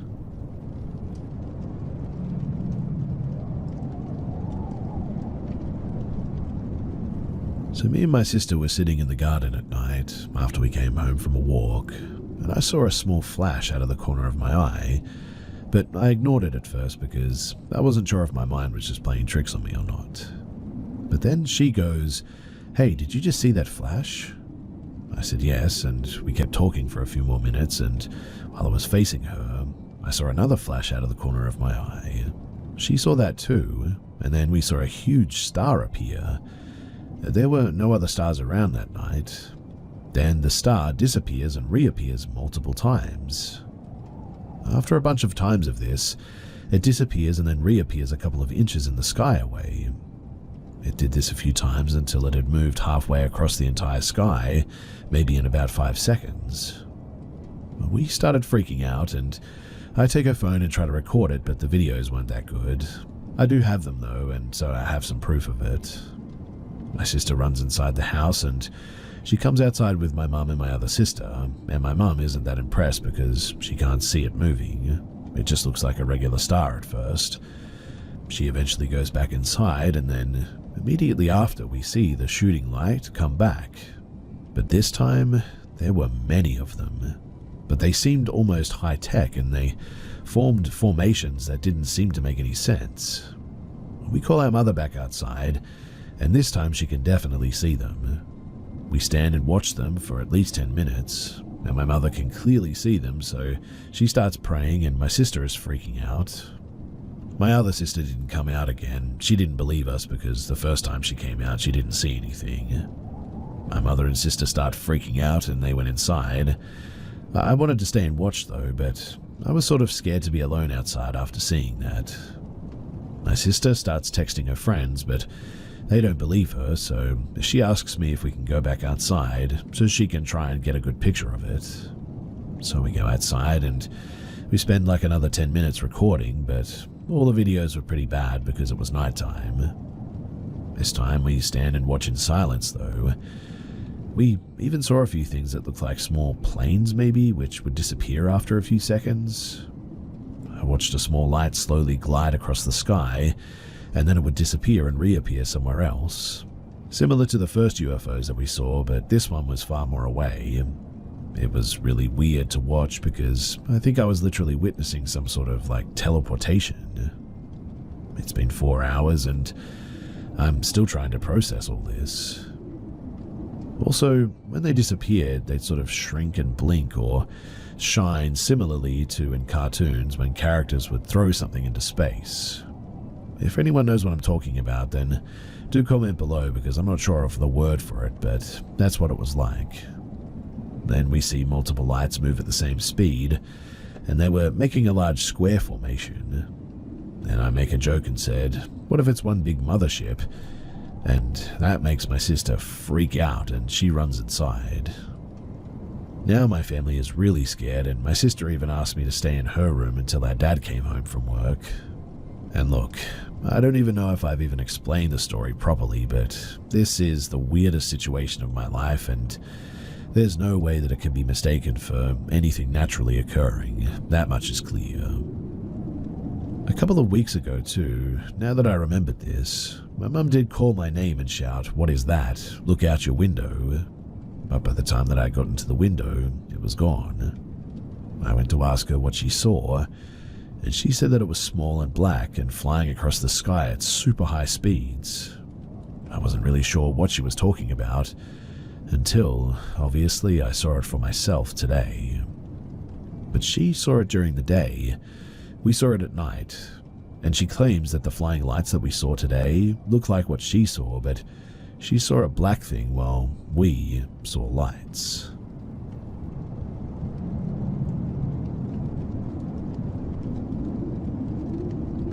I've only shared this story with those closest to me, but every time I go back to it, fear twists my gut and I instantly get goosebumps and tears welling up in my eyes. Before I tell you guys about it, a little bit of background about me first. At the time, I'm 40 years old, married with 2 children, enjoy walking nature in the mountains, and take photos when the weather permits. I'm not religious, but I try to hold on to Cartesian thinking. This evening of August 22, 2017, all the indicators are green to go and take photos of the Milky Way in the mountains. I'm hoping to get some nice shots with fire trees, or trees at least. At 10 p.m, I throw my gear in my trunk and head up to a village 30 minutes away. Arriving at Bullet, everything's set up, but the weather decides to play a trick on me and the sky is filled with high-altitude clouds suddenly. It's not the first time that this has happened, and after a look at the satellite animations a little further on, the sky seems more cooperative. I take to the road again, heading for Le Creux Devant, a well-known geological circa in the region where I live. When I arrive near the parking lot that leads to the path to get there, I'm greeted by numerous flashing lights. Police, fire department, ambulance, everyone is there, at the top of the mountain, in the middle of the forest. I'm stopped and questioned about my presence, and I explain why I want to go up there. The police explain that the site is not accessible, and ask me to leave. I'm getting tired and decided to go home empty-handed, but that's for another time. But then, a shiver suddenly runs down my spine. I've been driving through the forest for a few minutes. When I come to a clearing, I was driving slowly for fear of running over nocturnal animals. And there, in my headlights, there's this, well, he's there. At the side of the road, it's there. My eyes are riveted to this thing. I'll only see him for a few seconds in the end, and the time that it takes to overtake the car, but it feels like an eternity. He's tall, very tall, over 2 meters at least. He's also very skinny, sickly skinny, and his skin is white as a full sledge, completely naked as well. He has a little bit of black hair that's sort of tousled on his head. His arms are crossed over his chest, immense fingers dangling from the tips of his hands, and he's covered in what seems like maybe blood everywhere. He follows me with his eyes staring into mine. I'm overcome by primal fear. My whole body is screaming at me to flee, to get away as fast as I can. It's as if my survival instinct is suddenly begging me to get as far away from here as possible. By reflex, I mash the gas pedal and drive at breakneck speed to reach the edge of the lake and leave this forest that oppresses me. I keep looking in the rearview mirror, unaware of the danger I'm exposing myself to by driving at this speed. The tears of fear are streaming down my face, and they're absolutely uncontrollable. Honestly, I'm terrified to my core, like a 5-year-old whose light has gone out in a cellar. When I finally reach the edge of the lake, I pull over to the side of the road and try to regain my composure. Clinging to reality and the rationality that has always built my life like a lifeline, I feel like I'm suddenly going mad. I'm thinking that maybe somebody has had a car accident and was in distress and I didn't stop to help or something. I hate myself for having reacted so badly if that's the case, for having been overwhelmed by unreasonable fear. So I call the police, still breathing hard. I tell them who I am, that I haven't been drinking or taking drugs, and that they'll probably think that I'm crazy, but no, they're benevolent and listen to me all the way. I finally get home and my fear explodes in my belly, this look never leaving me and piercing me again. I tell him what happened to me and I start crying again. 2 hours later, at 3 in the morning, the police, they ring my doorbell. There are 3 of them, and they're obviously taking this very seriously. They ask me for more details about the time and the place. Luckily, I know the place perfectly well and give them the GPS coordinates of what happened. The next day, the Creux Devant, where I was heading, made the headlines in the local papers. Apparently, 2 people had died there in the middle of the night in a microlight accident. With no news from the police after several days, I contacted them and also learned that a carcass had also been found several kilometers away with no one at the wheel, but that I had done the right thing by not stopping. I'm 47 years old now, and I've been back to that place many times, day and night, because it's a place that I really love. I've always found it hard to believe in the supernatural, even though I'm convinced that many things go beyond our understanding of the world and shatter our certainties. But this one thing, This one event, it always has me questioning, well, everything.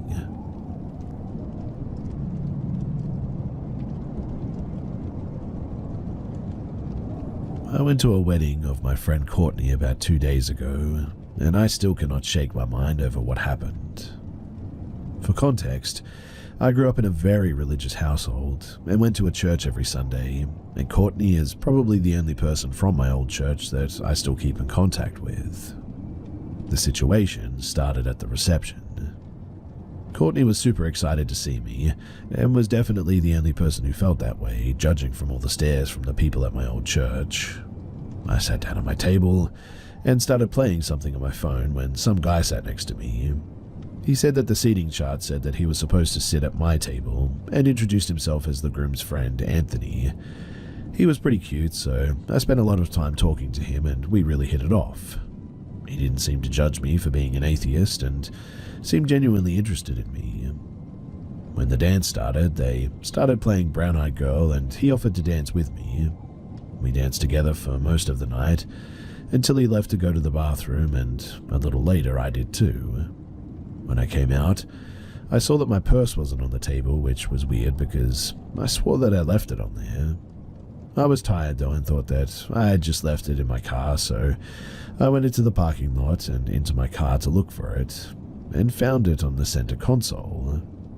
I still brought it inside, but at that point it was pretty late in the night, so I didn't think too much of it. I danced some more and noticed Anthony was gone. I asked the groom, who said that he had gone home because he wasn't feeling too good. And pretty soon I started feeling pretty sick too myself, so I said bye to Courtney and went to my car.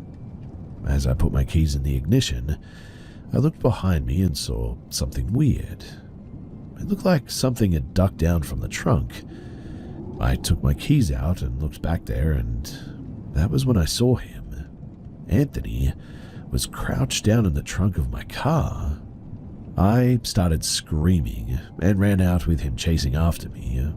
I went inside and told Courtney, who immediately told her husband, who walked me back to my car where Anthony was nowhere to be seen. Courtney's husband said that he didn't see his car anywhere, so he probably left. I left, and I still feel sick to my stomach thinking about it. He could have easily gone home with me and killed me if I hadn't have looked back. Courtney said that she feels terrible that she invited him and that she had no idea that he would do that. I haven't stepped out of my house since because I'm worried that if I do, that he'll be waiting for me like he was before. The last couple of days have been a bit crazy for me, but unfortunately my address was on my ID, and as I learn now, Anthony took photos of it. Anthony and the groom aren't exactly friends, but they know each other well enough for him to be invited. After the whole fiasco, the groom tried to text Anthony about it, but got no response. Anthony showed up at my job and was lurking around the parking lot before he ran off when he saw security. He left me a note on my windshield that just says, "I'm watching." Security at my job has been notified about him, so hopefully I'm safe there. I was told by other people that went to the wedding that he was introducing himself as my boyfriend, and that he was planning on proposing. I'm currently trying to file a restraining order against him and feel horrified. He lives in my city and knows where I live, so I'm staying at my aunt's house as I speak, and if anything else happens, I'll be sure to let you guys know.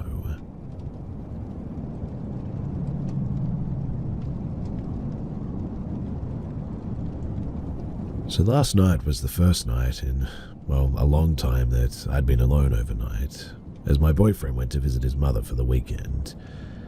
I was talking on the phone when suddenly my call seemed to have been hijacked, and a raspy female whisper with a kind of static sound began to speak in words that I didn't understand, and I quickly got the feeling that I needed to end the call, which I did almost immediately.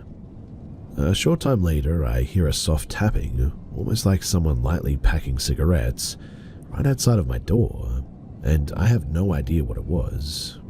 It went on sort of rhythmically for a couple of minutes, then stopped. Obviously, I was pretty spooked by this, but went to sleep a while later without further incident. Then, shortly after I woke up this morning, I heard a male voice, but it didn't sound like a real person. It sounded like an old record. It was very high staticky, and I couldn't understand some things it said, but it did keep repeating like hey and hi right outside of my door. Neither of these occurrences are particularly worrying, but altogether it gives me the creeps. I'm wondering too if anybody else has experienced anything that you can't see but can hear like this, and that instant feeling that whatever it is, you shouldn't acknowledge it, and that it isn't good.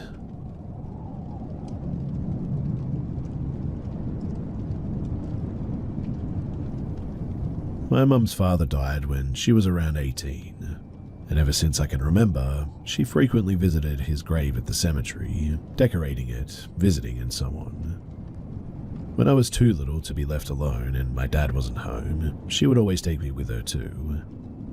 Ever since I can remember, I have hated that cemetery. Being there always made me anxious, scared, gave me bad vibes, whatever you want to call it. I would always refuse to get out of the car at first until, inevitably, being alone sitting in the car got too scary, so I got out. The grave isn't far from where you'd park your car on the pathway thing, so I could get out and join my mum easily enough. Because of this, there's a tree nearby between the graves and the road. Getting out of the car always made the feeling worse, even if I was with my mother. I couldn't wait to get home.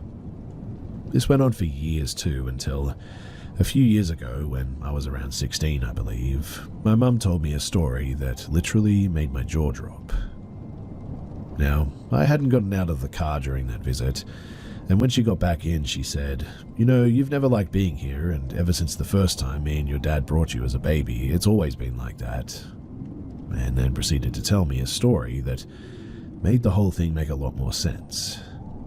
Apparently, when I was a little baby, old enough to sit up on my own and such, I think, my mum and dad took me to the cemetery to visit my grandpa's grave. I was sitting in the grass, happy and all. They were keeping an eye on me, but weren't like all eyes on me sort of thing. I was looking up in the aforementioned tree between the graves and the road, and all of a sudden I just started screaming, like I was being actively stabbed or something. I was just completely terrified. My parents scooped me up and checked me over. There's no ants or bugs on me or on the ground where I was, but I kept crying until they left, eyeing the tree.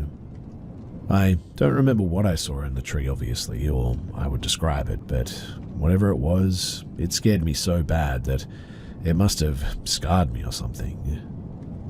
After she finished, it made much more sense to me why I never liked that place and was also just so anxious to be there.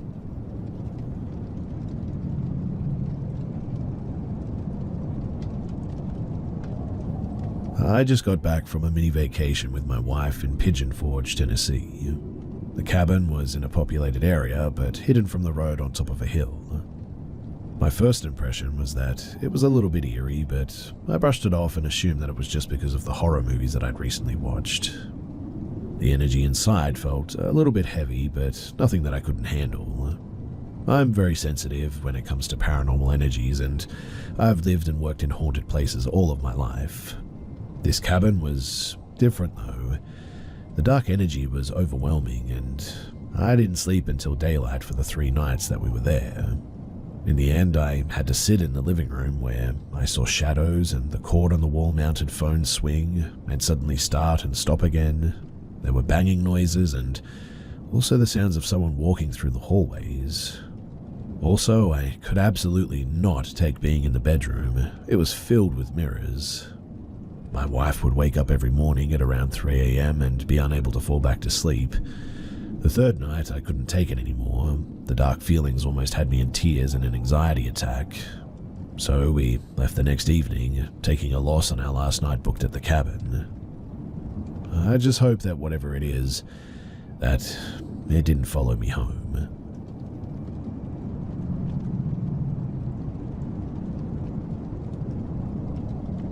I bought my house in 2013 and was aware that before we moved in, an elderly lady had lived there for around 4 years before passing away. But we never learned if the woman passed away in the house, but I was not worried about it at the time. This is just for some context, as I'm not actually sure to this day that anyone actually died in the house. Anyway, in June of 2013, one night before we moved the furniture to the new house, my wife and our 2 toddlers were painting and it was getting pretty late. My wife decided that she would take the kids and head to my parents' house for the night. While I was painting alone in the master bedroom, I heard the toilet seat slam down violently in the guest bathroom on the other side of the wall where I was painting. I mustered my courage up and walked around the corner down the hallway, stepped into the bathroom and turned the light on, only to find that the toilet seat was up. The second thing that happened was in December of 2013. I remember this because it was around Christmas time and we had just finished loading up the car to head out to Florida from Texas. I had just gotten into the car that was parked in the garage facing the road. My wife was inside, checking that everything in the house was set for our 2-week trip. Shortly after I had sat down and started the car, my wife sat down next to me and shut the door. And almost immediately after my wife sat down, I swear that I saw a figure of a person walk behind the car in my rearview mirror. I looked at my wife and asked if she saw that, and with a cold look of fear on her face, she muttered, "Yeah." I ended up searching the house for 15 minutes because I was convinced that somebody must have been in there, but in the end I found nothing. The last occurrence that happened was actually in 2016. It was late and I was in the office playing Minecraft on my PC. I fell asleep while playing in my chair with my shirt off and woke up to the touch of a hand on my chest from behind me. While still sort of half asleep, I started to open my eyes and felt nails digging into my skin and sort of yelped. I jumped up and went into the living room and flipped the light on and had 3 claw marks on the left side of my chest. Additionally, my wife had just been given 2 Japanese geisha dolls that were set on the mantle over our fireplace, and I got a really eerie feeling upon looking at them as I walked into the living room and threw them away. So this may have been something else, I'm not too sure. The dolls were bought at an antique shop and were a gift, but still, there was something off about them, and so, in the end, I got rid of them.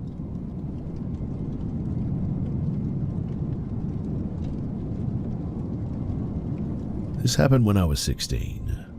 I was staying with my best friend at an old plantation house in Inverness, Mississippi. It had a very old shack out back on the property.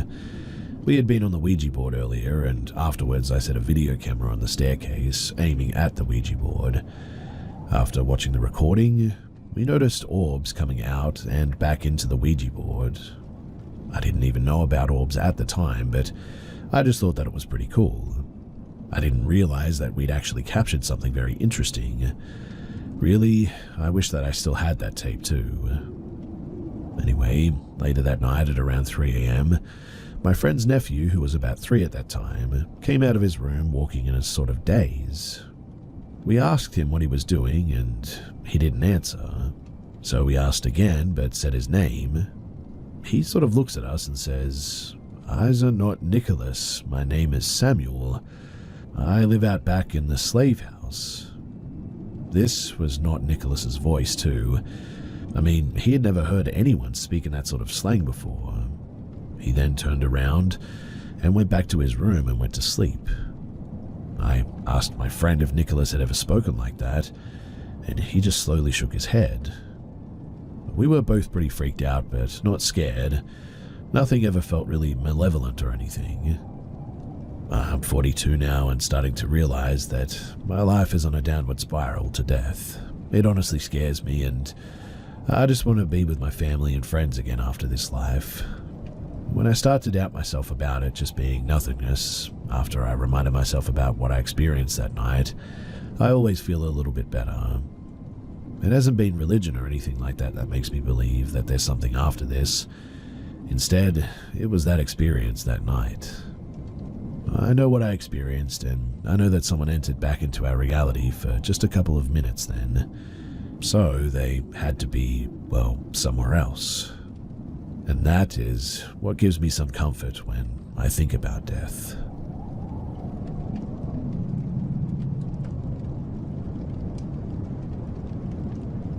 So back in 1995, I was 12 at the time, I finally decided to play the Ouija board with my dad.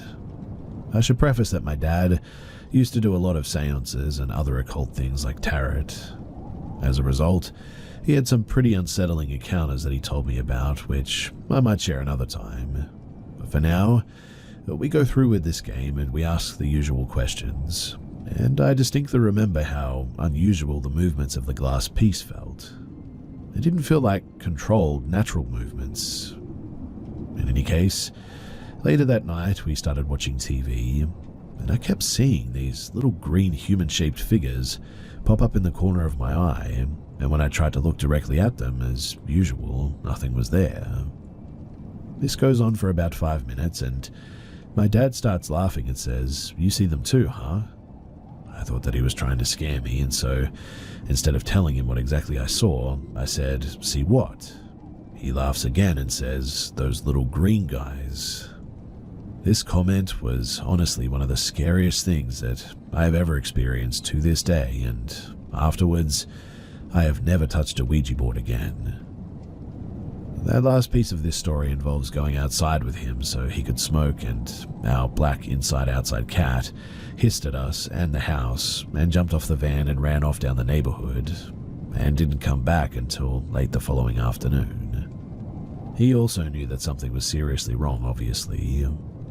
People say that Ouija is fake, but depending on who is using it, their openness and location, I think, it opens areas that shouldn't be opened. It's been almost 30 years, and that moment still sticks with me, and I never ever considered that game ever again.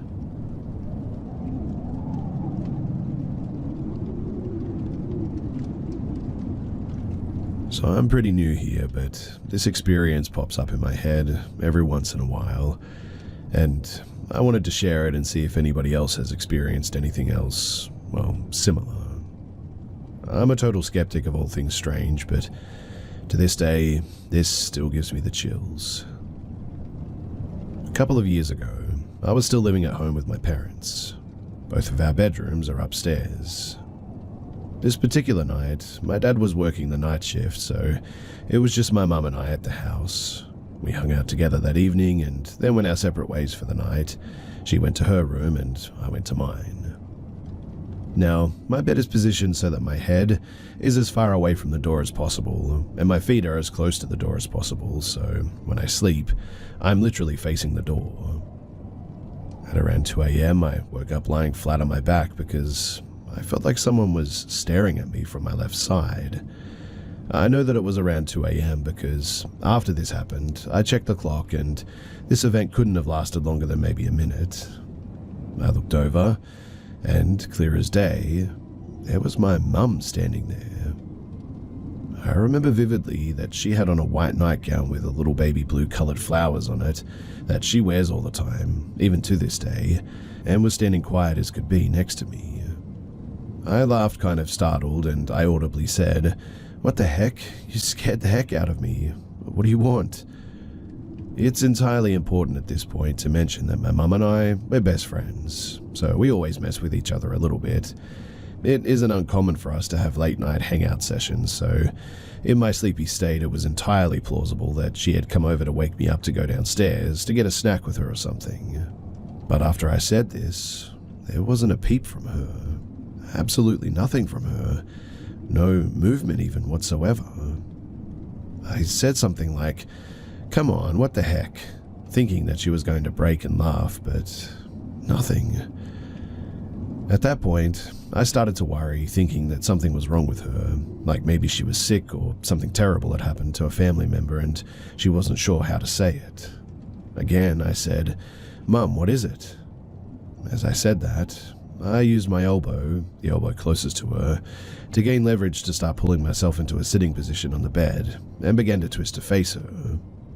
One more time I said, "Mum," and as I said that, I reached out to sort of push or touch her on the shoulder to try and get some sort of reaction from her, but my entire body slumped forward over the bed when she just, all of a sudden, disappeared. Completely. Like, absolutely was not there. To say that I almost soiled myself really is an understatement. I got up fast, thinking that I completely lost it, or she did pull something on me. I threw the light on and darted across the hall into her room, where she was very peacefully asleep with her breathing machine.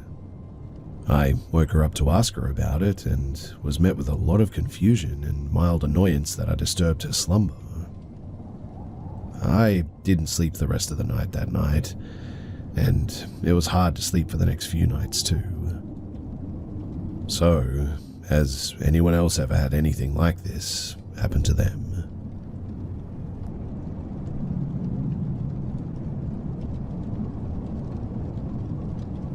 I've reached the point where I can't keep it to myself, and I need someplace semi-anonymous to just get it off my chest so I can move on.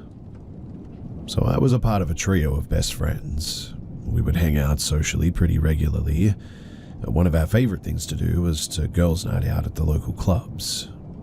We always started at one of our least favorite clubs, but it had one of those inexpensive fishbowl drinks, so we typically began our evening there. And this is where it happened. We had arrived, and we're about 30 to 45 minutes into conversation and drinks, and we decided to hit the dance floor. A group of 3 guys were seated near the dance floor and joined us once we were started dancing. I was paired up with the youngest looking one. He looked about 5 or so years younger than myself, but we were having a great time dancing together. We danced and merged back together with the entire group, forming a circle. Directly across from my dance partner and myself was my friend. She was laughing and smiling, dancing and enjoying herself, and then it was like, I don't know, a hologram or shifting picture, like tuning an image. She suddenly stood well over our heads, and the guy that I was dancing with looked about 5'11" or so, and she was clear ahead and shoulders over him. Now, this is the part that I have the hardest time saying without ridiculing myself for not having the answer. Please, I have such a hard time saying it even to myself, but she was a reptile. Like a standing, scale-covered, muscular, humanish creature with a dinosaur, human-shaped head. My dance partner and I, we both immediately froze. I felt stuck, just sort of staring and willing myself to stop staring. I turned to look at him, and the color had drained from his face. I felt so bad for the fear on his face, but without a word to each other, we both stepped backwards, turned, and we fled outside. We kept walking, completely left the club. He didn't say a word, and he just walked off. He left his friends there, and he was gone. I went back inside because I thought it had to be the lighting, the shadows, or something practical. After all, I know this person. We're friends, best friends at that time. So I'm certainly the one who was crazy, and I needed to understand what had just happened. I sat at a table near the dance floor and watched the whole room, the lighting, effects, shadows, my friends dancing, and I just told myself that it had to be an optical illusion. A terrifying one, but it couldn't have been real. I know this person.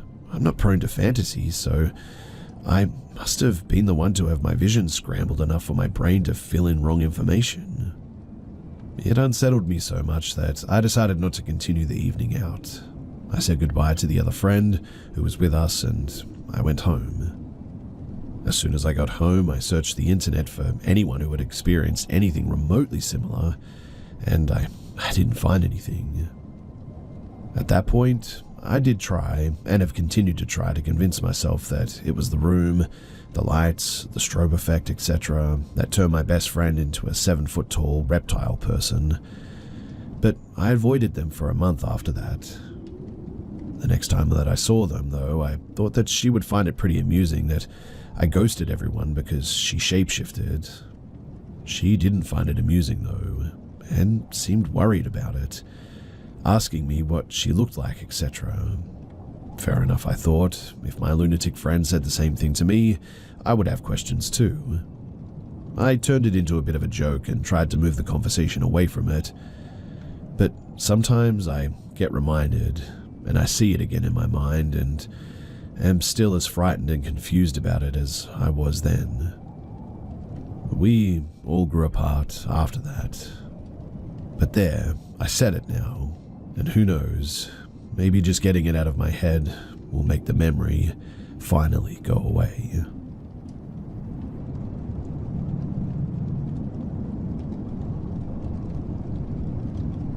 I always had this one stuffed animal growing up. I would carry that stuffed dog everywhere I went. He was my homie and I called him Doggy. I don't remember the specific age that I was, but around that time my stuffed animals became more of a sleep buddy than something that I brought along with me, but still having a huge attachment to it. Anyways, it was one summer night and I remember Mum making me go to bed. I would do my routine of brushing teeth, turning on the nightlight and tucking Doggy in beside me. The nightlight was one of those sweet 2000s rotating fish tank lamps. Anyways, after a while, I'm still awake alone in bed just watching those fish go around and around. At one point, I remember starting to feel scared, like the energy of the room just sort of dramatically shifted. Trying to distract myself by contently studying the fish and count every time the clownfish circles back, it suddenly turns off, and my reaction was to quickly get up and turn it on as fast as I could. I sit up and then instantly get pulled back down. Suddenly it felt like my body was restrained with a massive weight, unable to move anything. Laying there motionless, I noticed my stuffed animal slowly rise vertically from the bed. I became absolutely mortified as I see him pause halfway up and slowly transcend into the walls. As Doggy was passing inside the wall, it had an almost ripple-like effect to it. I can't fully explain it, but stray visions of like crimson, orange, and metallic. It was all such an intense feeling of sadness and terror, as I thought that I would never see Doggy again. After that, he was legit gone. I got up panicking, trying to search for him and still unsure of what had actually happened. And that night, I ended up crying myself to sleep because of it. In the morning, I ran downstairs to tell my mother and I saw Doggy on the counter. My mum was angry because she thought that I'd used her razor blades to shave the stuffed animal. Doggy only had small patches of fur left and looked almost completely shaved. More like all the little fur that he had were plucked out almost. I tried to explain what happened, but it was exactly like a movie trope where the parent is completely dismissive of the kid seeing something freaky. She decided at this point that I was too old for it, that I'd crossed a boundary, and hid him away from me. I was devastated again. Now, a few days later, I get this massive pain in my abdomen, and it's actually unbearable. It gets to a point that my mum takes me to a doctor, which was kind of a big deal to go to see a doctor for my family. I end up getting an x-ray and they find massive clumps of fur in my stomach. I don't remember what the doctor said, but my mum said that they found a bunch of fur in my stomach and that was what was causing my pain. I was fine, but my mum thought that I was actually binge eating fur off my stuffed animals and took them all away. I felt so wronged for that at the time, and I'm still upset about what happened to Doggy and me getting punished for it. I had to switch rooms and slept with my older brother instead, because I couldn't actually get any sleep without another person in the room at this stage. I tell this story all the time now, and I still can't fully comprehend or express it in words that make any sense. I still do have Doggy around, somewhere in one of my boxes. He is definitely aged a bit and is a bit raggedy, but still looks pretty good for coming back from, well, hell.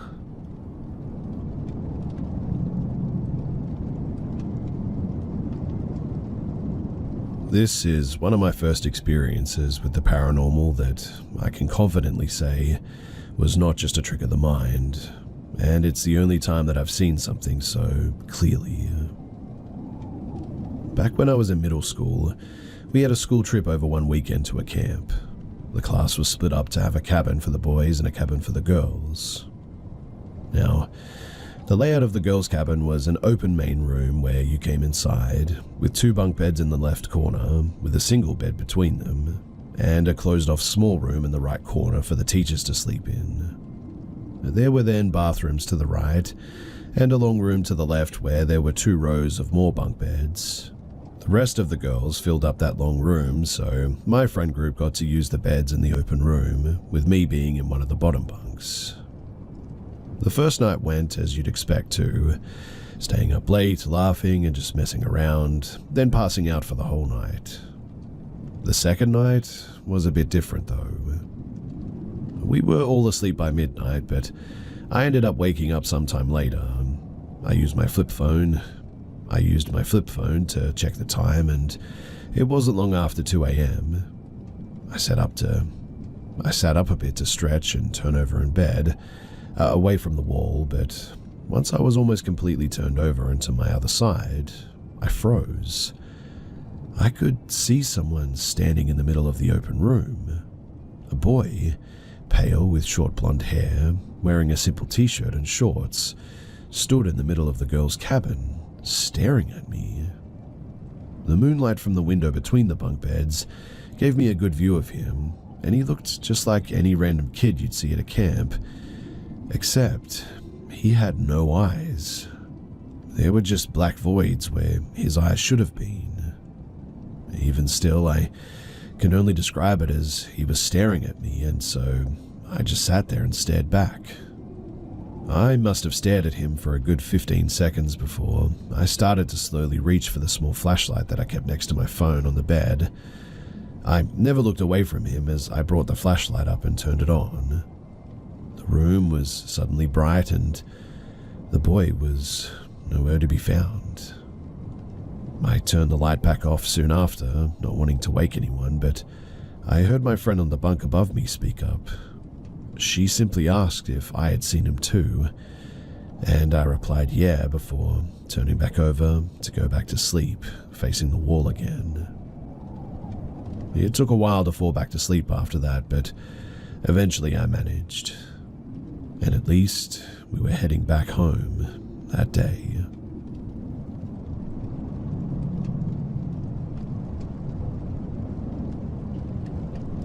Have you ever turned around and thought that you saw something, but it turned out to be a tree stump or just some other random object?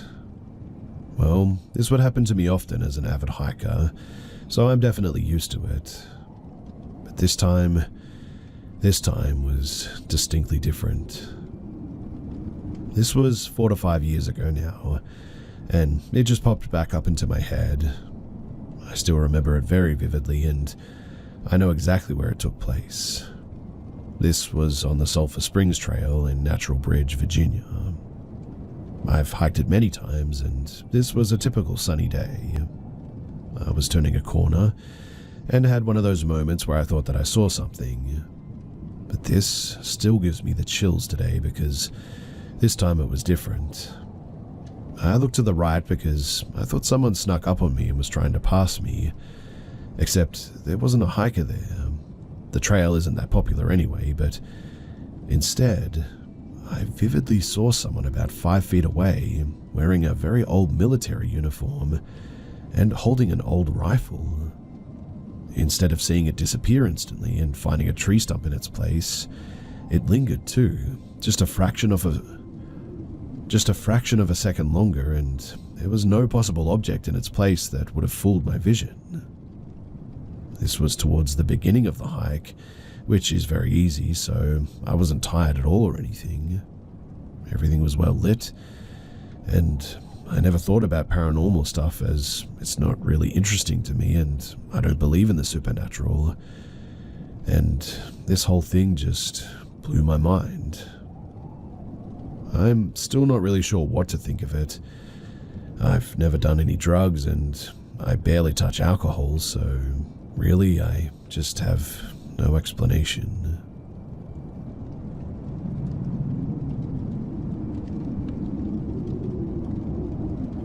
Me and my friend group, around the same age as me, all love one thing: sailing. So in the event of a boat race in a lake in Italy, where we all come from, we decided to participate enthusiastically. Since it was a lake hosting the race, there was a lot of green and campings nearby, and my friend suggested that we spend the night, that we would have to sleep there anyway in one of the campings. So we brought our tents and sleeping mats, and we found the perfect spot eventually, kind of isolated and with a beautiful view of the lake. There was one small issue though. The camping was more like an open space in a little forest, so we were surrounded by trees, with the only way to get out and in a narrow dirt road. We parked the camper there, and us teens prepared for the sleep outside while the adults slept in the camper. We had a ton of fun as well, joking, starting a fire, all the things that you do on a camping trip.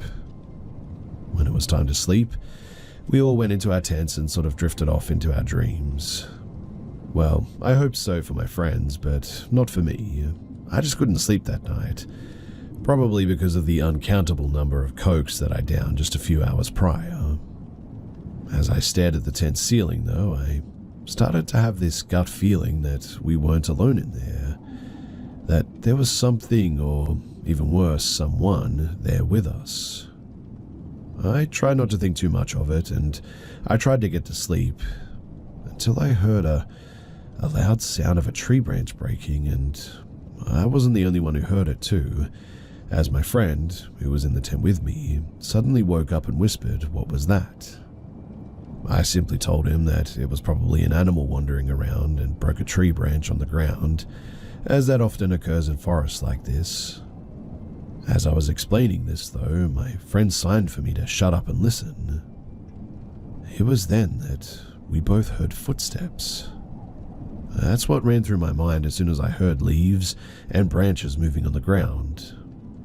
And what happened next, though, was scary. We were suddenly woken up by the camper's anti-theft alarm going off. We all peeked out of our tents just to see a silhouette of a man running away in the woods and a crowbar near the camper's front right door. Thankfully, the alarm went off and scared the thief, because if that didn't happen, most likely all of our belongings that were inside the camper would have been stolen. Or, who knows, maybe something much worse.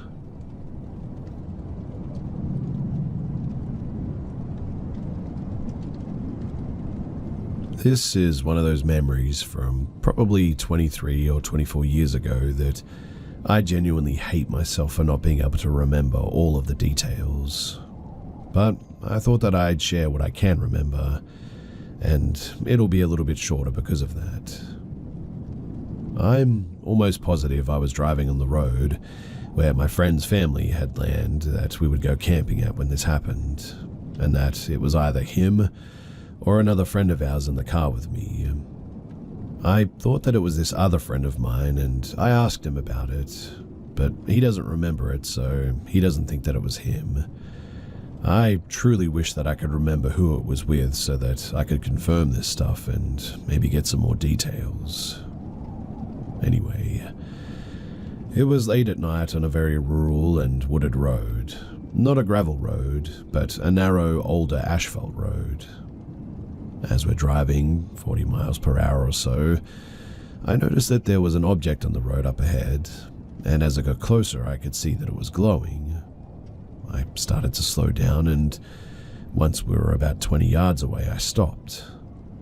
We approached the object, and it was a small rectangular lantern with a lit candle inside in the middle of the road.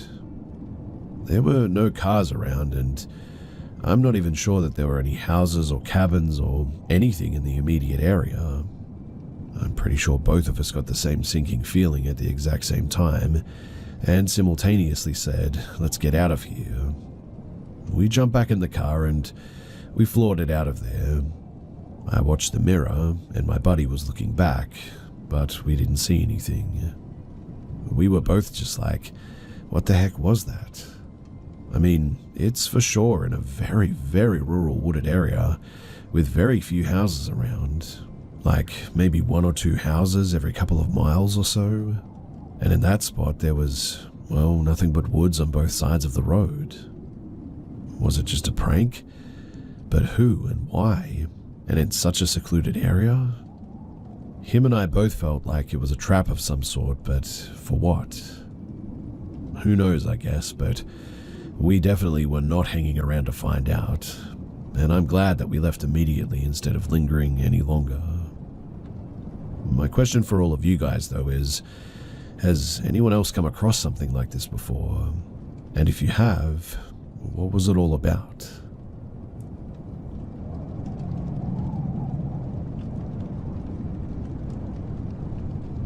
So I was at a building, a doctor's office, sitting outside in the smoking section. It's the perfect spot to see inside the building, as all doors and windows are very clear. You can completely see through to the other side of the building, in fact. So, in this way, it's very easy to see people coming and going from either side of the building. While outside smoking, I happened to look up as I saw a lady leaving. I never saw her full face, and because of that, this is why I keep telling myself that it was just someone who looked similar. But from what I saw, she looked exactly like me, though. The difference was that her hair was longer, which ironically looks just like mine, except I recently cut it. She also had a sweater that I've never seen anyone own nor wear. I wasn't wearing it that day, but it was mine. And that lady who looked like me, she was wearing the exact same sweater. I even remember contemplating wearing it that very day. I was honestly so caught off guard that I sat in a state of shock for several seconds, maybe even a good minute, trying to tell myself to get up and go to the other side and see who this lady was, or meet her or something. But I had the funniest feeling that even if I ran with all my might, she would be gone by the time that I turned the corner outside. I kept my eyes locked for several more minutes. She was already gone, though, walking towards the parking lot area. I stared, waiting to see a car drive by the parking lot on the other side. I guess it was my way of confirming to myself that it was just another person, nothing really weird.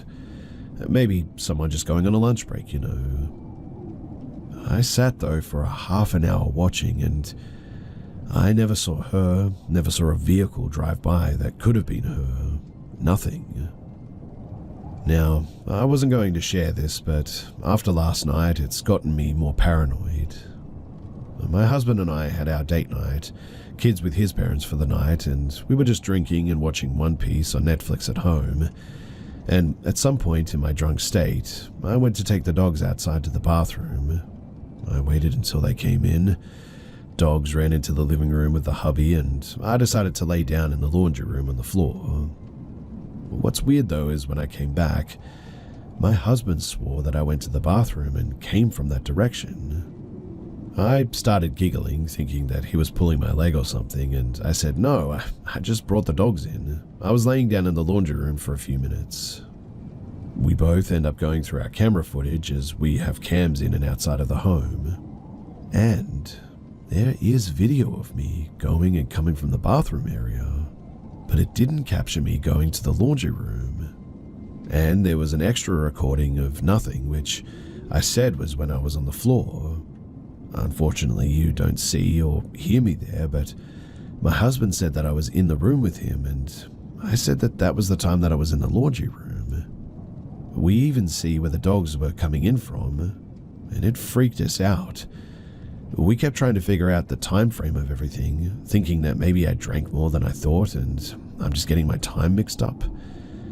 We got tired, though, as it was late, trying to figure it out, and in the end we just headed to bed. As we did, both of our dogs went off barking in the living room and near the front door. And really, the only time that they do this is if someone is walking up or on the property. My pit is very good at knowing someone coming up into the land before they even get to the driveway. So naturally I run to the door, and my husband runs behind me to the door, and we go out to the porch, and, well, there's just nothing there. It was freaky, though, because she really never barks unless there was actually somebody there, or trying to talk to you. We actually caught someone trying to jump our fence once, thanks to her, in fact. My husband caught them as they were walking towards it because of her notifying us. Anyway, we ended up locking everything up and we went to bed, only for it to happen again. Just as we lied in bed, both dogs go off and run to the front door. This time my husband gets his gun and goes walking outside with the dogs. One was just searching and sniffing, and our pit kept standing still by the door, as if guarding it and giving gruffs under her breath, almost as if she was saying, "I know you're out there." She kept looking for someone or something, but she never took off. In the end, we found nothing, neither did the dogs. My hubby chalked it up to being random animals and her just having really good hearing. But me, I'm getting paranoid. I guess I'm hoping people will tell me that I'm making a mountain out of a molehill here, but I don't know. Something tells me that I'm not.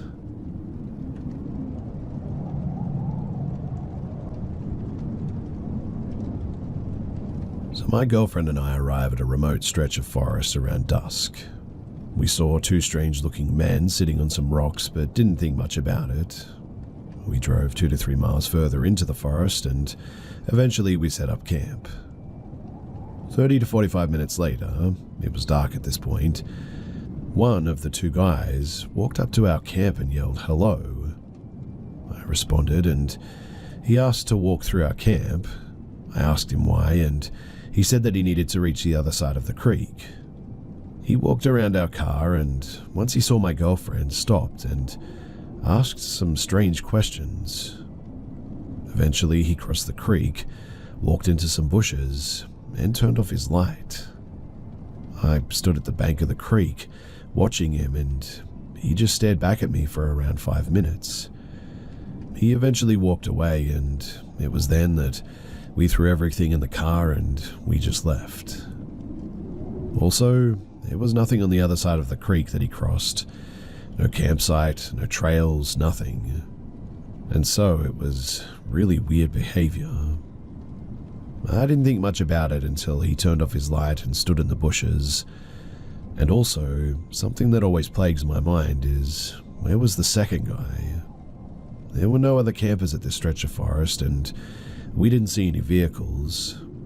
We were at the very last campsite on the road, and really there was nothing beyond us.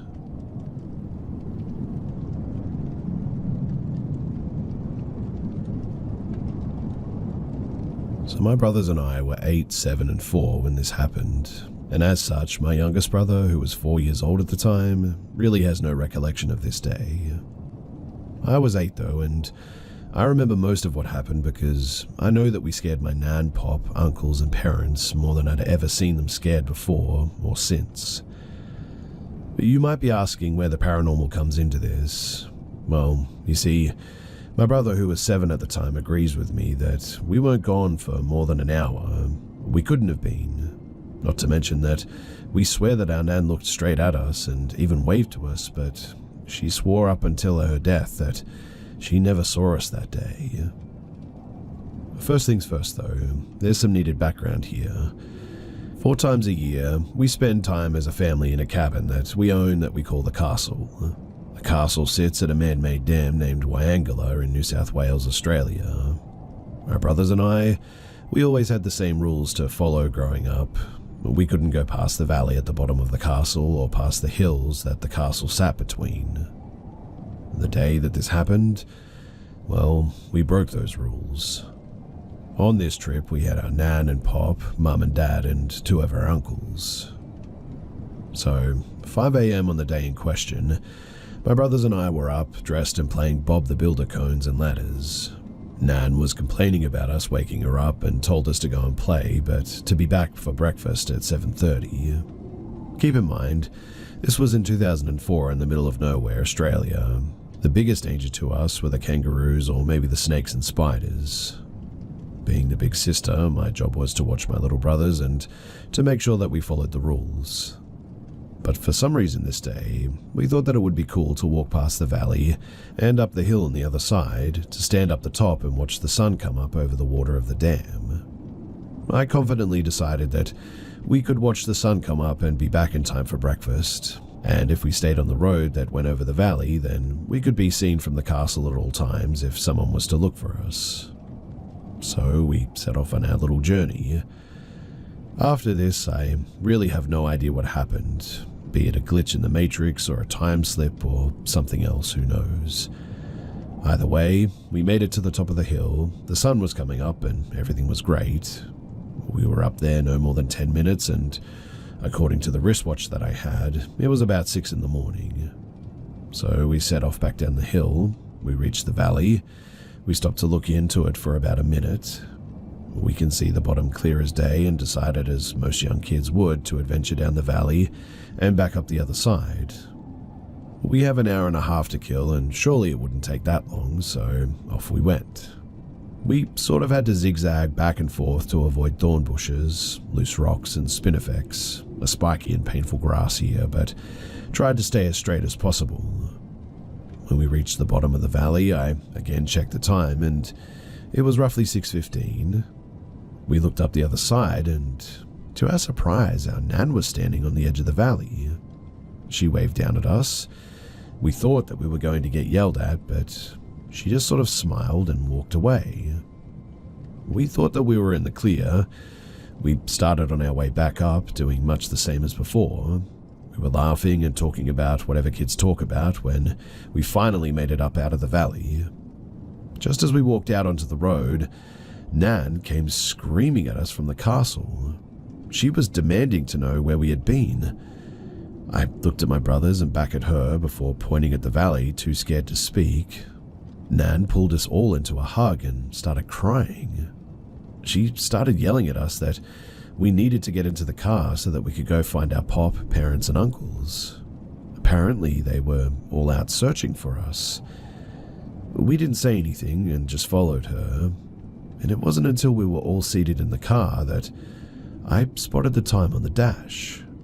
Apparently, it was now 7 p.m., and rather than the sun rising, it was setting.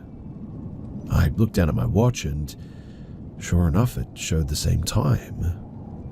I remember showing it to my 7-year-old brother, who was just as confused as I was. February last year, our Nan passed rather unexpectedly, and at her funeral my dad asked if we remember the day that we disappeared. He even joked about if it was him and our uncle that he'd bet his last dollar that she wouldn't have cared, but because we were her precious grandkids, she was beyond terrified. My youngest brother had no clue what we were talking about, but my other brother and I, we remembered. We told our dad what had happened from our point of view. He told us that no one, not even Nan, had seen us that day. He told us that Nan never left the castle for fear that we'd come back and no one would be there. He then filled us in on their side of the story, which we didn't know up until this point. So apparently, Mum had gotten up at around 6:30 when she realized that my brothers and I were being too quiet. She looked around the castle and, in our little hideout, she even apparently called out to us with no answer. She then woke everyone up to help her search. Mum then went to the ranger station to get their help searching, while Dad started walking the hills, and Pop took the 4-wheel drive tracks. My uncles offered to check the other cabins, the caravan park and the boat shed. In reality, they went to fish and chip in the caravan park and then to the next town over to get some ice cream and beer. They've since stated that they knew that we would turn up, so they weren't too worried. Nan stayed at the castle though, and Mum and Dad both swear that they looked in the valley and they never saw us. Since last year too, my brothers have been to investigate the valley, and even Dad went, and they had a good look, and none of them could figure out how that we could have been hidden from sight there.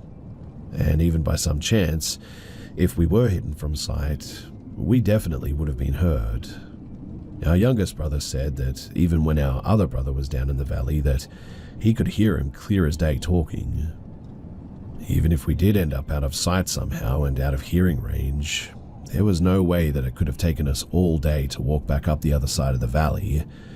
We've walked it plenty of times since, and it's only taken us about 30 minutes at most to do it. And obviously, the creepiest thing about this whole thing is, well, who did we see if it wasn't Nan? Because it sure as heck looked exactly like her.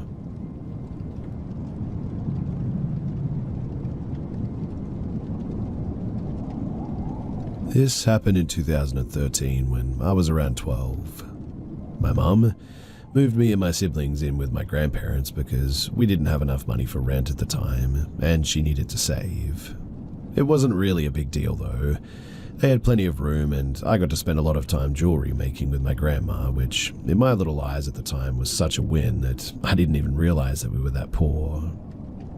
It was our little pastime after school, and one of my favorite parts was the trips that we would take to Michael's to get beads and materials occasionally. Michael's, for those who are unfamiliar, is a craft store similar to Hobby Lobby, and walking around in it is a little girl's dream when it comes to DIY stuff. And one day, in the late fall, we realized that we had run out of wire for a bracelet that I was making for my mum, so we headed to our local Michael's to get some more.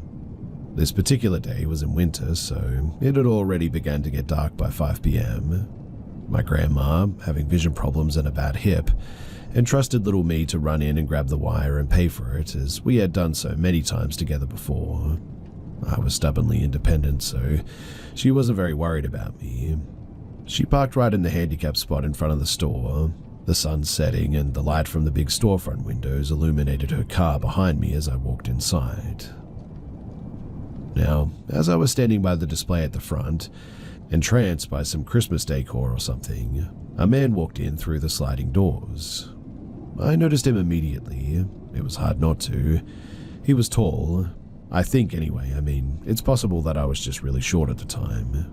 Maybe in his mid-30s with dark hair and wearing all black from head to toe. His clothes were a bit dirty, and I distinctly remember a big red D1 logo on his hoodie. He had his hand shoved into his pockets and walked briskly into the store, almost frantically in fact. I just sort of stood there and watched him. He made eye contact with me for a bit too long and then continued deeper into the store. I was immediately weirded out, but thought nothing else of it and went off to find that wire that I was looking for. I found my spool of wire, but getting distracted in the toy section was where I really messed up. That's when I noticed him start to follow me around. Aisle to aisle, I would be browsing and he would just appear at the other end, fake looking at stuff. He was muttering to himself constantly. You know when somebody sort of says something out loud expecting a response, but they aren't really directly looking at you? It was like that. As a kid, you don't really realize what's happening immediately, so I just awkwardly walked away from him each time, pretending not to notice him. In my little brain, I reasoned that he wasn't really following me and walked all the way across the store to the wedding aisle to look at some stuff that I had seen when I first walked in. I figured that there'd be no way that he would follow me there, but sure enough, while looking at the invitation cards, I get a spine-chilling feeling.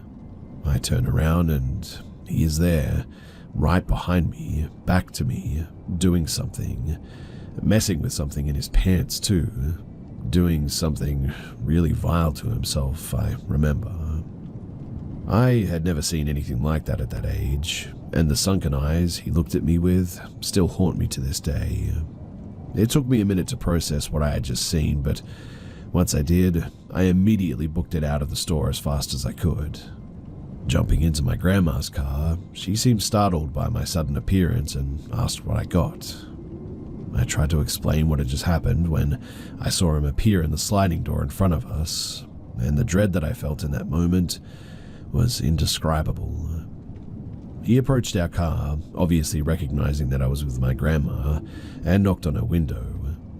I hadn't been able to explain myself in time before she cracked the window and asked him if everything was okay. The man gestured to me with that same crazy stare and said something along the lines of, "She's a thief, she stole from there." I was mortified. He was trying to make her suspect of me, on top of everything else that he had just put me through. Thankfully, my grandma got the same vibes I did because she politely told him to back away and rolled the window up while locking the door. He suddenly yanked at the door handle, then swung both his arms up and started banging down hard on the car's roof, causing us both to jump and me to start crying. My grandma slammed on the reverse and peeled out of there, and honestly, I've never seen her drive so quickly. I really don't remember much after that, just crying and holding a $17 spool of wire in my hands that I obviously hadn't paid for. We called the police as soon as we got home, and luckily they immediately took it very seriously and requested the videotapes from the Michaels. A few weeks later, and my grandma told me that they had actually found him. They mostly left me out of the investigation, besides taking my statement as to not traumatize me further, I guess. She got the dent in her car fixed, and really, that was that. It wasn't until a few years later that my mum finally told me what had happened to him. It turns out that he already had one battery charge and 2 sexual assaults on his record, one even being from a minor relative of his, like his niece or something. He had just gotten off work from the gas station across the street when he must have seen me walk into Michael's alone. I really don't know what would have happened if my grandma hadn't have locked her door when she did, or even if she had been in there with me, vulnerable to that man as well.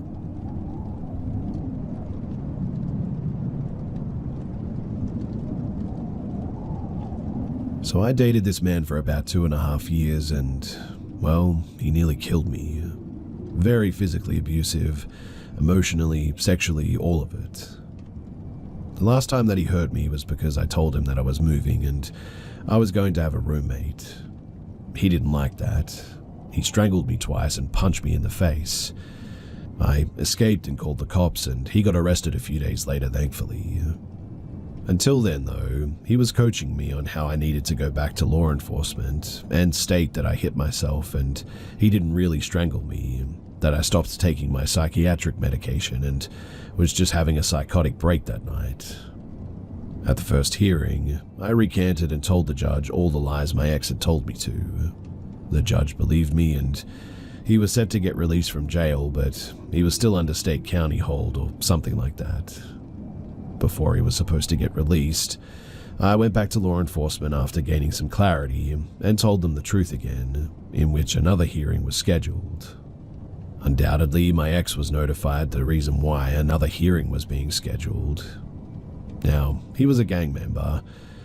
Obviously, I will not be saying which one, but it wasn't a good one. And as previously mentioned, by now I had moved into my new house with my roommate. But before he got arrested, he asked me where I was moving, and I told him which street corner the house was on. Very stupidly, I know. Well, my roommate's boyfriend at the time was affiliated as well. We were with some real winners at the time, right?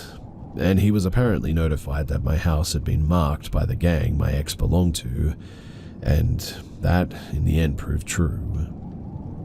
One morning at around 6, my roommate and her boyfriend were sitting in the driveway in her car with the lights off. I was inside the house asleep, and a car then pulled up in front of my house, blocking the driveway, preventing my roommate from pulling her car out. We're still unsure whether or not these people initially knew that there were people sitting in my roommate's car or not. The mystery car, though, sat blocking the driveway for a few minutes before a man got out of the passenger seat and began walking directly up the driveway to my porch. Luckily, my roommate's boyfriend had a gun on him, and once he saw the man walking towards the front door, he got out of my roommate's car and flashed his gun at the man. The man saw it and ran back to the car, which then sped off. Maybe a few weeks later, I had driven to the gas station a few streets over after the sun had gone down. I was getting a vape or something when I was walking back to my car out of the gas station, and a man in the same car that was in front of my house pulled up next to me and started yelling something. I couldn't tell what he was saying before I just yelled back, "Shut up and leave me alone," thinking at the time that I was just randomly being catcalled. I got in my car and went to pull out of the gas station, noticing his car was sitting in front of the exit that I was going to take and he wasn't moving.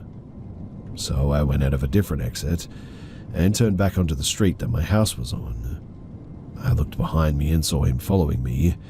He waited for me to leave before he pulled out behind me and followed me. At this, I started going down different streets and he kept tailing. Eventually, I freaked out and I sped up real fast and made a quick impulsive turn that threw him off my track. But that day, I didn't go home. Another day though, I came home from work and saw that the window in our dining room that looks out to the backyard, the only window on the first story that doesn't have iron bars guarding it from the inside, it had been tampered with from the outside. It had a screen secured to it so that the window may be opened, and the screen had been ripped off. We reattached it and tried to rip it off ourselves, and it was really hard to do that. My roommate's boyfriend was able to, but we definitely were not strong enough. It would have taken a lot of effort to get that screen off in the end. The last instance that took place, my roommate's boyfriend and his friend had left our house to go on a walk. When they came back, as they were walking back up to my house, they saw two men peeking through the other dining room window trying to see inside. They noticed my roommate's boyfriend as he started yelling at them, asking what the heck they were doing, and they just scurried away.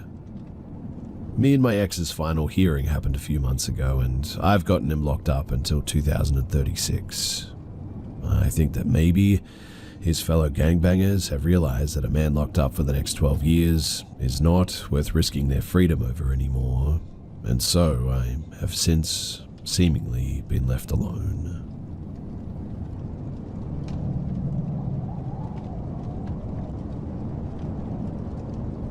So I grew up in a small town in the Midwest, where my family lived close and everyone, at the very least, knows their neighbors pretty well.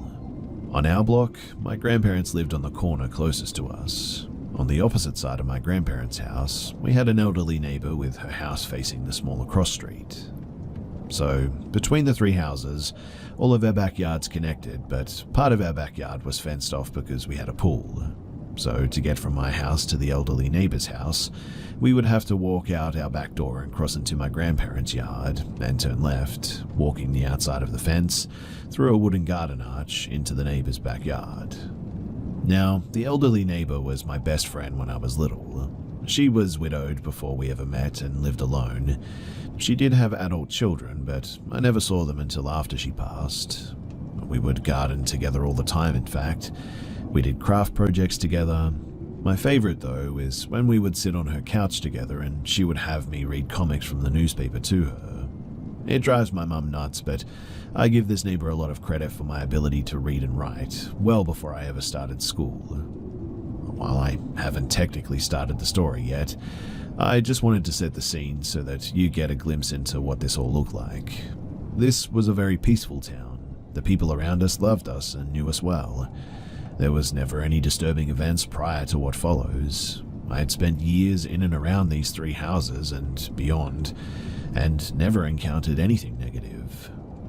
And this started as a single event when I was about 12 years old. So, it was an early afternoon in the middle of summer. My mum and I were in our kitchen sitting at the table. She was looking at a magazine and I was reading a book. Our back door was off the kitchen. She was sitting with her back to it, and I was facing the window across the table that shared the exterior wall with the back door.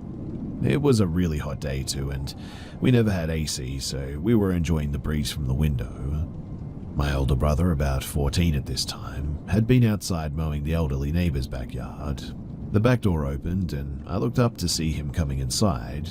At first, I assumed he was just sweating, but quickly realized that he was actually in tears. He wasn't sobbing, but was whimpering, like people do if they're exhausted or defeated. He was extremely pale and just stood there, inside the doorway. My mum had turned toward him as I was still studying him, trying to process his state of emotion. He was just staring at us both, though, looking up the couple of steps to the kitchen, wide-eyed and shaking. My mum obviously asked what's wrong, as she quickly got up, moving to him. She immediately wrapped her arms around him and the sobbing started. Then his words came spilling out of him, not incoherent, but so rapidly and hysterically that it was pretty startling. I don't remember everything he relayed verbatim, but he started rambling about hearing voices, moving shadows, footsteps around him, and no one visibly there. My mum then lifted this 14-year-old, gave me a glance, and carried him, sobbing, to the living room. I honestly don't know how their conversation ever ended. I'm pretty sure at this point that she thought that he was suffering from some kind of heat stroke. I was shaken by my brother's distress, but also intrigued by what he had been saying. I was 12, it was summer, it was daylight, nothing was going to scare me. So I walked right out the back door, took the short brick path into my grandparents' yard, turned left, and walked the fence line towards the garden arch. The second that I passed under the arch into the elderly neighbor's yard, I felt instantly nauseous. It was intense, in fact. The best way that I can describe it is the sort of painful nausea that follows a heavy blow to the abdomen, minus the actual impact. I doubled over, holding my stomach. I immediately noticed the air was heavier and increasing in density, and felt very, electrified almost. It was a lot like standing inside of television static, like every atom was charged and visible to the point that you could see them move as you moved through them. I started to hear footsteps, initially soft thumps on the ground. I could feel them too. This was accompanied by a faint and very cliché sort of maniacal laugh that seemed to be coming from the treetops, like a single voice but from every tree or in the atmosphere itself. Then I kept catching glimpses of shadows that started in my peripheral vision but remained present till I focused on them before disappearing. They didn't have any discernible shape or consistent size, well, yet at least. Still clutching my stomach, I stood up slightly. The footsteps were getting heavier and heavier with every second, to the point that if I were to see a group of giants running circles around me, I wouldn't have been surprised. The laughter kept getting louder until it peaked at more of a sort of shrieking, mocking sound. The shadows were the same, the air was the same. The trees, though, they started shaking. Mind you, there was no wind this day. These were giant oaks as well, some of them almost 5 feet in diameter, and they were shaking like rattlesnake tails from trunk to the very top. As you can imagine, my head was spinning. My senses were all going crazy. I was well beyond terrified and forced myself to ignore the pain, stand up full, and run. I turned and ran back through the arch parallel with the fence and caught more shadow movement near it. I turned to look and saw what seemed to be 4 tall figures, like shadows that were cast into nothing, completely black, no transparency. They had no detailed features within the blackness, but the edges of them seemed like the outline of 7 to 8 feet tall, cloaked bipedal figures. I couldn't see any faces, but I could still tell that they were looking at me. They sort of floated along the ground too, which was the oddest thing to me at the time, moving with me but were about 20 feet away. Then, one after another, they disappeared into nothing, behind nothing. Well, I frantically made my way back to the house, threw the door open, ran inside to see my mum back in the kitchen. I immediately started telling her everything. She gestured for me to calm and quiet down. I lowered my voice and finished sharing my experience. She asked me not to say anything to my brother because he was also very shaken and would be very upset to hear more about it. He was always the most sensitive out of us all as well. But after that was about it for that day. Within the next year or two, we had moved to a smaller town and a new house, unrelated to these events, mind you. My brother never had any other experiences, my other 2 brothers never experienced anything, and neither did my parents. Those years and beyond up until age 17 for me, though, were very different. I started experiencing this static atmosphere and moving shadow events on a regular basis, starting less frequent and increasing to almost weekly occurrences at a minimum. These events would happen randomly at any time of the day. I was alone or even sometimes in company. No one else ever seemed to notice it though.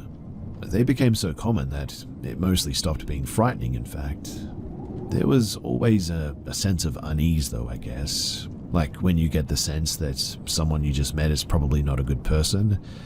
Except, in this case, the creepy or bad person is actually 10 or more amorphous shadows that move in and out of existence at random, and their presence means that you can feel every molecule around you. Then, it even got to the point where I could make them appear. I know it probably sounds stupid, like why the heck would I even want to do that? Honestly, I didn't want to, but my curiosity compelled me to try it one day. I can no longer do it anymore, nor have any interest, but in an attempt to describe the process, basically I would focus my mind's eye into a mental tunnel vision type state, like I was forcing my brain to stare through an opening in my forehead. This would switch on the atmosphere effect, and the shadows would soon follow. Once that became easy, the event stopped being spontaneous. On occasion, I would see if I could still do it. That would satisfy my curiosity, and I'd leave it alone for a while. Honestly, too, as I share this, I realize I have no idea of how these events concluded every time. I assume that it was constrained to my surroundings in the moment, and just walking away was sufficient. But then one night, whatever these things were, they forced their way back in, and it was also the night that it all ended. At the new house, we had a lot of property and outbuildings. One of those became a sort of playroom for my brothers, myself, and whoever we were hanging out with. We could be as loud as we wanted out there, and be loud as late as we wanted to, because it was far enough from the house that we wouldn't disturb anyone. I had picked up playing a guitar a few years prior, and would spend a lot of time down in that building since I could be as loud as I wanted. I had just gotten a new amplifier, so I was excited to use it as much as I could. It was late evening, early morning, and I had been playing for hours at this point. I noticed that the volume knob on my amp seemed loose and kept sort of slowly turning lower gradually. This annoyed me, so I cranked the amp all the way up and started playing as fast as I could, just watching the knob, when suddenly it twisted straight to zero, right in front of me. The moment my amp went silent, the air just exploded with the previously mentioned electricity, more intense than I had ever experienced. Since I had been leaning forward watching the amp, I wasn't focused on the room around me, and as I sat up, I realized that it was teeming with these creature things, these shadows. I was alone in a room with easily over 50 of them at that point. They seemed to almost ignore me mostly, but not as if unaware. More like I was just old news, I guess. The way these things moved was always gliding, though. They would disappear in a way that was like an object rapidly melting but out of existence instead of leaving a puddle. Then they would reappear somewhere else. In any case, I felt frozen in my chair until I saw a larger movement from my left side. I turned and saw one of them on the wall, clearly defined in form as a giant spider. This thing was about the size of a crib mattress. Again, internally formless, but I was able to discern some movements. I know that spider anatomy doesn't work this way, but I also don't believe for 1 second that this was actually a spider, wherever it was from. This was just a chosen form, I think. So I could tell that the carapace or head was slowly rotating toward me by the way of the edges of it moved. It appeared to eyelessly catch my presence, and it suddenly dropped from the wall to the floor behind a stack of boxes. I didn't know what its intentions were, so I leapt out of the chair and ran out of there as fast as I could. Running up the hill to the house for the first time, I could feel the accompanying unsettling darkness pursuing me. It was closing in physically and also in my head. I got inside and ran to my bedroom, dove face first into my bed, burying my face into a pillow, and I pulled my blanket over me. I could feel darkness invading the space around me, enveloping everything. I had prayed many times before in my life, but never like this. I really didn't know what else to do, so I just started praying as hard as I could. The only thing that I was praying was, please, please make this stop. I don't want this anymore, over and over again. And in a dark house with my face in a pillow, I suddenly just had the sensation of light coming through my eyelids. This itself was startling, so I sat up and looked for a source, but there was nothing. But I remembered and felt darkness again, so I went back to my original position in prayer. Light came again. Again I looked up, and again I saw nothing, but could feel the dark presence returning. Realizing that it could only be returning if it had been receding, I went straight back to prayer, and I didn't stop. The light returned and started to build in intensity. It got to the point that it should have been blinding, but for some reason it wasn't. I was also overwhelmed with a sense of warmth. I hate being warm at the best of times, but this was the most comforted that I've ever felt. As the light reached its brightest point, there was also what sounded like a soft roar that came with it, and then it just went out. Everything was dark again, but there was no foreboding darkness anymore. There was no fear, just calm. I remember sitting in my room after that, just sort of looking around and not knowing what to do. Eventually I got up and I think I went to the bathroom, and after that, it just never came back. So yeah, that's pretty much everything, and I've never really told this to pretty much anyone before, but it feels good to finally get it off my chest.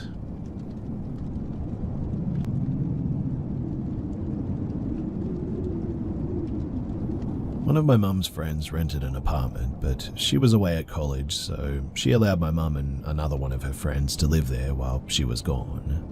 My mum and this other friend lived in the upstairs apartment along with my mum's 1-year-old baby, my older brother. My mum was a teen mum, so would have been about 17 years old.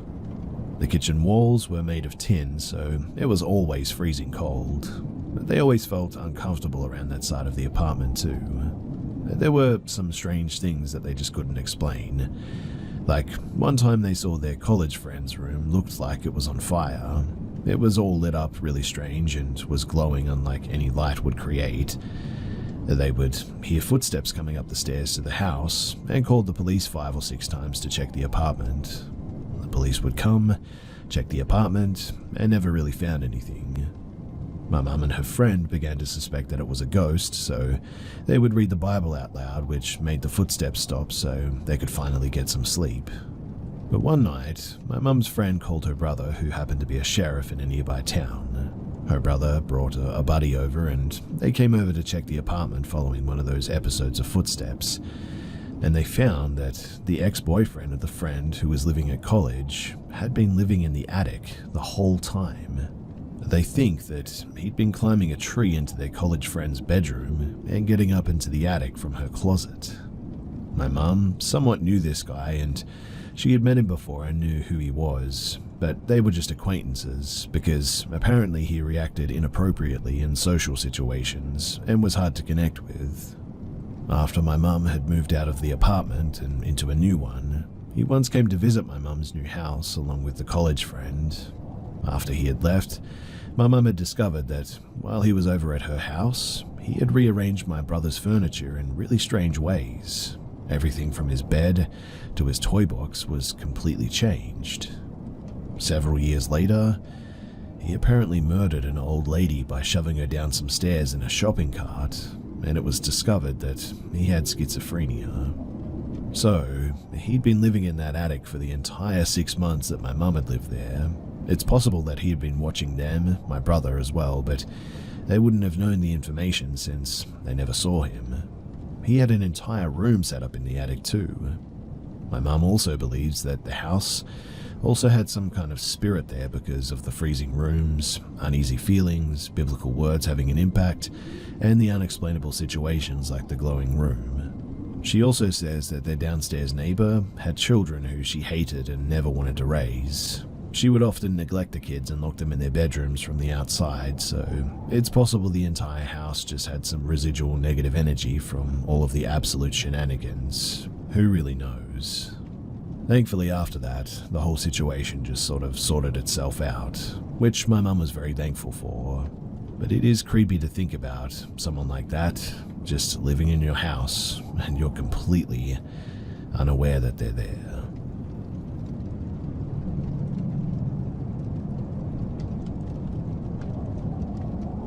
My house has always been a hotspot for strange things. They've been happening for 19 years now. A few family members died in the house when I was like 2 or 3, and me and my mum have seen multiple apparitions. The earliest event that I remember was when my uncle came to visit when I was like 10. He's a diehard skeptic, taking every possible opportunity to explain away any possible event.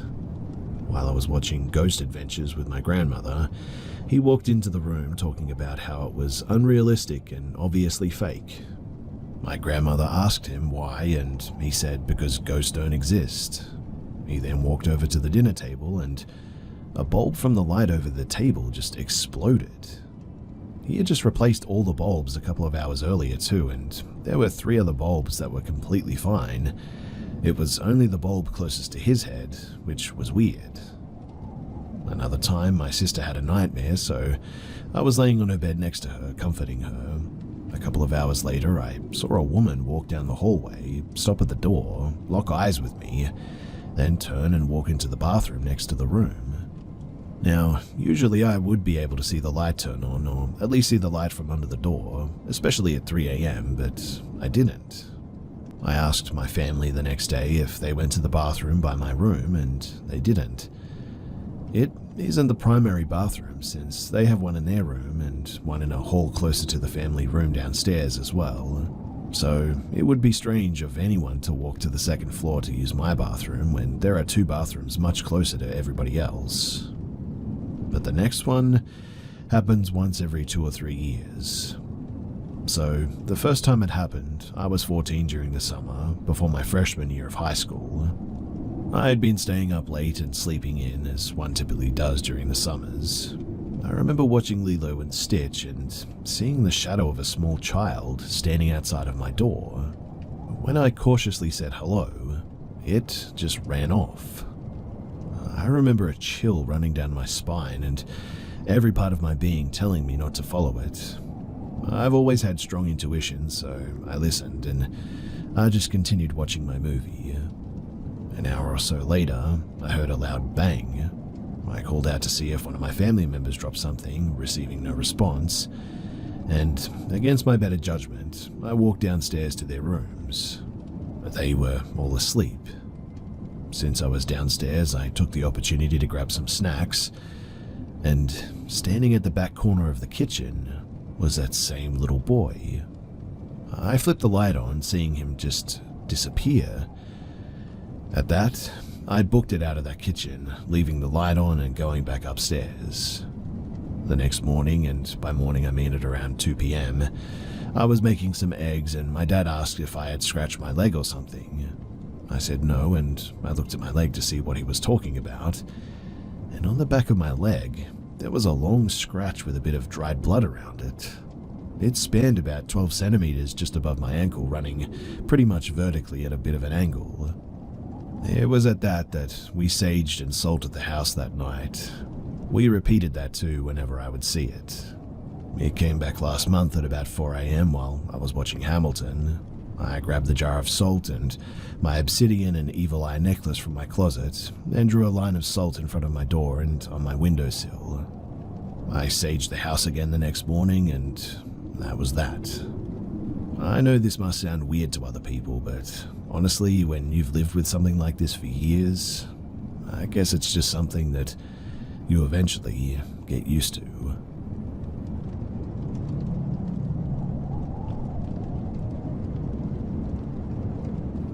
So my sisters and I have years of stories from this one kid that we babysat for over the years. The first event happened when the kid, his name was Liam, was maybe 3 or 4 years old. I was cooking for him in the basement. It was an old house, a former estate from the late 1800s, so the kitchen was in the basement, designed for the servants with a dumb waiter, etc. I heard some movement upstairs though, like people had let themselves in and were having a conversation and setting things down. The parents weren't supposed to be back for like another few hours. Not a big deal though. The voices didn't sound threatening, like women laughing and chatting. So I asked Liam if there's a maid or cleaning service that ever stops by, thinking that the parents may have forgotten to mention it. He then casually replies, "No, we hear voices sometimes, but Mummy and Daddy say not to talk about it." I checked. No one was upstairs and the front door was closed. There was also the time that he went into a sudden trance while repeating some guy's name over and over after fixating on an old painting, and was rolling around on the floor for a minute with the whites of his eyes showing, then snapped out of it and had no memory or was confused why I seemed so panicked and worried about him. I later told his parents, thinking that it's an obvious health issue or was a possible seizure or whatever, but they just sort of chuckled and said that they would mention it to their therapist. That, and the reoccurring night terrors that Liam would always have if he slept in one particular room. It happened a couple of times to him, once to his friend, but in both cases it was a sort of sudden blood-curdling scream coming from the kid in the room. I remember racing upstairs to find his friend once, as she was hyperventilating, upright in bed, and just kept repeating, "There was a man in the room, there was a man in the room." Liam also was a sleepwalker. When he did sleepwalk with me, it also started with a blood-curdling scream and him sprinting down the stairs to find me, seeming terrified but still definitely asleep and not aware of his surroundings, mumbling about a man. I was able to guide him back to bed without waking him while still calming him down in his sleepwalk state. I felt guilty telling the kids that it was just a bad dream or a nightmare when I believed that they did see something, but I just didn't know what else to do or say. And there are many other stories over the course of 10 plus years between me and my sisters working with this family as their go-to house or babysitter.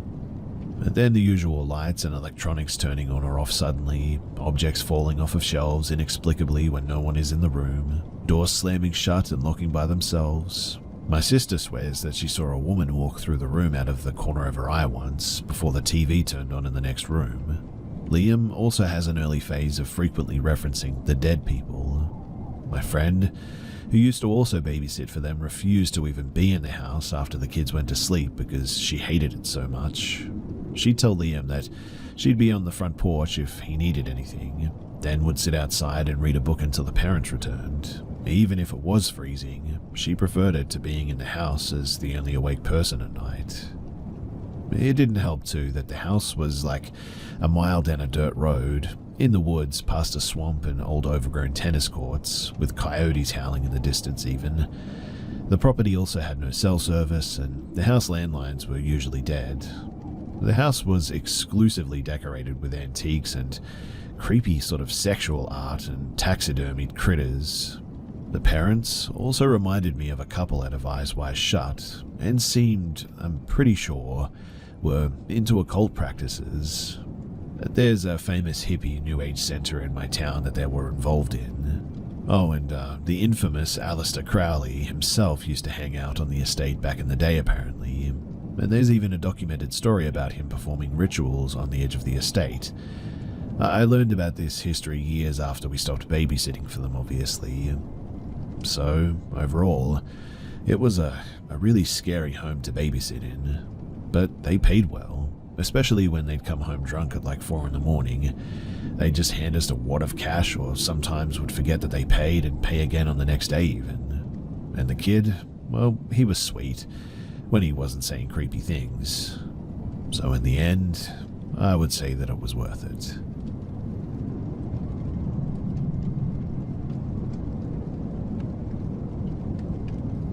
I was on vacation with my family when I was about 14. I was in the pool, which had a bar attached, and I was casually talking to this group of British people.